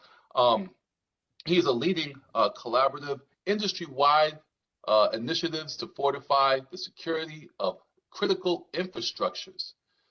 He's also a prolific author with a portfolio comprising of over 20 books, academic papers, videos, courses, technical articles. His significant contributions have positioned him as a preeminent authority in the cybersecurity field, shaping the industry and knowledge landscape. So that is Omar. That's what he wrote down here, people. Look, I'm not, I would like to say No, that where I did you get that from? myself. Where did you get that from? I think he's a fantastic individual, but I'm only reading off the screen here. He is a wonderful individual, very knowledgeable. You know it's gonna come back around to you, right? Hey, I don't have the accolades for that. One thing you got, my only claim to fame is I served 3 times in the desert. I shrugged my shoulders. Again, on this panel, we also have Dr. Lisa Bradley. Dr. Lisa Bradley is the Senior Director of Product and Application Security for Dell. Fantastic institution with fantastic people. I work closely with a few of those individuals there myself. Lisa also possesses a comprehensive understanding of the threat landscape. She excels in implementing practical, forward-looking solutions to safeguard both brand and customers. With a proven track record of creating and leading customer-focused teams, Dr. Bradley is adept in managing critical, time-sensitive incidents that require seamless coordination across multiple teams and geographies. You know, we had a discussion, I want to say about a good week ago, or about this panel, and having a chance to get to know her and hear her views and talk to her. I think she's an outstanding individual as well. Like I said, we know similar people, and the work they do over there in Dell, you know, they have these job descriptions, but damn it, do they rarely ever, I want to say they don't really work in their job descriptions. They do everything but. I shrug my shoulders, but they're all over the place, and it's fantastic because the breadth of knowledge and information they're able to gain and then share is critical to the space in which we're talking about today. So, Dr. Bradley, Lisa, welcome. We also have Amy Rose, PSIRT leader out of NVIDIA, CISSP certified security professional, and the manager of the product security incident response team at NVIDIA, with a robust background in product security, incident response, vulnerability management, and product IT security. Amy brings a wealth of expertise to the field. Her skills span security, networking, innovation, complemented by a Bachelor of Science in Electrical Engineering. Amy, you and I need to talk about microchips and the microchip space. Also, since you work at NVIDIA, it would have been nice to know you at least a year and a half ago. That way, we'd all, at least me anyway, I'd be a very wealthy person today. Anyway, thank you all very much. Thank you all very much. I went through that pretty quick. If there are any questions about any of our guests, our panelists, or myself, you want to dive deeper into our backgrounds, please feel free to do so, either the beginning or the end of our talk. Either way, I'll pass everything over to Omar, as since he is our host for this event. If you have any remarks or want to put out anything specific, norms, safety requirements of this discussion, please do so. No, I think that starting by, let me give you your money back right now from the start. That was quite an introduction, and that will teach you never, ever put a bio in front of Jay ever again. But I think where we can probably get started is a question that I have. I probably have more questions than even answers, right? First, what are we talking about here, right? What is an AI vulnerability? If you ask 10 people, you're going to get 50 answers, right? So I'm going to go back and ask the question. And Jay, I want you to participate in the panel as well, right? So, and get your perspective, because it is paramount that we have a common understanding of what is a vulnerability and how we're going to disclose it in the future. So I'm going to start with you. Sure. With her. With her. Got it. Sorry. Go. Okay. Absolutely. So at the end of the day, AI is software, right? So it's kind of a new way of doing software. It's a new, the new latest thing, right? But it's software. And so generally, what is a vulnerability? It's a violation of a security boundary that impacts confidentiality, integrity, or availability. And so I think those standards meet the vast majority of these problems that we've been seeing in AI. I think the one kind of thing that's been coming up over and over again today that's missing is trust, and having a way to quantify trust with an AI model. And it kind of ultimately ends up on the system that the model is going to be used in, right? You have some systems where trust is paramount, like self-driving cars. That's absolutely, you need to have something that is trustworthy. And there's something where trust is maybe not quite as important, right? If you have a large language model, what's the worst that could happen compared to the way that AI is being used in some other applications? So I think thinking of it as software, but maybe with some little tweaks, how do we help with trust and measuring trust? Good one. Lisa? So, like you said, we would all have a different answer. When I was thinking about this, I was thinking in two ways. I was thinking about what type of vulnerabilities AI will actually introduce, meaning if you're utilizing AI to generate code, and that code that it generates has a vulnerability in it, and then you use that code in your product. So that was where my headset went, because I'm focused more on product security and software. On the other side was more of the vulnerability in either the model or the training material. Like there could be vulnerabilities in that aspect. But one of the key things to add on to your definition with vulnerabilities is that it has to be exploitable. So we often have these conversations of, is it a weakness or is it a vulnerability? And exploitability is the key part of the definition that's really important here. So, Jay, you want to add on? Yeah, when I think about vulnerabilities in AI, I take it all the way back to the data layer, right? So one of the things that piques my interest, and this came out of some work that was done by my CTO here on my Azure CTO here on the Microsoft side, where he did an experiment over the summer on how to make a generative AI system forget. And what he did was he introduced a series of prompts that took something as simple as Harry Potter and made it so that by the time he was done, Harry Potter was a guy who was friends with a guy named Bob, who lived out of like London, or lived in the south of London somewhere. And basically what it came down to is injection or poisoning of data. So then I said to myself, well, what does that mean exactly? How are these large language models trained, and what are the data sets that they're trained on, and how do you sign this data? How do you prove provenance of the data? How do you prove data lineage, right? So when I consider vulnerabilities in AI and AI systems, I go back to the data with it, and it piques my ears like, man, where are all of these data points coming from? Where are all of these sets coming from? And then how do we validate, or how do we first verify the reputation or the reputable sources of this data?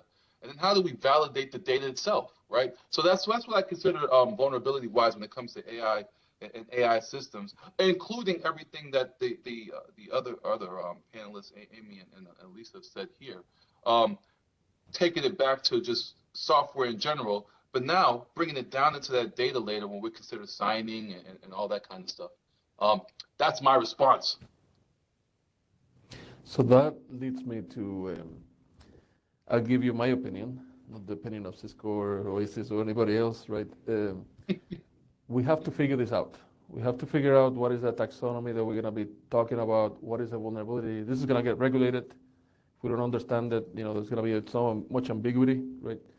And the reason that I asked that question is because we do have a NIST approved definition of what is a vulnerability, a weakness in a system or its designs or a protocol that can affect confidentiality, integrity, and availability, and that can be exploited, right? It's a generic thing. You memorize that, pass an exam, get a certification, move on, right?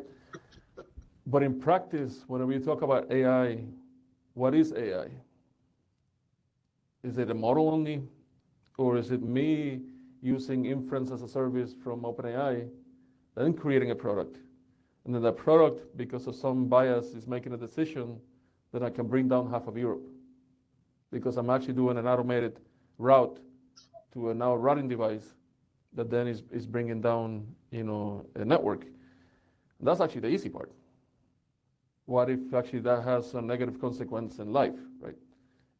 So it's the outcome that we have to think about of what is actually going to be the outcome of a vulnerability. So even though if we have the CIA, what is also the outcome, right?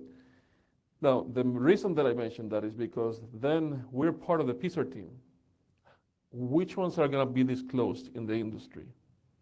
So is it going to be, if you look at Log4j right now, you have something that you can, no pun intended, predict that this piece of software, because it's all software, right? But this piece of software is actually used to do X, Y, and Z in a web application, or OpenSSL is actually done for encryption.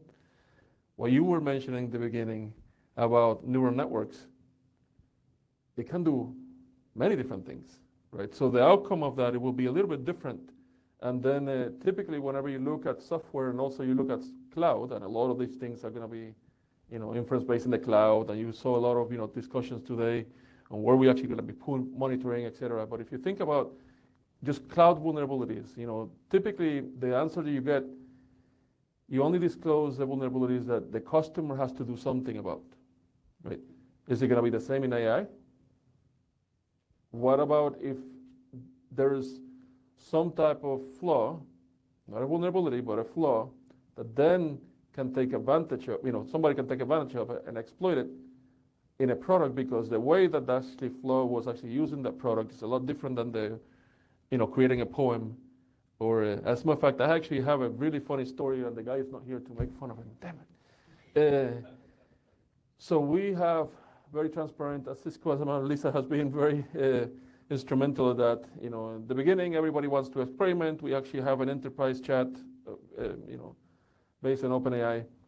And I'm sending an email, I'm in the PSIRT team, to my team, saying, hey, this is an incident management process for this thing, right? We have this, blah, blah, blah.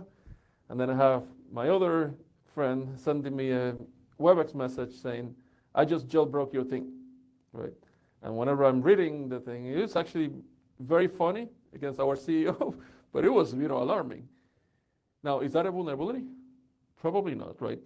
Is there a flaw of an architectural flaw of a model, a vulnerability? That's what we have to define. So the call to action that I have, before I go into the next thing, we definitely have to figure that fast. Because if you have different definitions, you're going to get ambiguity. That's the reason that, then the standards are needed.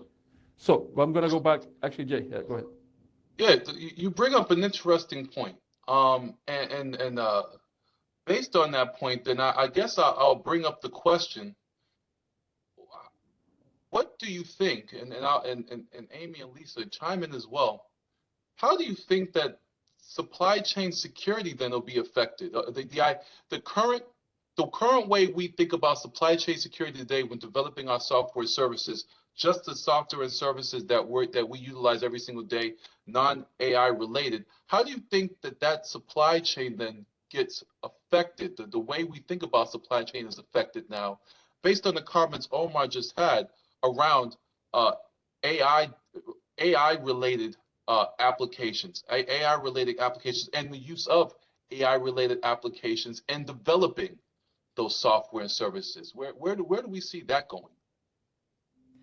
I think being able to track so there's a data set, and then that data set is trained into a model, and then that model is used in some kind of system.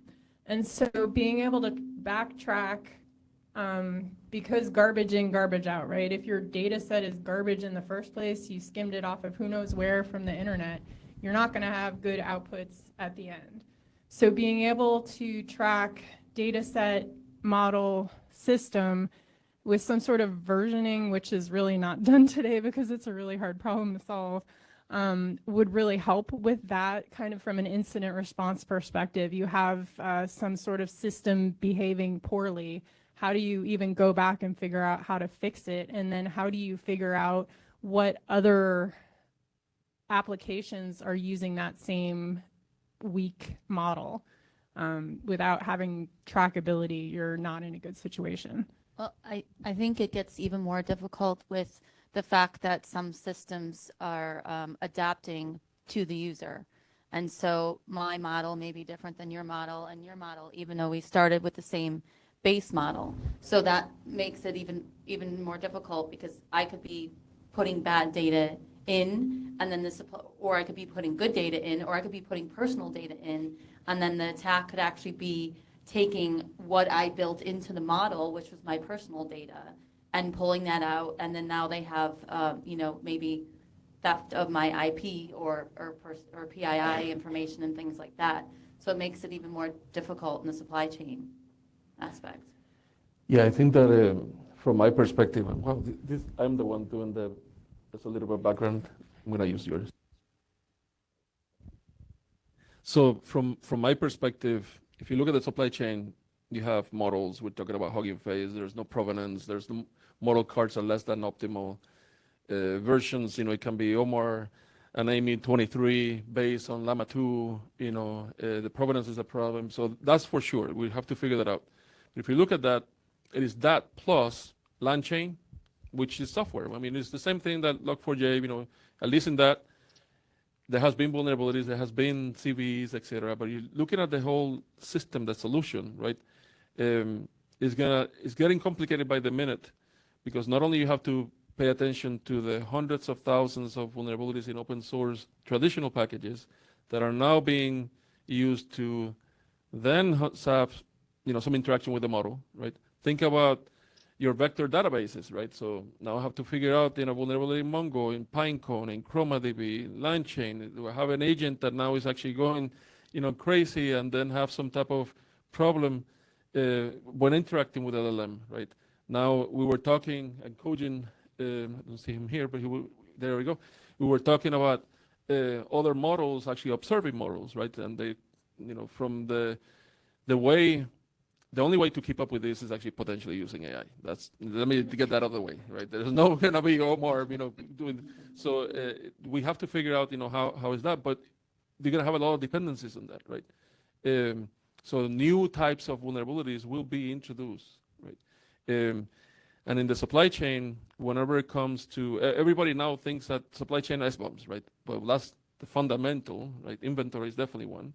But then the other one is, again, going back to the disclosure of vulnerabilities, we need to figure out the disclosure of vulnerabilities in there, because we all are going to be the users of somebody else's AI or somebody else's implementation of AI. A little bit different than just getting Linux with, a Red Hat Enterprise Linux and then inheriting a whole bunch of things. Now you're using that, plus a lot more. I think the disclosure part is interesting because like you said earlier, typically we disclose to our customers so that they know to deploy a security update. And now the question is what are we going to disclose? Because if, let's say I'm running the AI system for my customers, there's a vulnerability, I'm going to deploy that patch, right, if I find it. But what the communication that needs to go out to all those customers is these are the type of things that and bad data you could have got out of that system, and you need to now figure out where you put that bad data and correct all of it. So like you said, we actually need AI to help, meaning we need to be able to feed into the system. This was a vulnerability that you had. Go figure out all the bad data that you produced, where that bad data is, and go correct it. So I think the communication about the actual vulnerability is going to be different than what we typically would communicate. So how Yeah, do we short answer to be actionable, right? We have to be able to tell customers to do something. So what do we tell them? Well, that leads into the next question, right? Adapting current vulnerability disclosure frameworks to this new problem space. And what does that adaptation look like? One of the things that I think about often is sometimes it's, and Omar, you alluded to this earlier, sometimes it's not a vulnerability at all. It's a response to a system that it's a natural response to the system that may not be desired, but that doesn't necessarily represent a vulnerability, quote unquote vulnerability per se. It's just a noticed, oh wait, we didn't account for this. How do we adapt how we usually disclose vulnerabilities to account for stuff like that? How do we then what do we then tell customers? They're like, no, there's no problem, but there's a problem. I think that goes back to my initial thought of like a trust metric or something, right? Like how trustworthy is this model? How much has it been vetted? How much do we believe that this is a good model, or is this just something that somebody did in their free time and didn't put all the testing like open source? Right. We're going back to the same problem with open source. Absolutely. I think there's a lot of similarities between the way that this is going to be used and open source is being used today. I'm going to be the controversial one. With open source, and Kojin alluded to that in the beginning, there was a question to him that how do you figure out something around the domain names from a training set, and it's because it was actually open source and you were able to actually do that. So there's some really good benefits of having for explainability with open source models, right? And sorry, there we go. Hopefully you can hear me now. So with open source, can go both ways, right? There's a significant wild west in Hugging Face right now. As a matter of fact, I was doing a presentation yesterday for Net Academy, and I was going over the instructors of, hey, this is Hugging Face in 2022, 12,000 models. Yesterday was 431,000. Of course, it's going to hit 1 million probably by February. The trust scores is an interesting fact. We do have a lot of metrics for models, right? We have efficiency, or not efficiency, well, actually that too, but we have accuracy metrics, and Hugging Face is actually amazing to actually do that, and tons of research on that thing. But even before we put a metrics on trust, you trust the model until something bad happens, right? So how do you really put a metrics on trust, which is the objective, right? Now, but I'm going to go back a little bit and step back, go into the definition of vulnerabilities. We talked about the ecosystem, your RAG implementations using third-party software, surrogate models to actually observe if the other model is actually doing something wrong. So that's the whole ecosystem. Whenever it's time to disclosure, whenever we tell the customer, we do have to figure out, right, especially us big companies, because the other ones will follow, what is actionable. You touch on something very, very important, right? So the reason that I mentioned about the analogy in the cloud is because whenever you have a vulnerability you patch already and it's safe, you basically said, hey, I remediated this, right? But then it goes into what is remediation of an AI system. Sure, upgrade LangChain is easy. Upgrade Pinecone is easy. Retrain a model, you can do 3 things, right? So you can do training from scratch, which is super expensive. You can fine-tune, put QLoRa, figure out if probably there was some type of bias and so on. We've been talking about that today. And then, of course, the third, the RAG implementations and the protections in place and so on.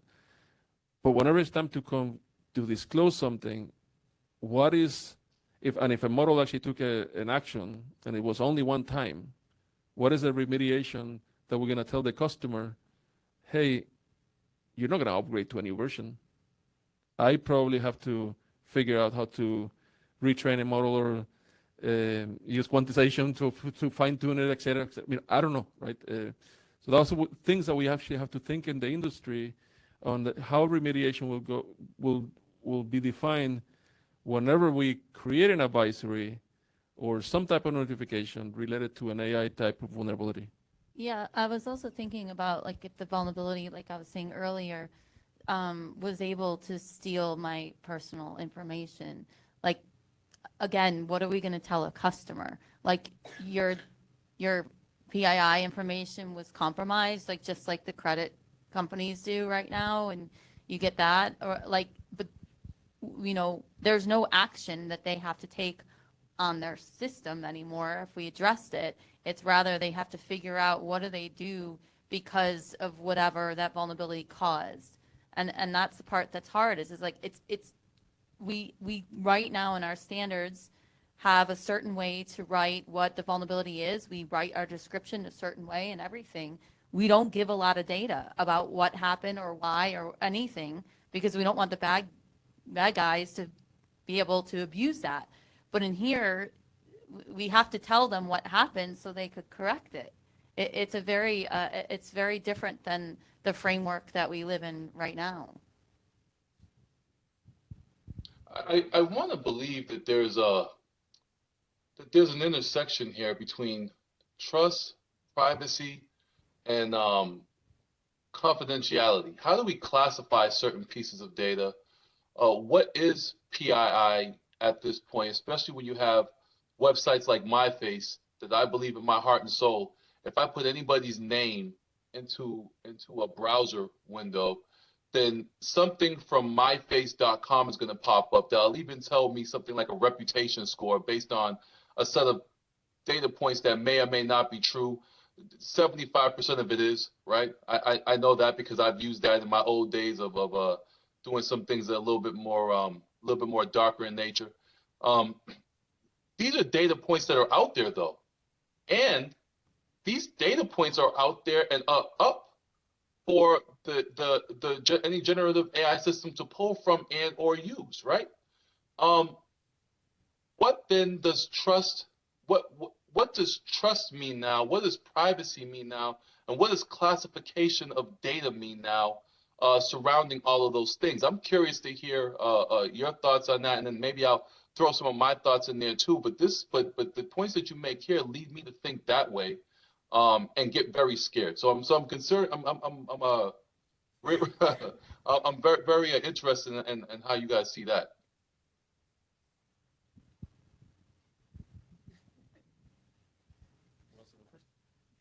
Go ahead, Omar. So you mentioned data classification. Let me start from the beginning of creating a model. Then somebody uses that model to create a product. Then that product is actually used by consumer, right? So creating a model, that's the training set. This person in the between, which is actually a lot of us, even though we are creating models also inside of our companies, but a lot of companies out there are going to be the one in the middle. They're not going to be creating the next GPT-4. They're going to be using inference as a service by somebody else or fine-tuning their own model. So they don't have control of the training data. So, okay, that's fine. So what in the middle you can actually do for something like, everybody's talking about retrieval augmented generation, so in that case, you play with your data, you give that to have a better inference, reduce hallucinations, etc. That's a selling point. But you have to get foundational best practices. I'm not talking about security best practices, and data classification best practices in place of whenever you're actually doing this thing in the middle, that then have an outcome to the consumer, that foundational thing is there. So number one is that if you haven't even figured that out before, try to figure that out before you actually even put the tool letters of AI. Once you actually have that, definitely it's going to be a lot of policy. And whenever we were talking about trust, the end consumer is going to ask to you, are you using my data in this type of environment? I'm not talking about only PII, right? But even logs. I give you the perfect scenario, right? So very transparent here. We announced 2 or 3 weeks ago in WebEx, hopefully, you will never have audio anymore, a problem of somebody breaking out. 80% packet lost, you're still going to have crystal clear audio. Why? Because we're reconstructing packets, because we're predicting what you're going to be saying and putting audio in there, and it's going to be crystal clear. And it actually works. They did a demo and everything. First thing that I went like, holy crap. So that means that we're actually using data, which is in this case voice, to then do that outcome, which is a perfect phone call. What is the data classification policy in there? Right. So think about those non-traditional things that now they're outcomes, because AI will be everywhere. I mean, there's not going to be, oh my God, we have to embrace AI. And as a matter of fact, I'm going to kind of shift in there. If we cybersecurity practitioners don't embrace AI, we are going to go to a gunfight, and I'm repeating the whole thing the whole morning, not only with a knife, with nothing, against many machine guns, right? So we have to figure out also a way on how to leverage it, because not the future, the attacks of now is going to be a lot different, right? But think about, again, going back to trust, data classification, etc. It's a whole ecosystem, right? So it's the Microsofts of the world, the OpenAIs of the world, NVIDIA, all of us looking at all the use cases that AI is actually being implemented, how it's implemented, how these systems are going, to then start even looking at the fundamentals. Again, if you don't even have the data classification standards and policies in place that are enforceable, it's a moot point, right? Well, and before you go, Lisa, I wanted to because the point you made, Omar, I mean, you throw these heat rocks out that make me want to pull the cat out of the bag here. Where I'm going at is, does there need to be a change in how we view the data life cycle? That's where I was headed, right? Is there a change in how we need to view the data life cycle? And is the data life cycle now not as linear as we've all learned it to be? You create, in your creation process, you do a certain things. Your use process, you do a certain thing. Store, you archive, delete, all that kind of stuff. Is there now a change? Does that take on a whole new thought when it comes to data that the data sets that we use to train the models on, and then any new data that gets created as a result thereof? I don't know. I shrug. Lisa, go ahead. Yeah, I actually was going to change just a twist, because when Omar was thinking about the end user, and I was thinking, what happens when there's an incident on the end user and they retract it back to a product or software, and we need to know if that software was created with AI or not. We're really bad of inventorying things, right? That's why all this matter of SBOM is there. But we actually need to be smart about our policies to inventory what code was auto-generated and what code came from from an engineer directly, to determine what introduced that defect or vulnerability in the first place. So we actually end up going both ways with that communication. It just made me think about that, because we'll need to then we need to go back. Did the AI system generate that bad code because it had bad data or a bad model, or was it just using past code that's in thousands of systems that just it happens to be a new attack surface that we didn't know about? I think we're gonna have to figure out, how do we explain what happened, and go the other way too. And how do we explain what happened? I mean, you can have like a bad coder too, right? Who you need to send back to coding classes or do some extra training on the side. I think it's more, how do you catch it, and how do you resolve it, and how do you figure out where else it may be affecting? Wow. So considering and Omar, I'm gonna let you go, but I'm gonna throw something out here, and of course, please, by all means, add this into the conversation, because what you said just now, Amy, was critical to the thought of, how then do you produce CVEs around these vulnerabilities? Yeah, as a matter of fact, actually, I'm going to go into both things, but I think that there were 3 points amazing that were here. One is that not even having an inventory of what code is generated by AI, forget about that. We lost the battle. Most of the code in the industry will be generated by AI.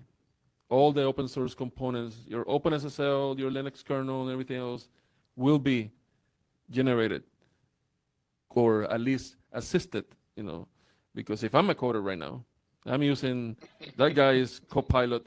What we have to figure out is that Copilot may be a good opportunity for us to have security best practices. And so think about that. Should I have to worry about 3 years from now? Well, that's optimistic, but of a buffer overflow, right? If some Copilot is already looking for, you know, flaws in there, hopefully we actually go to memory safe languages, but that's a different thing. That's moving the whole world, solving one hunger. But some of the vulnerabilities may be that by osmosis, you know, you can actually introduce best practices by actually using AI, right? In the future, you may actually have people that I'd rather have a coder with AI with those best practices in place than somebody not using AI, right? So, you know, think about that. It can go both ways. However, let's go back to the disclosure part. Assuming, again, you know, your OpenSSLs, et cetera, it's going to be AI assisted. For the purpose of putting a CVE in many cases, and I call CVE, not all vulnerabilities have CVEs, and we talked about different repositories also now. But for me to actually have a disclosure for the world is for the world to actually take some action and to have some type of cross-reference that there was an issue. That's the purpose of the CVE, right? Not a type of vulnerability, not the risk of vulnerability, just an identifier so that we can say, okay, this vulnerability is CVE 2023, 1234, and this is actually 1234 for sure for this year. And then everybody knows that speak the language and somebody remediates, right? What is remediation again to that vulnerability? And what Jay mentioned about taking action, right? Is it too late to even disclose in some cases because the inference that caused the problem may not be the same the next time that work, right? So it may be a one-off and then boom, okay? So it has to. We have to think about what are going to be the definitions of something that is exploitable, controlled, repeatable, and, you know, verifiable, that has some type of remediation, you know, some suggestion of how to actually remediate, or workarounds that is not plugging take out the plug. So any thoughts on that? Do you just add in there like that causes the AI to produce some kind of bad data? Right, but I'm saying, like, does it make sense to add that in as a part of the definition? Because if the AI didn't produce bad data because of the vulnerability, what does it matter? Or doesn't, I don't know if it matters. I don't know. Or whatever issue causes it to reduce trust in that AI model. You should, or even kind of using your analogy of like your bank account issue or information is out. Now you have your action of needing to go and look at all your credit reports and make sure that nobody's opened credit cards in your name. So like maybe just warning people, hey, we know things can be done and here's what you should look for in a more standardized format that doesn't exist yet. Yeah, I wanna put a quick reminder out, putting on my darker hat again, and say we're considering as defenders of the universe.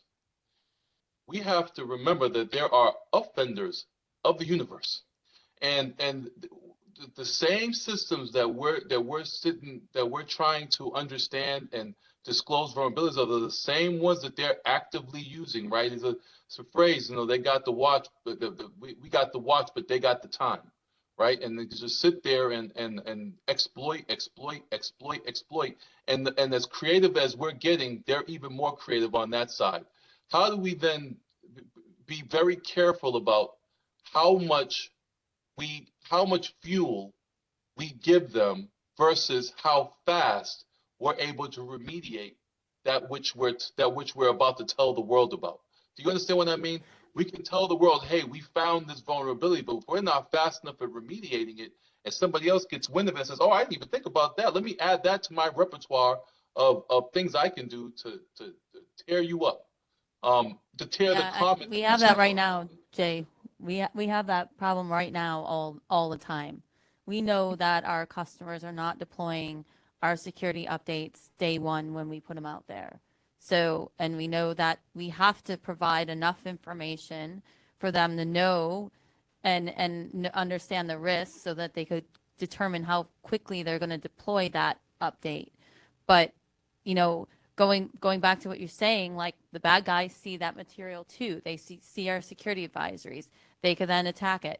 Open source, if they know and have our SBOM, they know that we have that open source in our products. Open source is code that they have access to.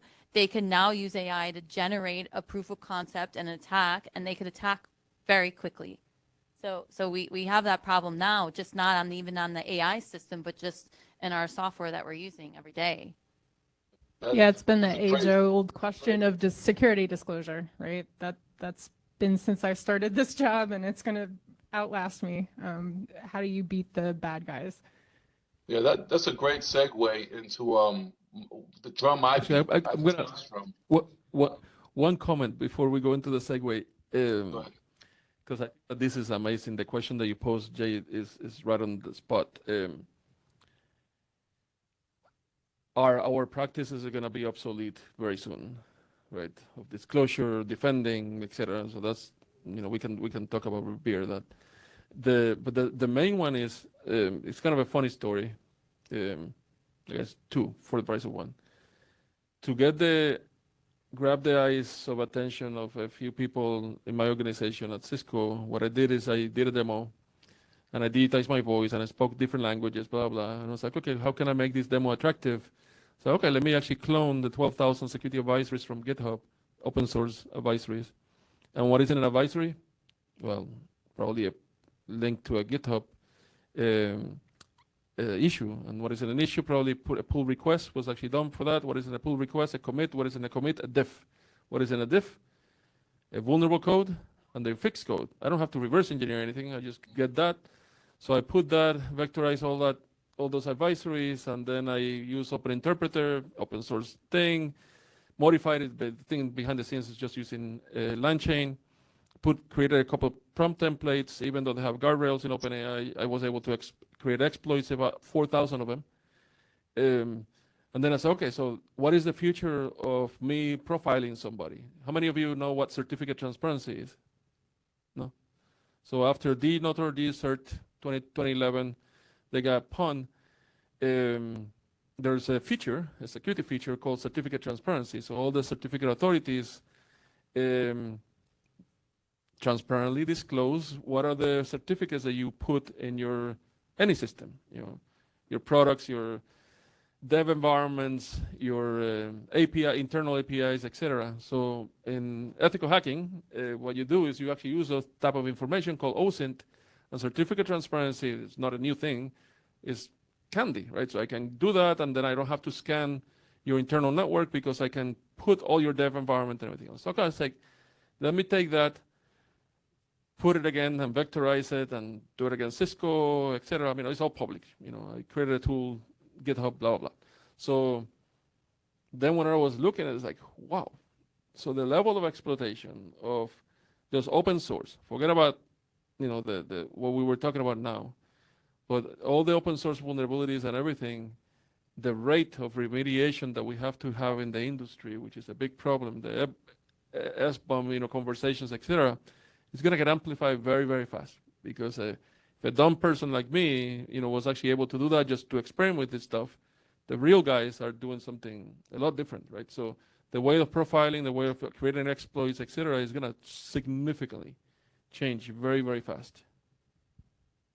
So my segue there, and then what we'll do is we'll jump into the chat to get questions from the chat. We got 15 minutes left, so questions from the chat, questions from the room. My segue was the importance now of making sure that we get with our our organizations that are dealing with this problem space. For instance, I am a member of the OpenSSF, where I co-lead the AI ML security working group, where a lot of our thoughts and functions are around this very topic.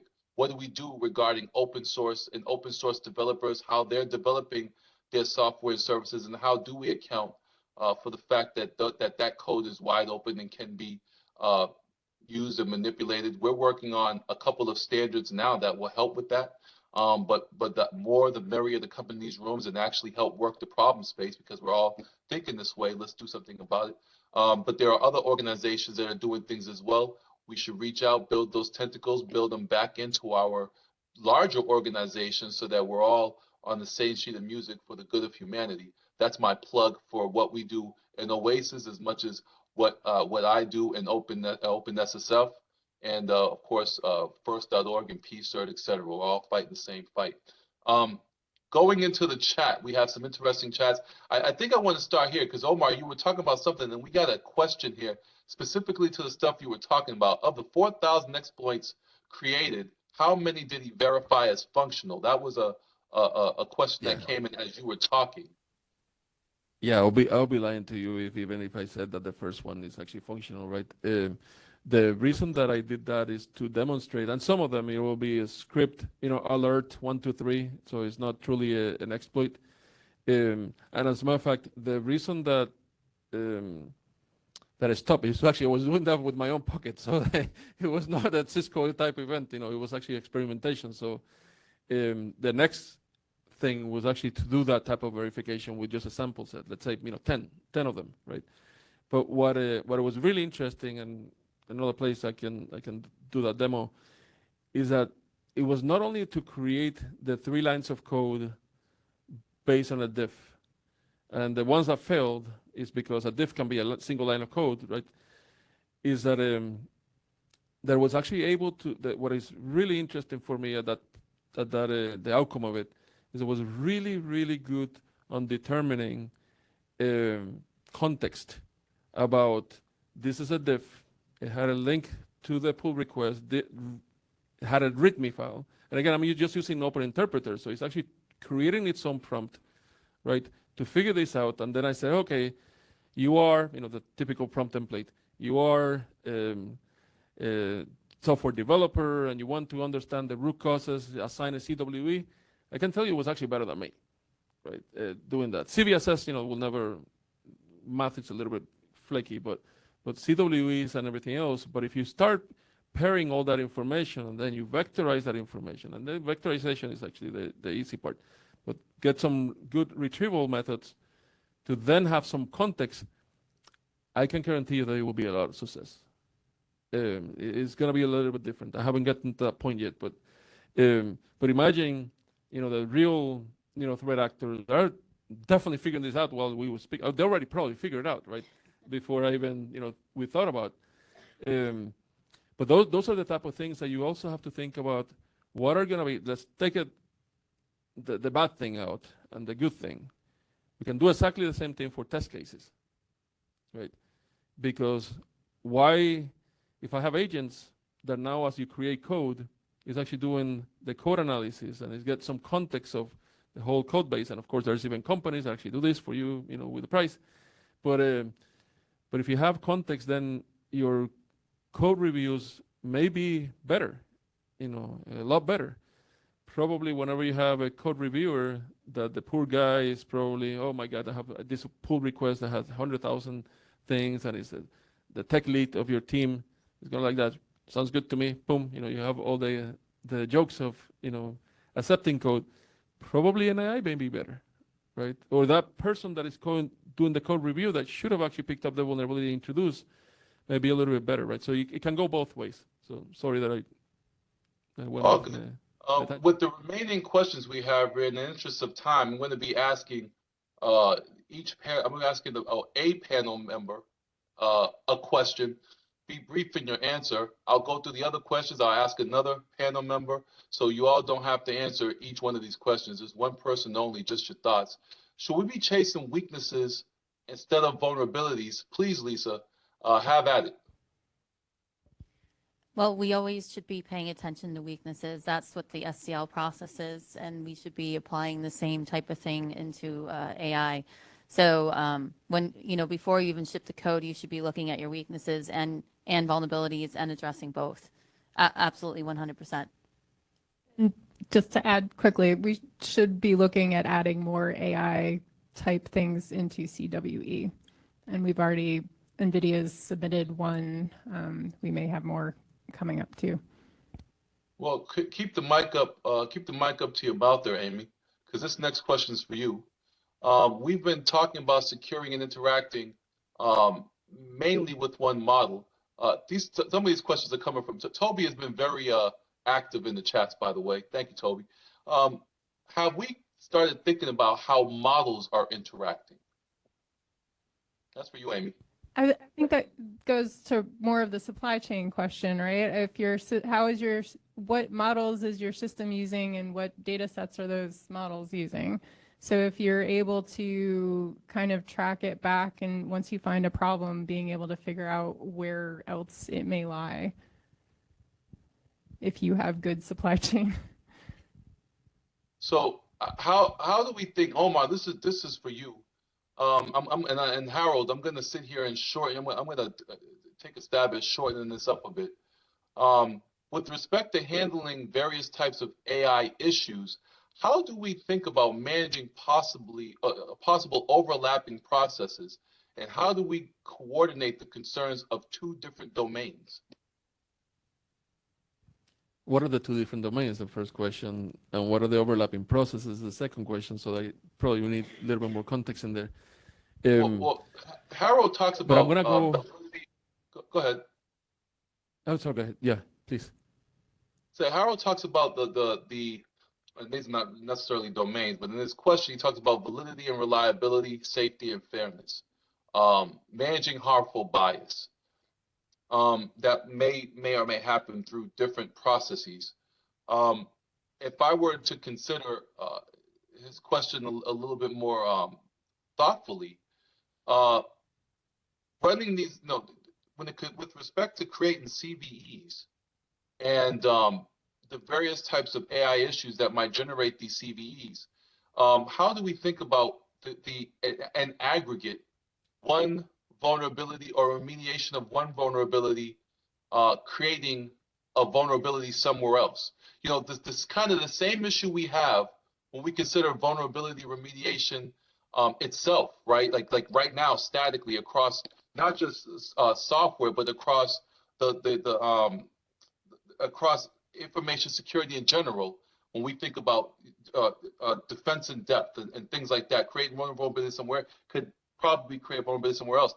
AI opens that up even greater, where we're in attempt to remediate something in one place, we could create a crazy instance somewhere else. But how do we think about managing the processes therein of remediating these respective vulnerabilities? Because these processes become very real. They're not linear, right? They're very dynamic in nature. How do we tackle that? Yeah, I'm gonna give you an answer. Probably not the correct answer. The answer is that we have to figure that out. To expand on that, I'm gonna separate functional issues of AI and vulnerability, right? Again, we still have to, the industry, we have to figure out what is going to be the definition of that. But you brought an amazing point of one feeding each other, right? One thing will lead to another aspect. I'm going to start with the functional thing. There's also a lot of research on a lot of data is generated by AI, right? A lot of code is generated by AI. That data can also be training input to another model, right? So that chain, where does it become that the original, well, you thought that was pure data, is something else, right? Can it be better, right? But the problem is, and I'm not talking about explainability. We talked a lot about today, but it's detectability from an incident response. If I have an incident and I said this thing went wrong, and I'm remediating, back to your point, Jay, where else went wrong, right? How can I detect that? And then the main question that I truly don't have an answer, what is true forensics in a model or in AI, right? Typically, you get something compromised. I ask you to dump memory in a core dump in a router, or Microsoft actually asks you to dump memory in use volatility to actually do that. You have typical forensics techniques. You have to do that anyways, So yes, one of it. But then what is actually true forensics of something that went wrong in an AI system, right? Can be one model, many, etc. So we also have to figure out what is the after the fact. So things will go wrong, believe me. Yes. But what is actually going to be the way that we're actually going to be doing the type of forensics and detectability at a later point? And we have a few minutes left, so I'd like to take some questions from the room. If there are any questions in the room, if you could raise your hands, I can see you. Please, green shirt.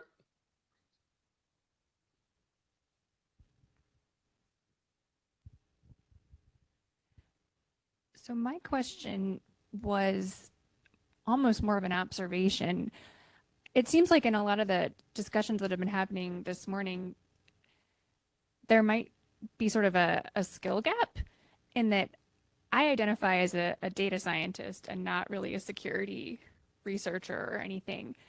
But it seems like a lot of the issues would have to be handled on the side of the data scientist as these applications are being developed, but then also on the side of a security researcher as they're being deployed. Do we have that skill set currently in place? Because that's sort of not something that I was taught in school, was how to look for vulnerabilities in my products. Yeah, I would definitely agree with you there. We've definitely seen a kind of a gap with what data scientists, the way data scientists work and the ways security practitioners have been asking them to do. So basically that just goes back to making sure your company or whoever is developing these things is understanding basic cybersecurity principles. Are they using secure software development skills that we've already been pushing into regular developers that also didn't have security training, back when I was in school.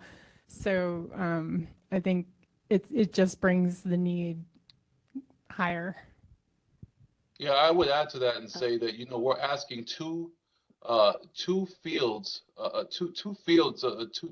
practitioners to do things that they've never been asked to do before, both from the perspective of the data scientists when considering the fact that you now need to think about provenance in your data sets, and then of course the security person who now has to ask the question, a data scientist, do you know where you got your data from? It's something like that. I'm tossing these things around, but now you're forcing people to have a conversation they've had a conversation before, which is exciting, right?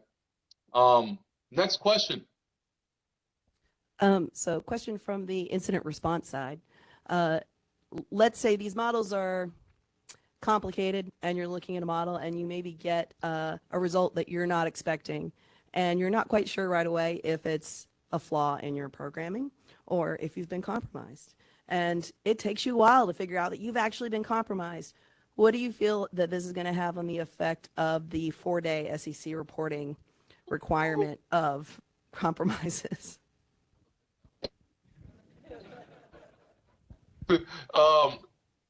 Yes.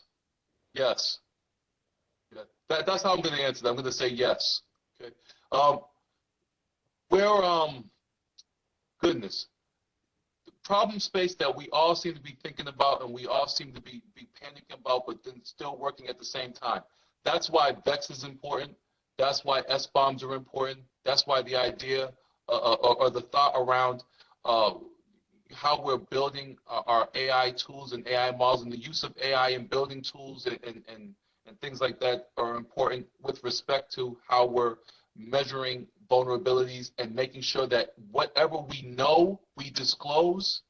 Whatever we don't know, we put a disclaimer to, right? That old school message of the day, MOTD banner on your Cisco routers and switches is prevalent today. Just kind of expand your thought around that.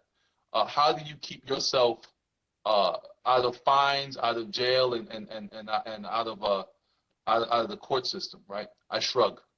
Go ahead, guys. Have at it. Oh, I'm taking a liberty now. I'm taking a liberty on a couple of extra minutes because the previous session went a couple of extra minutes over. So I think the people in the room won't mind if we did the same. Yeah, no, of course not. No, who would mind? So imagine that you work in, say, product security, right? And you obviously get vulnerability reports. How do we think about the issues of reproducibility with these ML and AI vulnerability reports, given the stochasticity that we're dealing with in these models? You say reproducible builds for somebody else. Nobody's ready to talk about that now. I'm just kidding. Go ahead, Omar. No, that's it. I think the reproducibility goes somewhat hand in hand with like the forensics, what happened, etc. If you actually also get compromised. But the reproducing, let's say you get a vulnerability right now through a bug bounty, the first thing that you ask, okay, tell me the steps that you can reproduce this thing so I can tell the developer, hey, these are the remediation steps, this is the code, what are the features, tell me what is impacted, when are you going to get the fix, I put in an advisory, you remediate, move on. In the case of an AI model, a little bit different. The thing that I don't have an answer of the reproducible thing because inference can be different, right? So that thing that went wrong and caused an action, now that you're trying to remediate, right? Is it going to be remediation that my product that I use this model to make a decision, now am I going to plug, while I do the investigation and reproducibility and not use the model anymore? If the whole product is actually based on AI, it's a lot different, my friend, than reproducibility, right? So that reproduction steps, I don't think there's going to be a cookie cutter of saying, hey, this is the way that you can actually click on this link and then type this stuff, and it's inputting validation. It's going to be very, very dynamic, and we do definitely have to figure that out in the industry. Yeah. Are we on?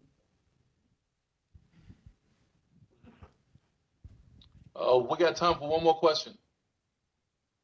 Thank you. Based on that, in my field, a lot of what I do is more Windows-based from exploitation. But when it comes to AI, because it can be so dynamic, how do you produce IOCs? How does someone actually look at AI, start inputting information to try to get information out and say, hey, that's weird, and that may be an indication of compromise versus there's just a flaw?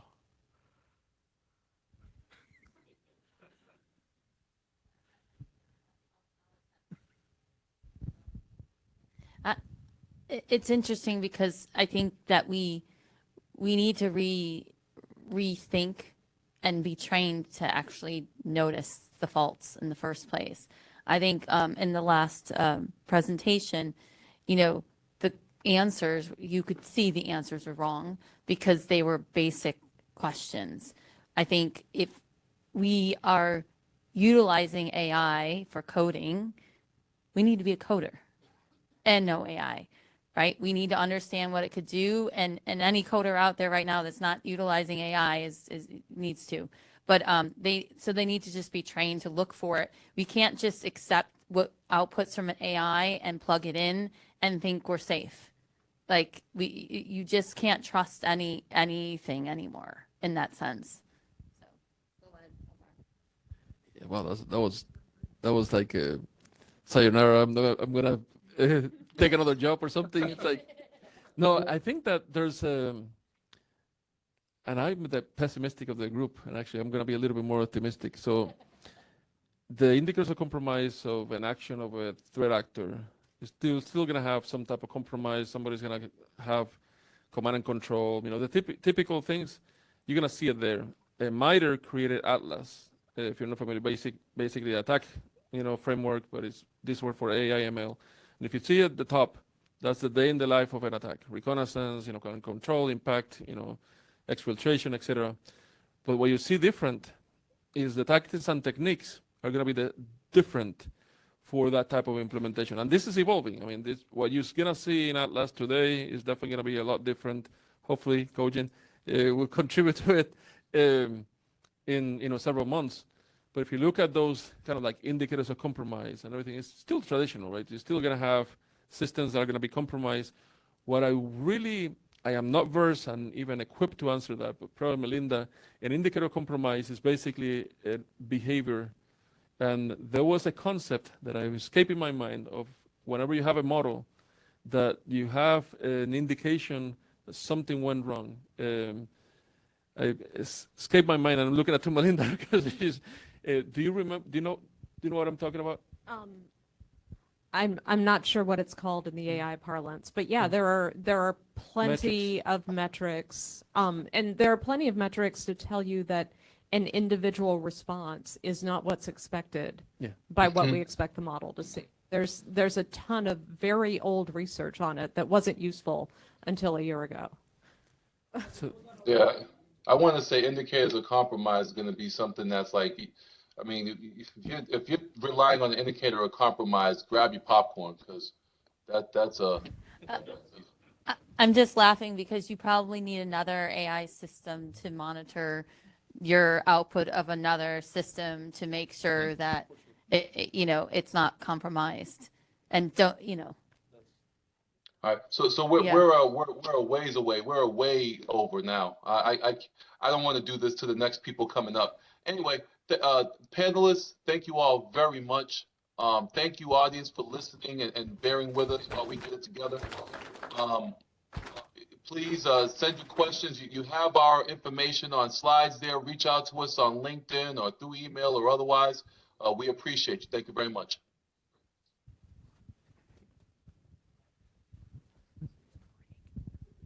Please let me know when I'm free to drop.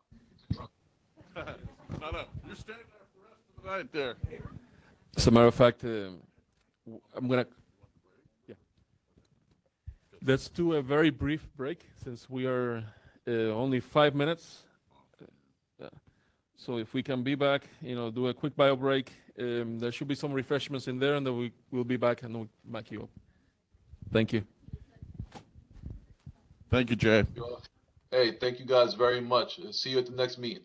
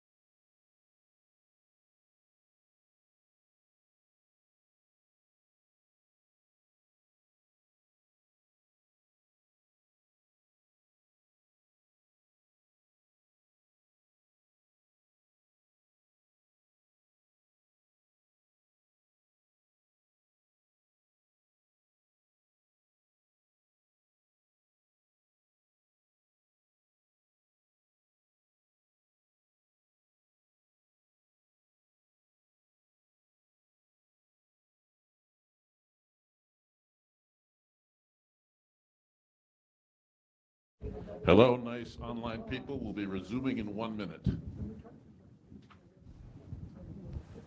And that goes to you guys rating the caffeine out in the hallway, too.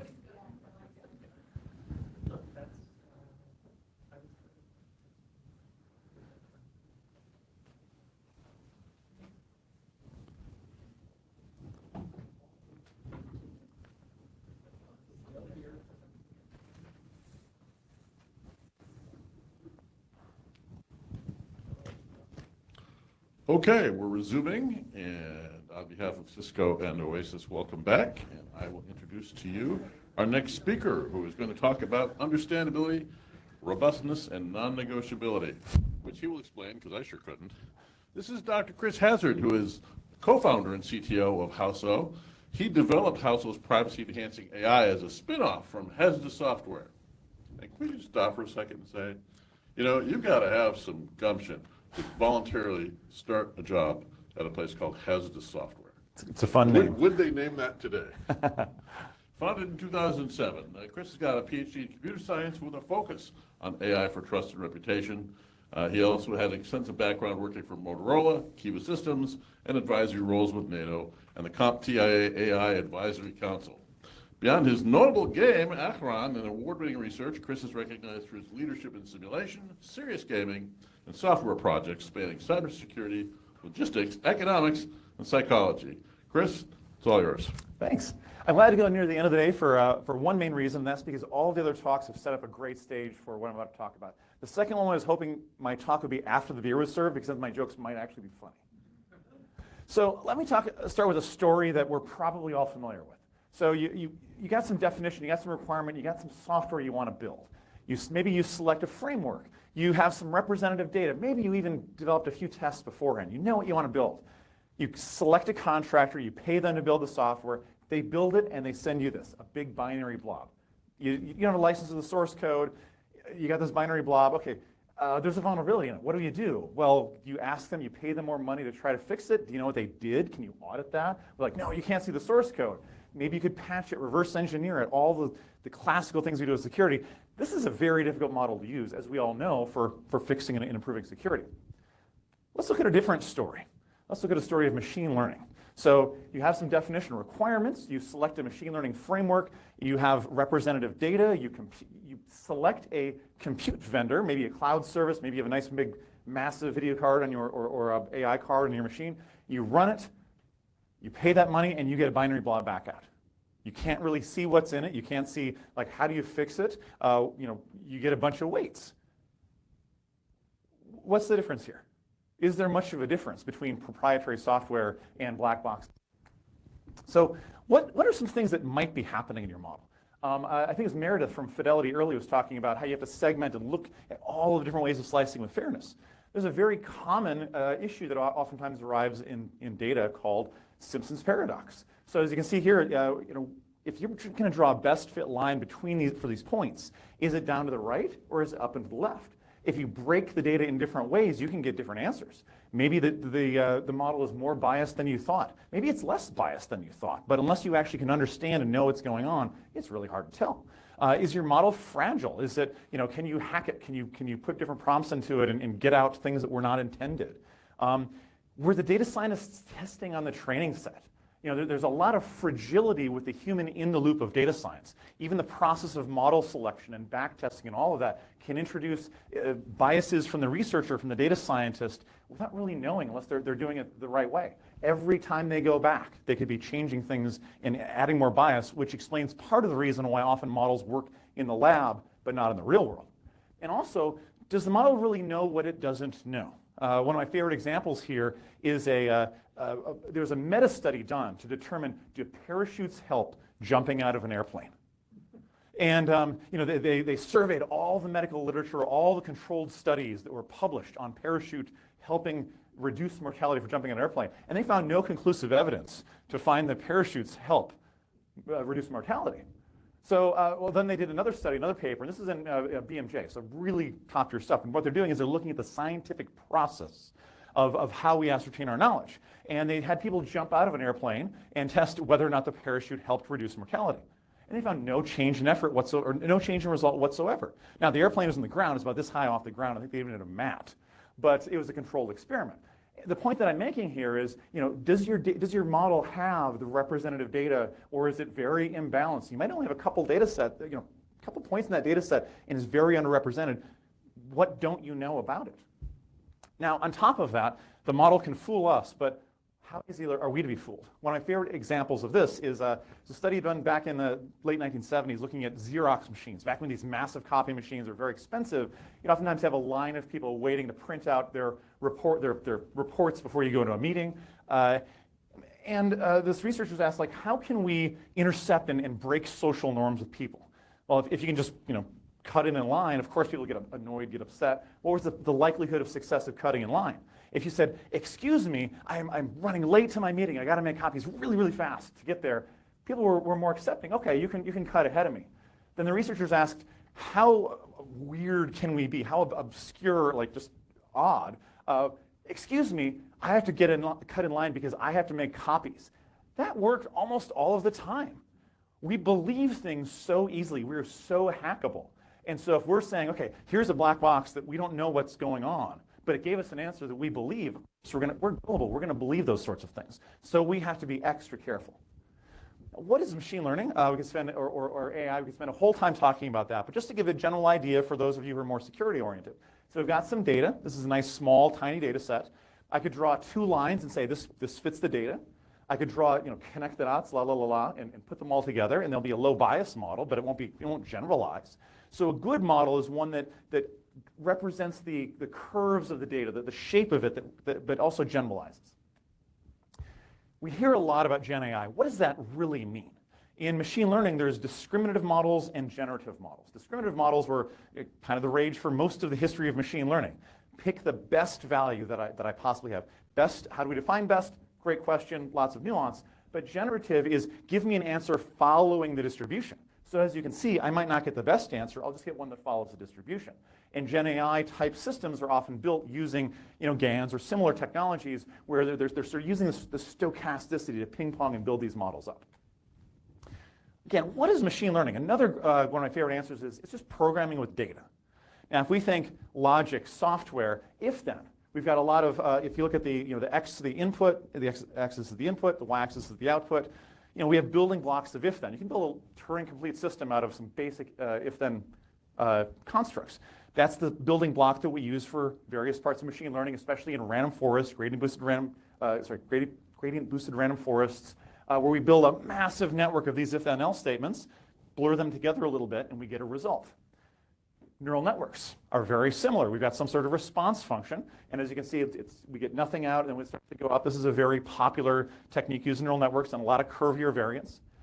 There's a third one that I want to bring up too that we talked about before, which is instance-based learning. An instance is a data record, a data point somewhere. So we still get that same curve, this building block of functionality, but the endpoints are actual pieces of data that we can see, inspect, debug, and understand, as opposed to just some sort of model that was built while looking at the data.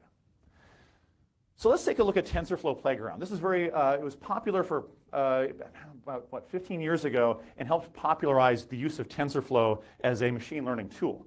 It is fun to play with. Go, TensorFlow, playground at tensorflow.org. You can build a little neural network and see it. It's really cool. But suppose you want to predict or build a model that just figures out whether the dots in the spiral are blue or orange. You can build that. It's a lot of fun, but you just wasted a lot of time building up this model that, why did you spend that time? That's why we have AutoML. We've got a lot of tools that can do that for us today. But fundamentally looking at it, look at all those nooks and crannies. Is that the right representation? Is that the best possible model? No. You could train it more, you could iterate more, get improve the loss function, but still you can get those little peninsulas, those nooks and crannies, those corners in the model that you're not aware of what's going on. The idea behind instance-based learning is you find the data that's the most similar and you interpolate. That's it. Very simple algorithm. The most simple versions of KNN can be written in maybe an hour or two from a fresh graduate from undergrad. Pretty simple stuff, but it's got a lot of problems. One of the problems is, what does distance mean? What if I've got one unit that is 0 to 1 million, another one that's number of stars or something else? Well, that's kind of plagued these techniques for quite a while. They're still used, or they have been still used for many things. Even in the late 90s, they were one of the cutting edge techniques for images, but they kind of fell by the wayside when neural networks took off and happened with GPUs. The cool bit about mathematics in the last 15 years is there have been some breakthroughs in what's known as information theory, the mathematics of surprisal. So if I flip a coin and I get a head or a tail, that's one bit of information, one bit of surprisal if I'm measuring in base 2. If I flip the coin and it lands on the edge, you're like, wow, that is a weird coin. And some people have found it's about 1 in 6,000 flips can actually do that. I've never seen it. But that would be very surprising to you, right? You had some sort of prior distribution or prior expectation of 50% of the time heads, 50% of the time tails, but I got an edge, which is super surprising to me. We measure that as the log likelihood, really, of the probability of something. Coupling together some of these techniques, we can now measure, instead of saying what's some arbitrary distance, we can measure the surprisal of a point versus the other ones and actually pull everything into a probability-based kernel. I won't go into too much of that here. You can read about it on, we've got some technical reports. There's been some awesome advances, but there's a lot of interesting things that come out of this. And the ability is, if you know the data that led to every decision, you have exact attribution, you can debug the data that led to the problem. You can, and there's a lot of other interesting things that fall out of this, as we'll see. What does understandability mean? And why am I using that word instead of explainability? Explainability, if you talk to a philosopher, has some pretty strong meanings. But if you talk to somebody in machine learning, it means, oh, you get an explanation. Is it relevant? Is it actually useful? It is an explanation. Is it the explanation? Interpretability, as a term of art, used to mean something that you can introspect and see the mechanics of the model, but even a lot of people today are using that to mean things that are pretty hand-wavy. So we're taking a step back and let's say understandability of the entire process. And we're defining it in two ways. One is that if you're a consumer of the output of a model, you shouldn't have to be a machine learning expert. You should just have to know your domain and the data. So, if I get a prediction, if estimation, a forecast, whatever, is it justifiable given what I know? Is it justifiable via the corroborating evidence? What are the specifics of that evidence? What are the counterfactuals? If something had been some other value, do I still get the right answer? So do I understand why not some other value here? Is it accurate? And what is the uncertainty of it? But on the flip side, anybody who's had certain engineering courses or physics courses at any point, you have that one professor who says, if you miss the units in anywhere in your math, if you get any step wrong, you get a point off. Or in civil engineering, sometimes you get 0 points. Because if you can't communicate why a bridge will stay up, even if you got the right answer, that is not sufficient for that domain. Why should we not hold machine learning to the same standard? So one of the things that, in our software, we don't use the word score anywhere but one place in our entire company. We banish that word. What are the units of measurement? What is everything in every step of the process? And be able to reproduce a decision from the training data in a small number of steps. That is doable with some of the modern math. What does it look like? So here's one example. So we made a prediction. This is looking at the Boston housing data set, and they'll become relevant in a minute. That's a very problematic data set for interesting reasons. We're trying to predict the median value of the occupied homes. Like, how much is this home worth? And so we made this prediction. We can see we held out this value. There's the actual value. We're pretty close. The blue bar is that mean absolute deviation, that data uncertainty. But that gray thing is the uncertainty. So we can see that it's, there's one point there. There's some data points over here. One data point really had a large influence on this particular decision. Okay, we can drill into that. Why? We can see that it turns out that the crime and the percentage of people who were black in that neighborhood were the two drivers of that decision for why that home was priced as it was. Now, this Boston housing data set is known for being problematic and is a data set that is used to assess different types of fairness and bias metrics and mitigation techniques for that reason. But now we have that attribution, we have that debuggability. Instead of just fixing the model, we can go back to the data and find the data that is problematic and have a debug cycle in the debug loop. Now, interpretability, there's been a lot of myths around time. Some of these have been true, some of these were not true. One of my favorites is that something is all you need. There's people who say, all you need are counterfactuals. Yeah, that's helpful, but it's not the only thing. You don't have that debug loop. Or all you need is a good enough justification. That doesn't cut it either. Some people just blindly use the probabilities without calibrating it, saying, oh, my model gave me a 99% probability of this. What does that mean? Is that influence weights? Is that, what is that? And then also another one, that decision trees are accessible. We can look at Lime and some of the more advanced techniques that have come out of that say, let's zoom into the model, let's introspect, probe the model really fast, and determine what features led to that decision locally, and give a little decision tree out of that. Us who've been programmers for a while, decision trees make a lot of sense to us, but even those of us in this space, if you have a decision tree more than about 5 or 10 nodes, it quickly starts to get a little bit too much to hold in your head. And for a lot of people who are not logicians, not programmers or lawyers, decision trees just are not accessible to most of the population. There have been some interesting studies that have come out this recently. So we really need to give the data to people in ways that they understand. The similar data points, and the counterfactuals, and actually see how does it correspond to things that I already know as a subject matter expert. And another one is that there's this notion that there's a accuracy, and I use that loosely, right? Performance metrics, precision recall, all those sorts of things. A trade-off between how good the model is and how interpretable it is. That used to be true for a while, but that's not as true today. A lot of these instance-based learning techniques can get model performance competitive with some of the state-of-the-art gradient-boosted random forests. And also, we don't need a separate model for these to characterize the uncertainty fairly accurately. You don't need a separate model to learn the model and learn the domain and say how accurate is it. We're just using basic statistics to determine what are the uncertainties around this part of data that is relevant to the decision. It just falls out naturally. Who here is familiar with SHAP? One person, a couple people. Yeah, so a few people. So SHAP is one of the common techniques used to assess what features are driving a decision. Suppose it's marketing spend. You put a bunch of marketing dollars out there in different channels with different techniques, and you built a model to try to feed back those insights back into, where should I put my marketing spend next year or next quarter?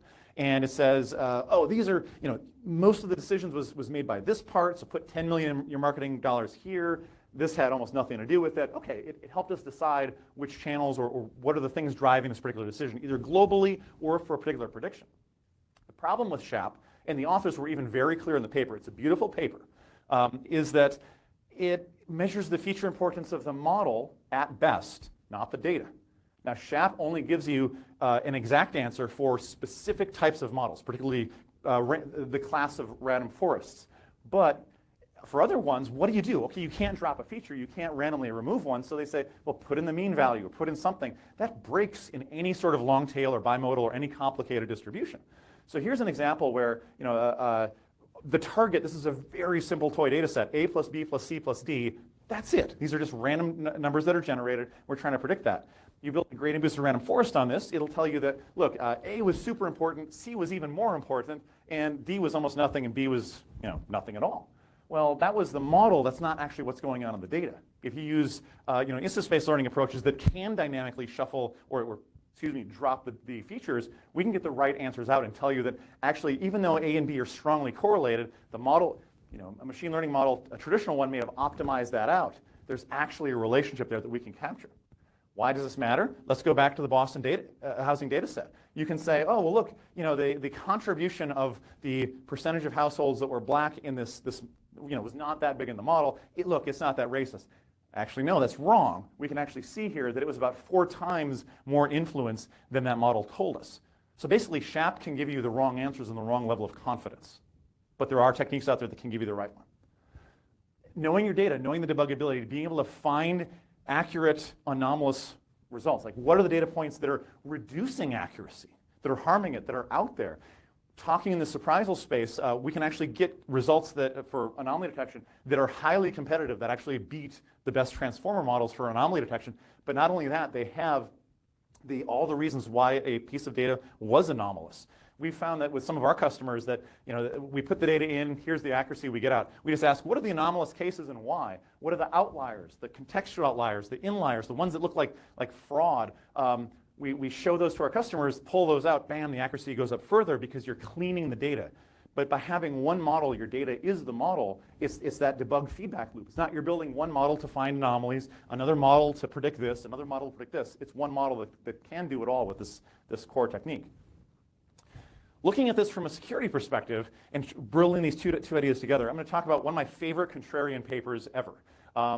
All security is security through obscurity. Now, like, wait, no, that's wrong, right? Like, if you're using cryptography, of course you want to use a model, or sorry, a piece of code that has been well vetted by a lot of cryptographic experts. But there's still a secret there. There's still obscurity. You have a private key somewhere. That is still obscurity, right? If you're, there is a little bit of obscurity of keeping proprietary software. So we can now talk about, like, what is the surface area of your obscurity and how does that relate to AI machine learning? Daniel Goldin, former director of NASA, did some work that I continued on a little bit, looking at the resources spent on defense in systems that have adversarial, goings on all the time. So inhibitory neurons. The reason I'm not up here jittering all the time is because 20 to 30% of my neurons are inhibiting the response. Ant colonies. What is the total caloric expenditure of an ant colony on its soldiers, on defending, on basically going to war with other anthills? It's about that 20 to 30%. Nation states, in terms of their spend, that have been successful, especially in warring periods of history. Your immune system, how many calories go into your skin and your immune system and your gut flora and all that kind of stuff? About 20 to 30%. Even DNA introns are in there. So like what percentage of DNA are just buffer? Research in the past year has suggested pretty strongly that that is a buffer against DNA parasites. Bacteriophages, et cetera, will actually inject DNA, and these buffers reduce the chances of the parasite taking on. So this, it's a little hand wavy, right? 15 to 30% is the amount of resources spent on defense in different systems, and they've survived in these environments. If we ask on cyber, what are people spend on cyber? 3 to 8%. That number's been increasing lately, 15%, depending on who you ask, how the numbers are sliced. I think part of the reason why we're seeing a lot of exploits is because we're not spending enough. We're not up there where robust systems are. And how much do you spend protecting yourself against misinformation and anonymity and making sure you're not being manipulated and your autonomy is removed? Probably less than 1%, right? Like my hair moved here to here to protect my privacy, but I don't think that works very well.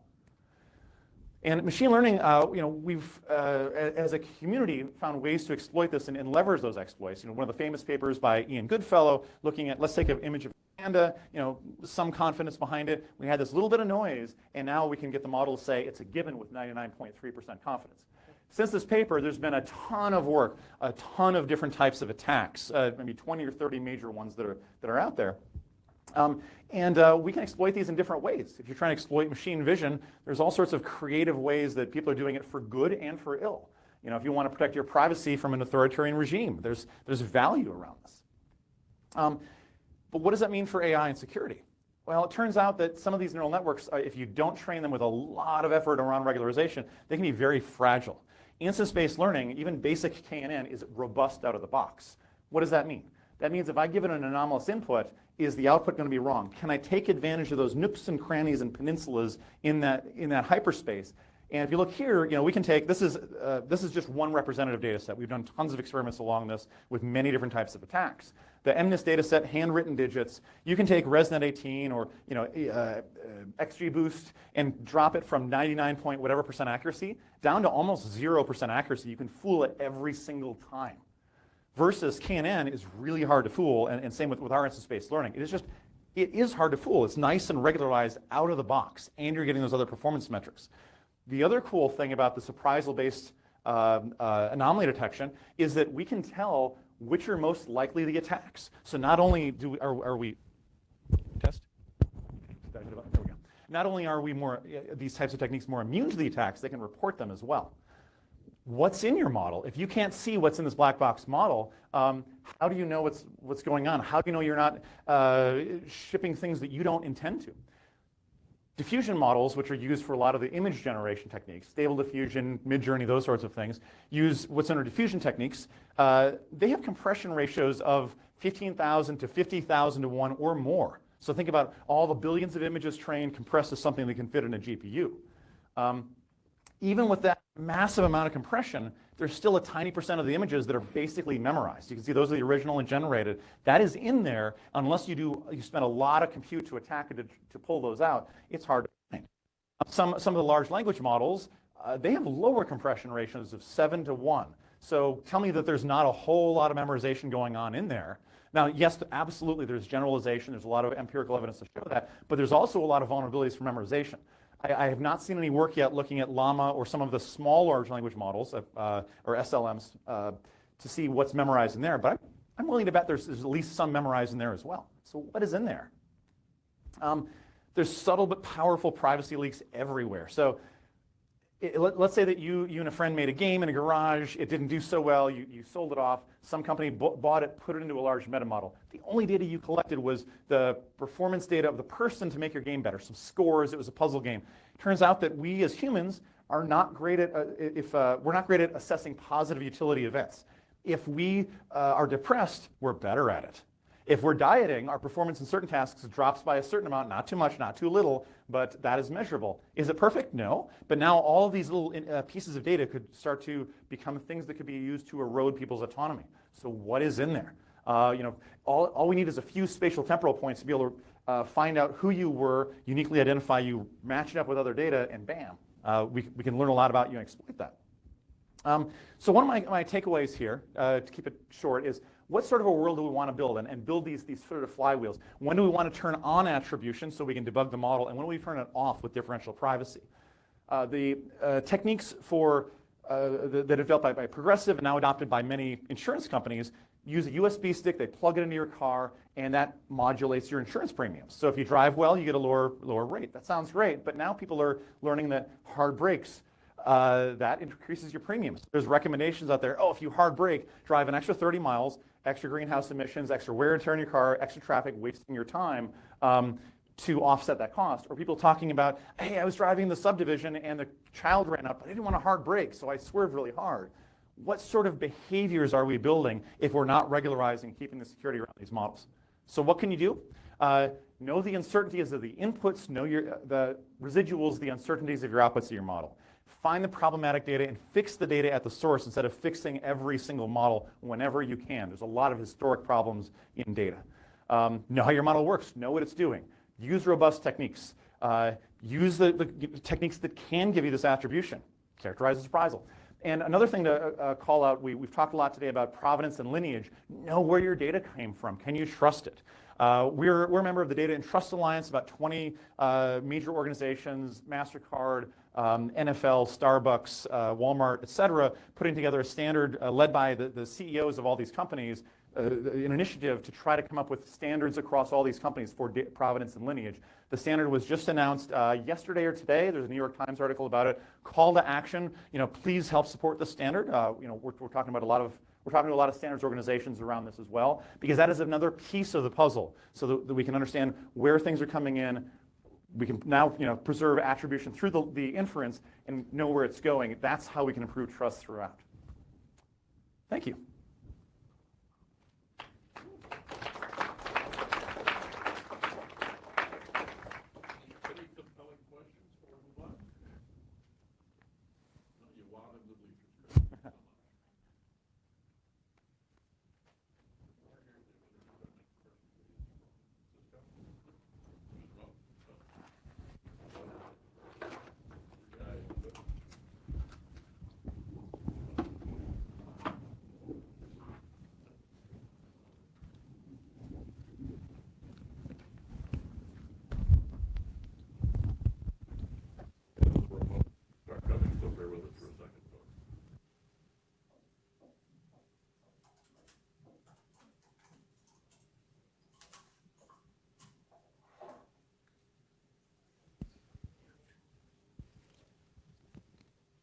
Awesome.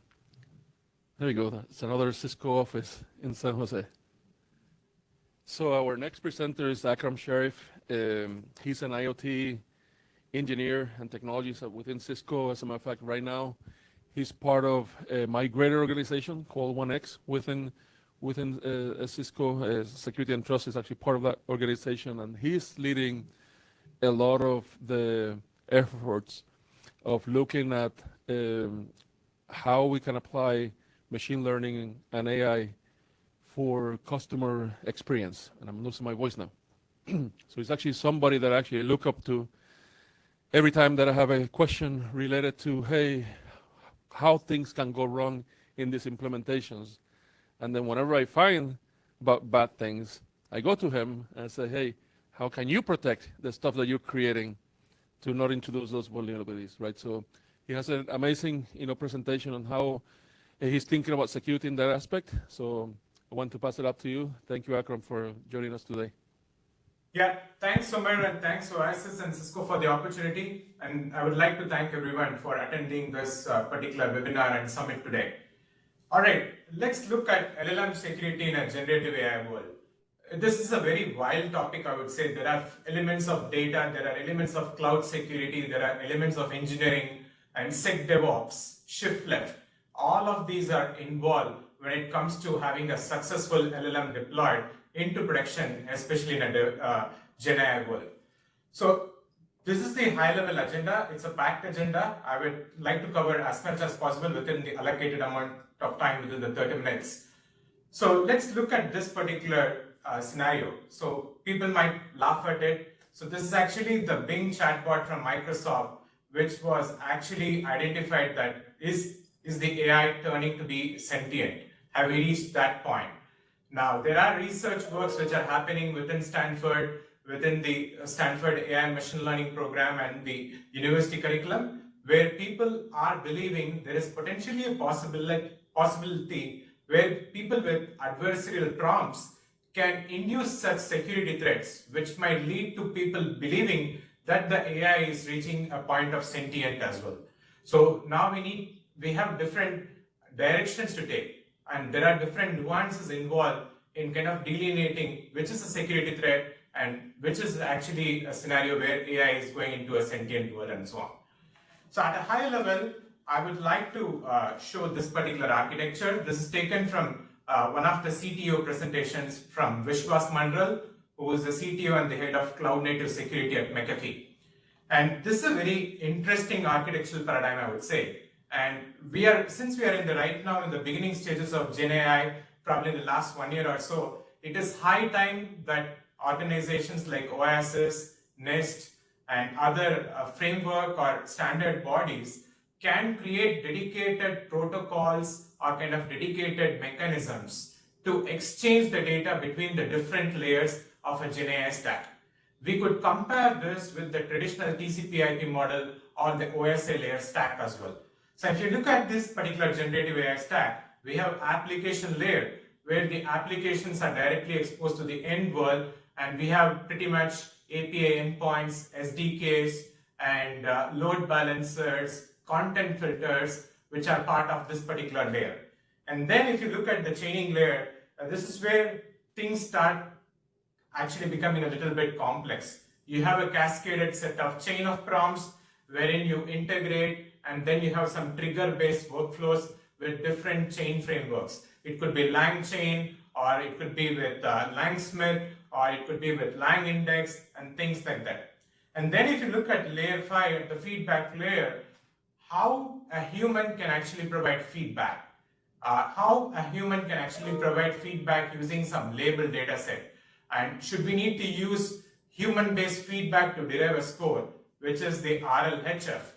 And should we need to derive a score with the AI machine learning model so that we can compare these two scores and derive a relative scoring technique to kind of identify, is there a possibility of a security threat? That's another paradigm that we need to pay attention to at layer 5. When it comes to prompting and grounding at layer 4, prompting, as you know, it's the way how the models can interact with the end users for a given prompt. And grounding, especially with grounding, there are certain frameworks like LLM Judge or Honest LLM and things like that, where people believe an LLM can actually act kind of a common model which can judge any response which is given. And how we can use such frameworks for grounding the response. Any response which is going out of a chatbot framework is pretty interesting. And then training.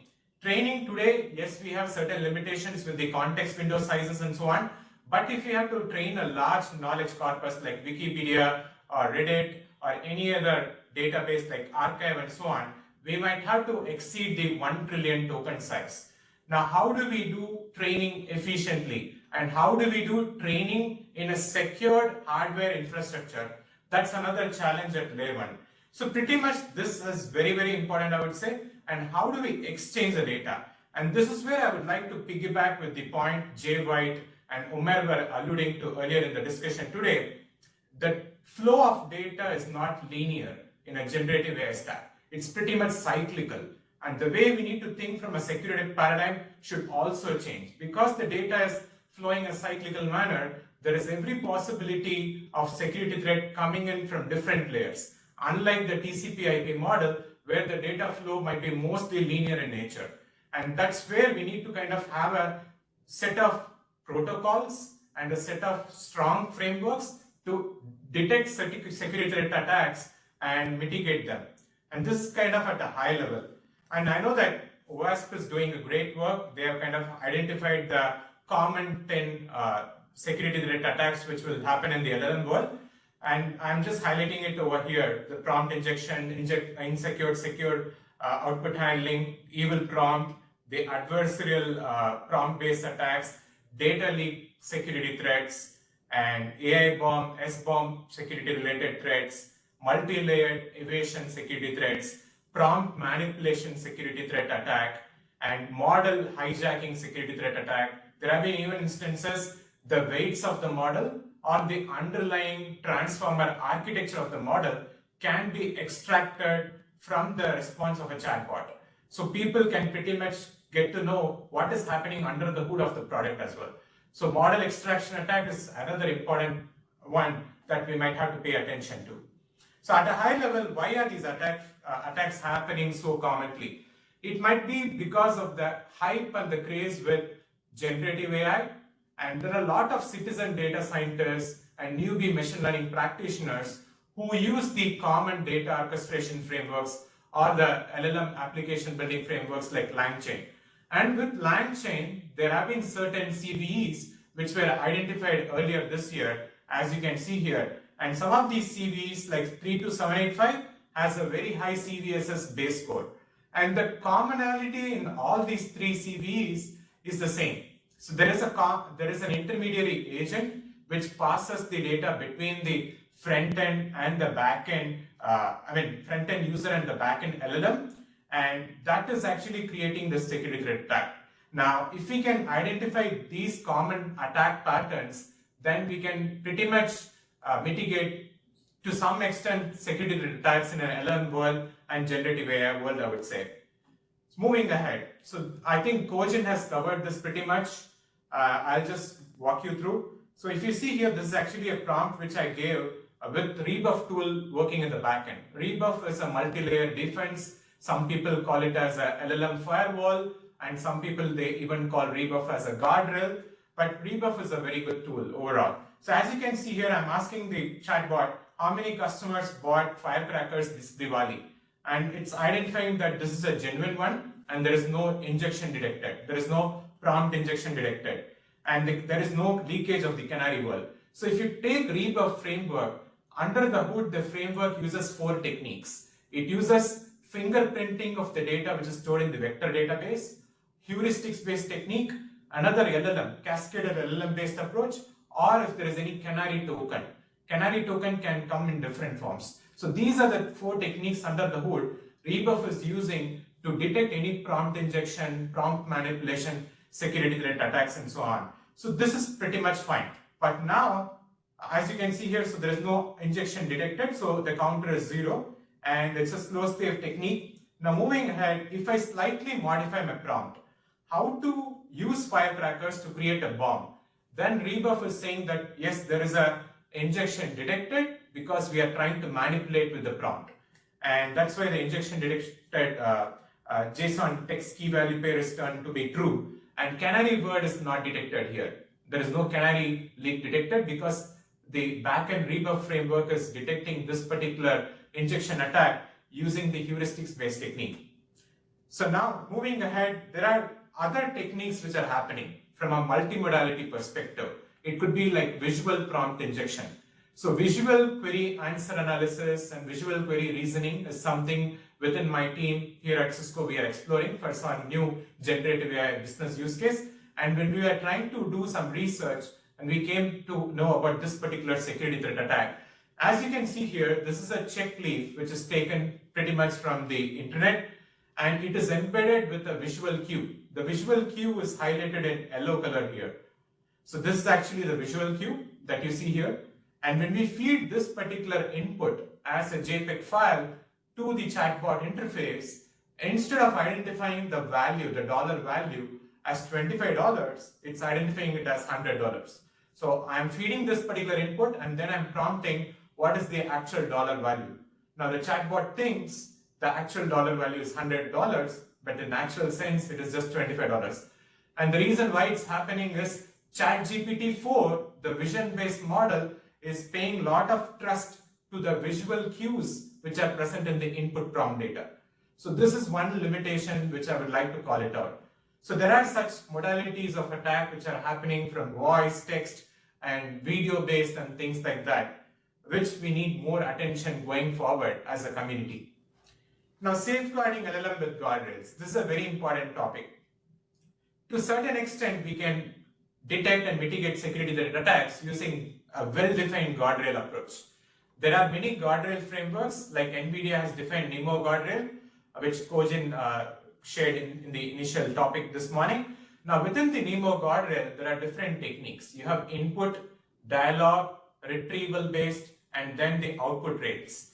Depending on the RAG architecture and depending on how you are leveraging the RAG architecture, right, you can use the NEMO guardrail and the methods within the NEMO guardrail effectively in different stages of the data pipeline to kind of create some security gating criteria, I would say. And having such a security gating criteria in every stage of your data pipeline would ensure that there are no security threats which are happening under the hood. So that's kind of one paradigm I would call it out. And rebuff, yes, it uses the canary token based approach. And there are other guardrail frameworks like Guardrail AI, Lakera, Galileo is doing some good work and so on. And in this particular area, we are doing some research within Cisco and we are trying to come up with some attack path call frameworks or attack path execution flows, how it might happen within a RAG as a service or in a RAG-based architecture LLM application. Now, in that direction, we were trying to figure it out how much significance or how much importance should we need to give to a threat boundary. Because the more the threat boundaries if you have, from a threat modeling perspective, you can reduce the blast radius. Even if there is a security threat which is happening, that particular security threat might not be infecting the backdoor or other services which are part of the containers and so on. So it is very important to leverage guardrails so that you can come up with well-defined trust boundaries, and then you can possibly derive some trust scores specific to the trust boundary, and then you can take some decisions. I'll be covering at a very granular detail on how to use such techniques to come up with a checklist, but this is at a high level. So moving ahead, this is the set of common LLM security threat mitigation techniques. So as you can see here, yes, we can use the guardrails-based heuristics approach for input sanity check. You can use dual LLM-based approach or cascaded LLM-based approach, or you can even have a sandbox environment where you can have another LLM, what I would call it as shadow LLM, which is always in listening mode. It will listen to each and every communication which is happening via the token, via different stages of the data pipeline, so that the shadow LLM can continuously act in a covert manner to detect security threat attacks in the entire state of the data pipeline. And fingerprinting of the vector database. When it comes to fingerprinting, today the data which is stored in vector database, I have seen some implementations where the data is actually stored in plain text. Rather, we need to encrypt the data and then store in the vector database. Now, when it comes to encryption, there are multiple techniques. You could use joint secured multipath computation based techniques. AWS recently launched another technique which is well written in a blog post in CSA, the Cloud Security Alliance blog post. It's called secured multipath computation. So we can have two parties who jointly define the seed value, and that seed value would be used to encrypt the particular field of a column in the vector database. Now, having such approaches will ensure a RAG-based LLM application can be security threat-free. Canary tokens. How do we embed control plane-based canary tokens? When it comes to LLM applications, this is one of the challenges. Unlike traditional networking, SDN or other technologies where you have a well-defined control plane and data plane, in the large language model, there is no proper delineation in the control plane and data plane.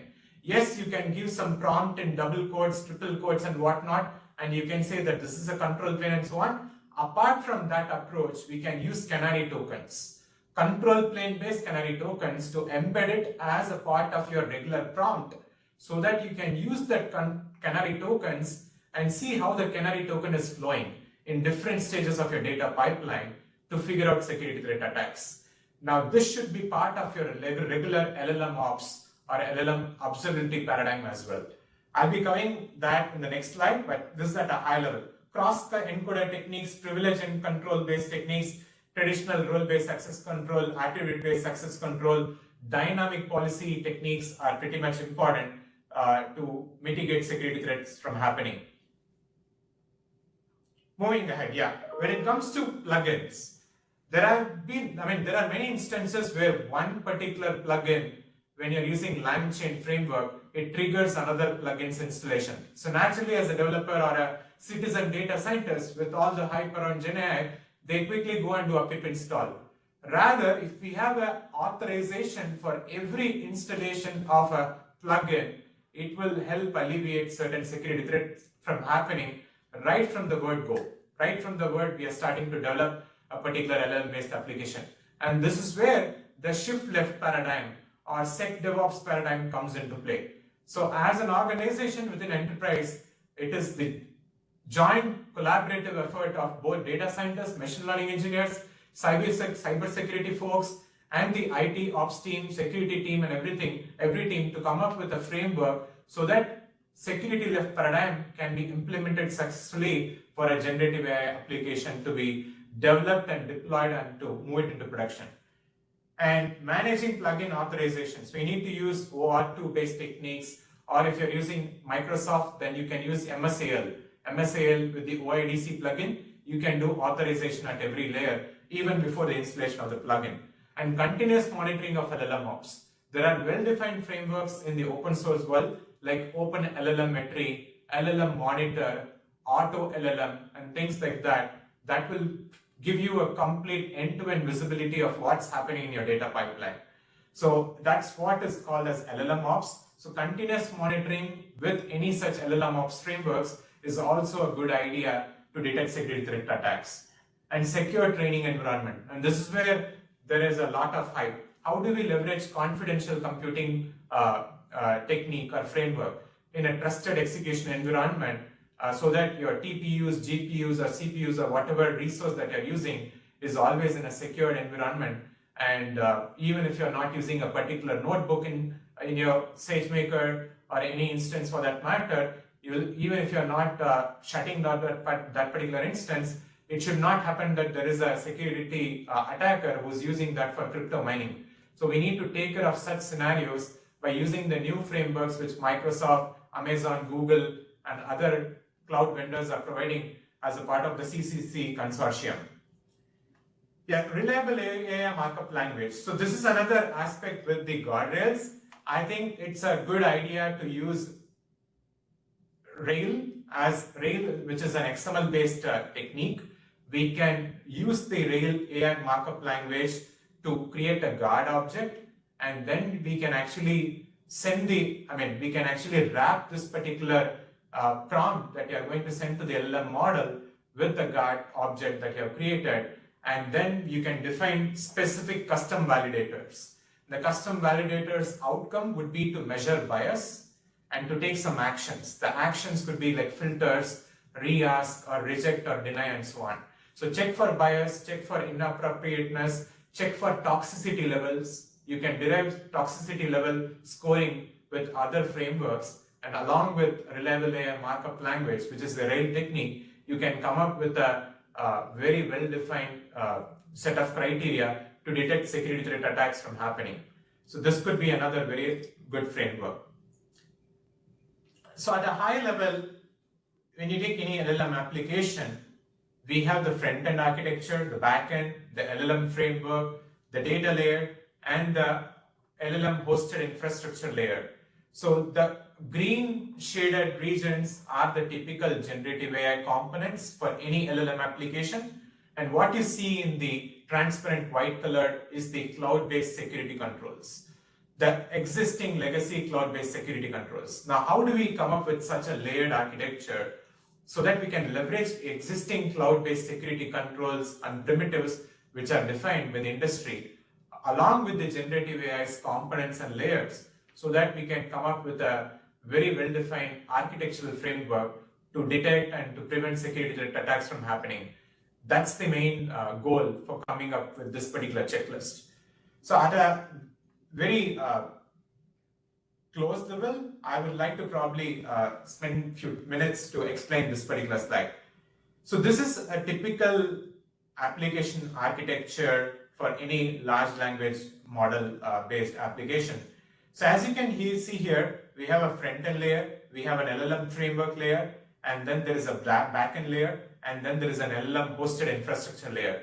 So the boxes which I've highlighted in green color are the layers where we can use the frameworks which I've discussed earlier in the session to prevent security threat attacks from happening.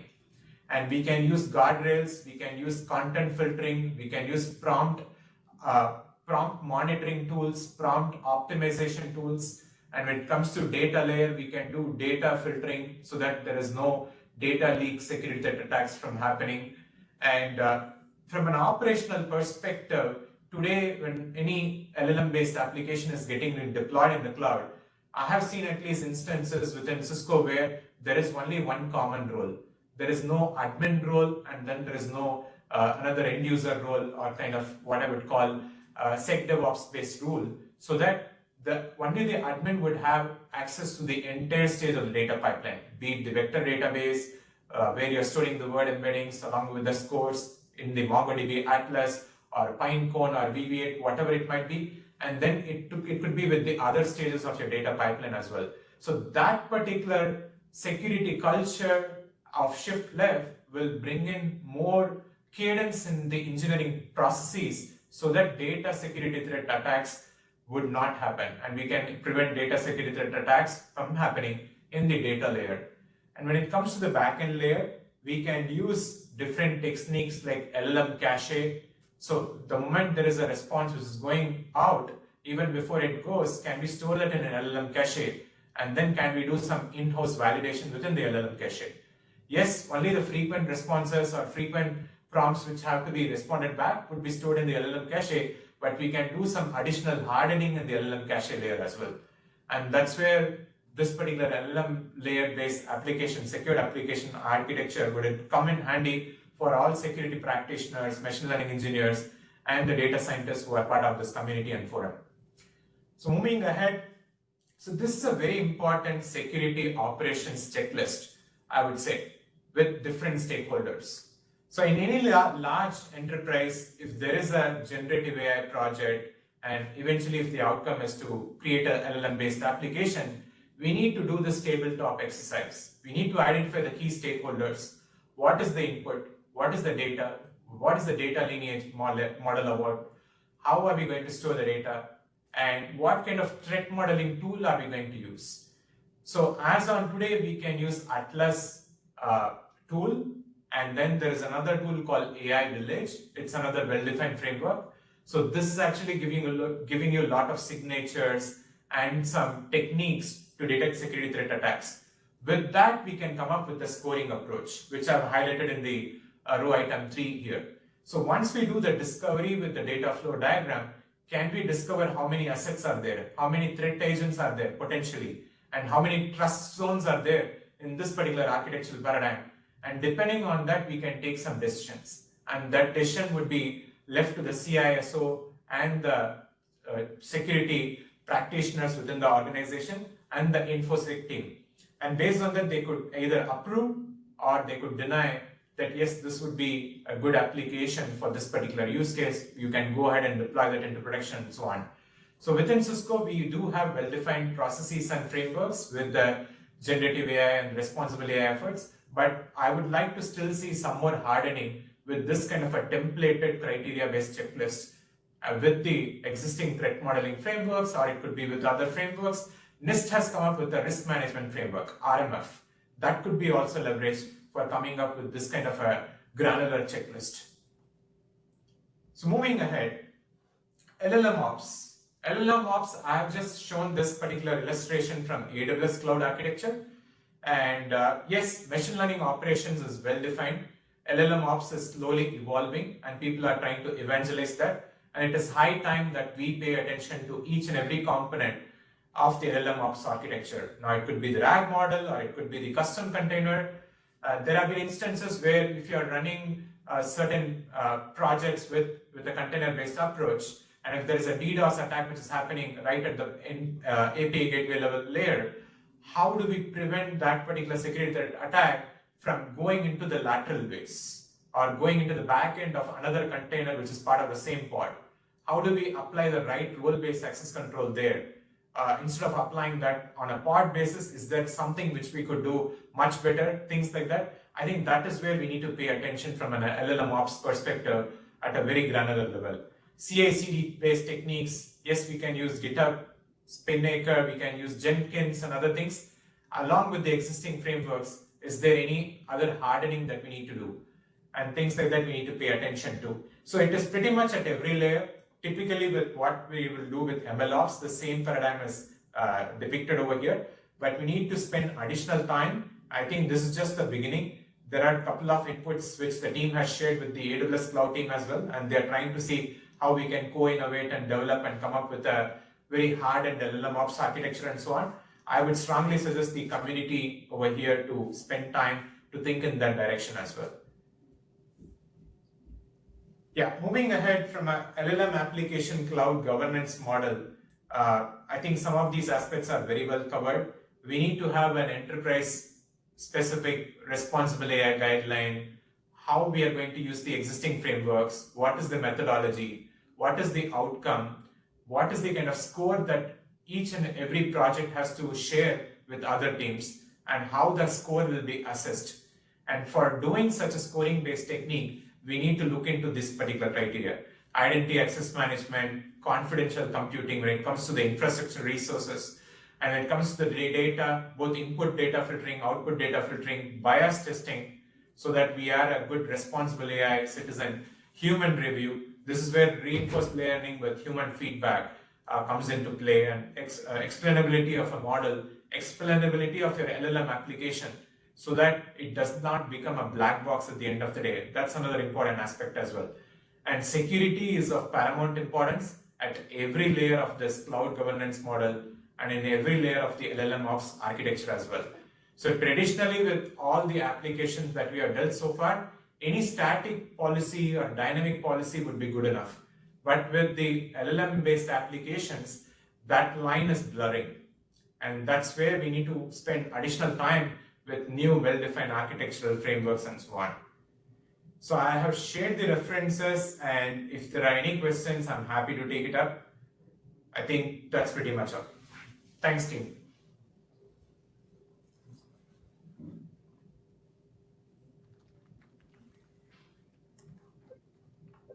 There was one online question.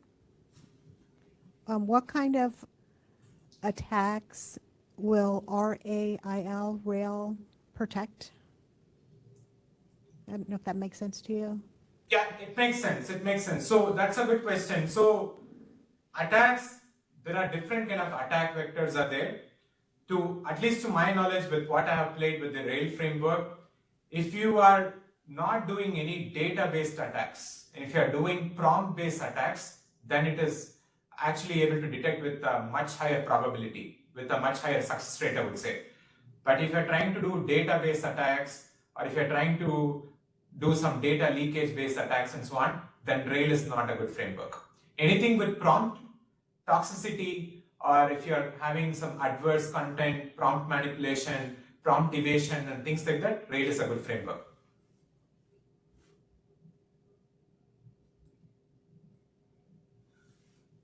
Any other questions, team?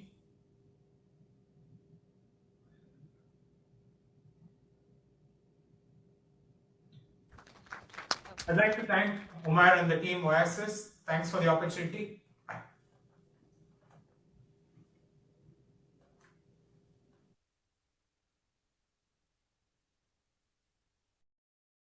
So we're going to finish this thing up and play Stump the Band? Yeah. With who's left? Okay, great. Well, Omar here is going to have all kinds of official fancy words for how grateful we are that you all came to join us, and for the speakers and all that good stuff. And he's better at that than I am, so we'll let him do that. Let me go to ChatGPT and generate that for a second. That's right. He's got to go have an AI write up his welcome speech. But what we did with this last hour is reserve a little time for a half hour before we close up to have an opportunity for you to shoot back. Give us your own feedback. This is true for the remote folks as well as the onboard thing. Omar, Santos, and Jamie Clark, the two of us are standing up here. And there's a whole bunch of smart people in the room, and I suspect there might be a few people off the internet with some smarts too. So this is an opportunity to give us your comments, feedback, or ask questions. What else do we need to do? And then we'll say goodbye, and we love you, and wrap it up in a half hour. Any like call to actions from the audience? I mean, we talked about a lot of topics, and after even the panel that was in, we had more questions than answers. So what do you guys think that naturally will be the next steps for the conversations, right? First of all, actually, did you learn anything today, right? And then the second one, are there any, I mean, we still have a few of the speakers here. Any questions online as well? I know that we have a bigger participants online than in the room. But what do you think that is actually like the next steps, in your opinion, right, of AI security? I got one. Thanks, Omar. Just real quick, so there were a broad range of topics here today, and we expected that. Do you think it would be worthwhile to have sessions like this that focus in on one or two areas so we can dive deeper into those things? And if so, is that something we're going to look forward to having in the coming year, I guess? There's probably three answers to that question, which is why you don't ever want to ask a lawyer. Make a simple answer. But for operational stuff, like, we have just discovered that we had some vulnerabilities or issues, or we need to re-examine our practices that our enterprise or our customers need to, you bet you're going to have that conversation. You go back at home with your IRT teams and have that in the privacy of your own living room, corporate living room. For things in terms of we need to build stuff, or we need to reach agreement, or we need to come up with some kind of industry consensus about what the heck response need and remediation means in the context of a CVE about a breach of an LLM, or like, do we want to go, bang our shoes and beg at MITRE until they fix some of the CVE categories, that kind of stuff. We do that in a particular method in our industry that is pro-competitive, fair, open, and free. It's called standard. So yeah, we'll probably have some of those projects too. And where you think we should be doing something, please tell us. By the way, where you think we shouldn't do something as a standard because it's too slow or it doesn't fit your needs or is the wrong way of handling it or it's too early, you should tell us that too. But we are looking for feedback on how to process all these fun holes in our world that we're discovering. And then the third method we do is also there's this little thing called open source, some of you may have heard of. So it may be that just as the guys, at least 3 people today put up GitHubs and said, I got a project here we've been working on, and it's good stuff. Gentleman Daniel this morning from Manifest. You've got the opportunity to jump right in there right now and offer your opinions on you can have my ideas for free and we'll make it better basis. So there's the GitHub nexus of activity, there's the standards nexus of activity, and there's the operational, y'all better talk to your IRT people nexus of activity. I don't know, did I miss anything? No, I think that's actually that's a way better answer that I would give. The short answer is that yes, the roadmap of the yes. There's the technical conversations of what is next needs to take place. Then also the non-technical and policy conversations also needs to take place. What being very careful from advertising something that doesn't exist yet, but we're even thinking that this is not going to be a one-off event, right? There's going to be continuations of it. And there's going to be workshops, probably technical workshops as well, right? So how do we actually put, in the drawing board, how we're going to be actually fixing this, or what are going to be the security vulnerability policies of the future, right? And so definitely it is a yes. So more to come, and give us ideas, right? Give us what do you think that is the best avenue? A hybrid approach, I think, is the one in the future for sure. But the second one, the delivery methods, right? More technical calls, workshops, a combination of, etc. Just we really want your opinion on this.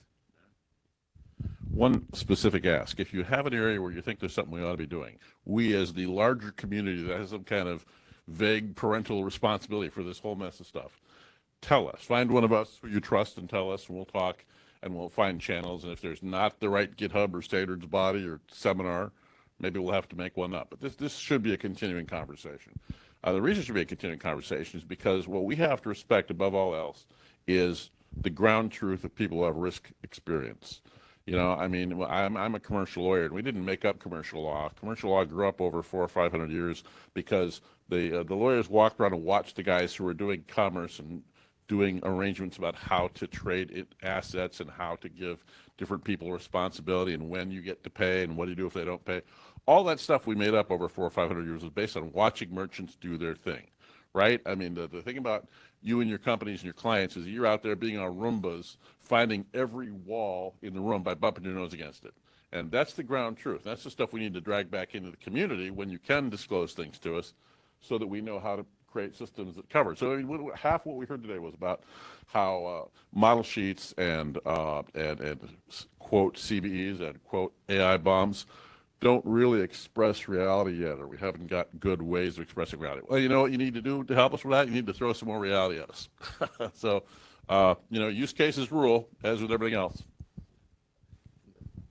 Yeah, I think that's a great segue, and I'm going to say almost the exact opposite thing of the last person who made a comment, which is that I noticed that today there was a lot of focus, and I mean, if you look at the AI Act or even the executive order that came out like a month ago, there's a ton of focus on generative AI, but really it's autoregressive transformers, right? It's like a subset of a subset of a subset of a subset, and then we say, well, we need to deal with AI security.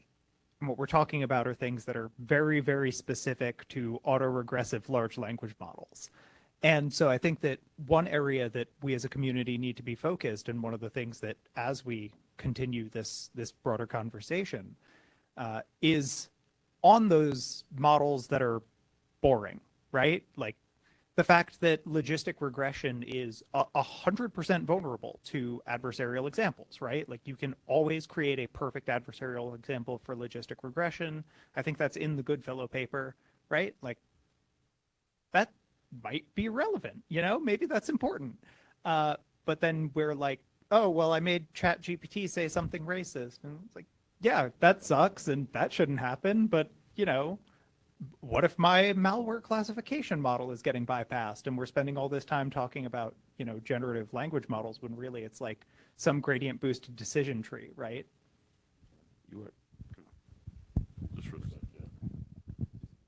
Well, for one thing, we heard at least 3 presenters today talk about things that are not large language models and that use different methods. So we know that it is a superclass of the stuff that's in the newspaper. For another thing, although I did promise to not make any open AI jokes today, I will just say this much. I think it is fairly clear that a certain amount of institutional maturity is important in this field. And as the big players move into the scene a little bit more, we will discover that they have risk managers and that they call, you know, people like the IRT people and say, what the heck are you doing about this? So I think there'll be more pressure on us to get that stuff right. I was tremendously comforted, and I hope all the real cybersecurity people in the room, which is not me, will be tremendously comforted to hear what folks like Matt from Cisco and Mike from Howso said today, which is basically, it's the fundamentals. Okay, so you're securing something that's a little different, or your data might live in a different form, or there might be a few weird alien things that we've never heard of. But mostly, it's secure your channels, measure your integrity, know what's sitting in your, know what your sources are. You know, it's all the stuff you learned in cybersecurity from day one. So, you know, this field ain't that different, and it probably won't be assessed that much differently. And I think the NIST guidelines, the new 2023 guidelines, reinforce that. It's a lot of the same old, but the oldies are the goodies when it comes to running a secure shop. Yeah, you're spot on. I don't think there was a question. It was actually a perfect statement in there. And also, everybody's jumping into the bandwagon because of the whole ChatGPT, the fiasco, you know, blah, blah. But these questions should have been answered 40 years ago, right? They are the same fundamental questions, you know, of training, you know, bias, etc. I mean, it's just that now everything is in the news if you have AI, etc. Even if you look, and this is my opinion, not the opinion of Cisco or OASIS or anything, even if you look at the executive order, and then we look at people that are trying to see what is relevant in the executive order for them, that they're talking about parameter count, that etc. So if you thinking, okay, that this doesn't apply to me because I'm not doing an AI that is to that level, well, you're missing a whole bunch of security best practices and things that you should be paying attention to that you're not paying attention to at all, right? So just keep that in mind, that even if in some cases we do have to somehow put the line of, what is the difference between the two things, but don't ignore, I will not even call it boring because we've been using it for a long time. Teslas are not using ChatGPT to self-drive themselves, right? Hopefully they're not going to be doing that. You mentioned malware analysis. I mean, we've been doing that, email spams, for a long time. And as a matter of fact, some of these questions, even to Cisco, we're asking ourselves, oh, wow, we should have actually asked that question 50 times, over. More Melinda's work on algorithmic bias. Yeah. Algorithmic bias isn't new either. The difference in this has really been noticed at least at Cisco, is that whereas AI, this was kind of the data scientist and maybe the security people, now it's everybody. And that training for everybody is something we have not stepped up to either. That I can use ChatGPT to ask questions, and if I'm not being careful with my data or someone else's personal data, it's going out the door. And I think that is that one other area that we didn't talk a lot about today, but training is not just for us engineers anymore, it's for everybody. And we do a little bit of that to keep something safe, but this is bigger than what we've been used to doing. Just as my personal statement. So I want to jump off of that a little bit. One of the challenges we're having, and I think this is where maybe workshops could differentiate, is there's definitely, in organization, you have the internal tools used for productivity we want to provide to our employees, right? Which is, right now, it's Wild West, and they're putting their IP and, in our case, healthcare data, it's all going out the door into open source and who knows what, and that is bad. Please stop doing that, right? And so we need to provide them tools so that we can shut all of that down. Now, you might have saw the announcement that Microsoft tried to do that and had an employee revolt and had to turn it all back on. So then it comes, okay, how do we do this in a gentle-handed way to train them, and not only train them, but train them how to use it properly, how to say the right prompts, how to not put in intellectual property and code and things into an open source, right? And then you have the embedded side, which is we're going to develop AI and give this to our clients, right? Very two different approaches, but all of those need to be monitored and by a SIEM, especially if you have a small shop. You rely on Splunk to maybe do a lot of this with Splunk learning rules and all of that. And I think that's where a lot of us in the security industry are a little bit kind of lost in the woods of how do I get Splunk to look at that? How is it going to tell me? How am I going to know that it's compromised? What is the freaking out a little bit? And the development teams are excited and running, and we're like, no, hold on. We don't even know what we're doing yet. So there's a little bit of this kind of catch up, and it's two sides of the same coin, but they're different approaches to both, if that makes sense. And so we're kind of struggling with that. I don't know if anybody else here is struggling with that as well, but I think those would be some areas or workshops that maybe different security professionals, like an IR-centric one, incident response, versus like a proactive security engineering one, and then a data scientist development level one. So definitely kind of getting more into the guts of the day-to-day from a maybe not a Cisco level sized place. But I think those are some of the challenges that we're at least finding, and we're working with Cogent and Robust Intelligence to try to be ahead of that game, but it's really, really difficult to run fast enough on the treadmill. So I want to amplify a point I think you made, but others have made as well, is we need to agree on terms, because that's very important. Is it a vulnerability? Is it not? What does open source mean? Does that mean you need the provenance and lineage of your data? The source code, like what if you can't see in the model? What does all that mean? I know of at least one company, I can't say who they are, who is using, Japan changed a few laws to really enable AI in their country, but one of the things they do is some of the copyrights are just broken coming in and out of, if it comes out of a machine learning model, copyright doesn't apply. So I know of at least one company that doesn't train on your data, but they ship the data over, they train it in a model, ship it over to Japan, do transfer learning and transfer it back, so they're never training on your data by the definition. So we need some international standards around this so that we don't get nasty surprises. Hey, man, that's a big yes. Yeah. What you say about some of the institutional stuff is a very good point, because I know this will surprise you, but OASIS isn't quite as big as Cisco. What do we got, 15 employees, Jane? But even nevertheless, when the GDPR came out, we decided we were going to be worldwide compliant with it because we're supposed to be opinion leaders in this area. We had to go through a whole lot of conversation, not with technology people, with vendors, but also with employees about, okay, email, spam, other stuff, where are your personal data issues? I mean, it really required a re-examination of behavior out in the ops world beyond any technologist. And that's going to happen here. And some of you are big, but you have small clients. And they're going to go through that same sense of change. And it's not always going to be solved by a giant new single security program or service that's going to solve it all for you. Contrary to what you may really read in the trades. Omar, I hope we will be able to create some forums and opportunity for cross-company conversations to further this, because obviously we get a lot of people and our friends in the neighborhood who want to keep talking about this stuff and identifying gaps and then finding consensual ways to fill them. Melinda, you're up. Yeah. So one of the things I would like to say is the way Omar said, this is not new, it's security, and it's the same standards and practices.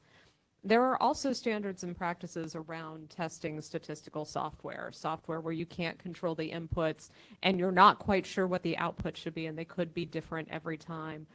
There's a giant human factors community, and a lot of those experts are right here in the triangle and accessible, and probably don't know that they have something to contribute to this field because it's not on their radar. But this is an ideal location to get some of those folks in a room and get them talking. It's a great point. And you are aberrationally bilingual in that field, but a lot of them aren't. No, as a matter of fact, I'm spoiled because also I'm in the triangle, and the triangle community is actually growing. And I think it's because of the cost in California, a lot of people moving in and increasing the cost in here. But it's actually a community that existed for quite some time. And that bridge that she was talking about, data scientists is one hand, and then security in the other one, we do have an opportunity to actually bridge those together and at least have the conversations, even if it's not a big room, WebEx and everything else. Start some of those and then keep the momentum going. And especially, within OASIS, what we can do, because I'm pretty sure that I'm predicting the question that is going to come, how can I give feedback? We'll send you an email, kind of with next steps on.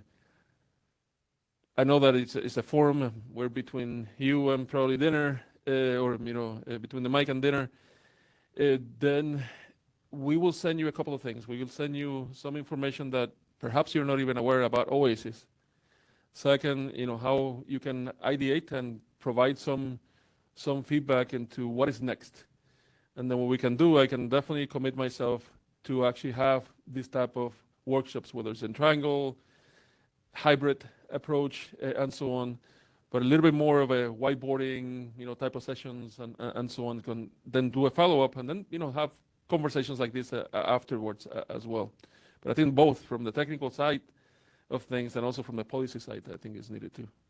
Can I just mention for the recording and for folks who are online, we are not just threatening the people in the room here. We are threatening you, the online participant, with an email to get your feedback and next steps and make you part of the community to the extent you want to keep ideating with us as we identify how to solve some of these problems. Perfect. There are a lot of questions on the chat, and I've copied them because I don't think we have time to go through all of them. Did you see anything that just jumps out? One says a call to action was the first. Yep. So that sounded good. good. Where did that go?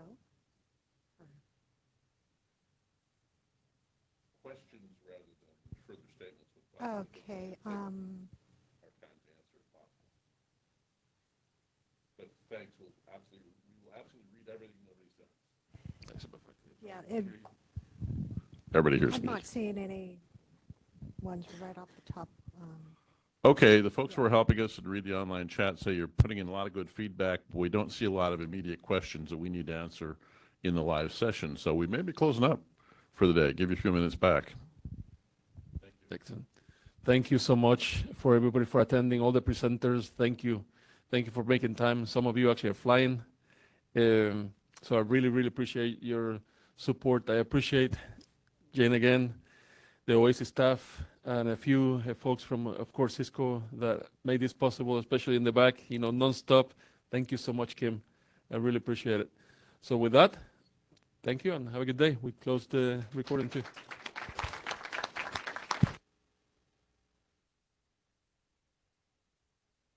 If we're done recording, I want to just share with you that Oscar is a leading light for us. We love him, and he exemplifies the Marine Corps, not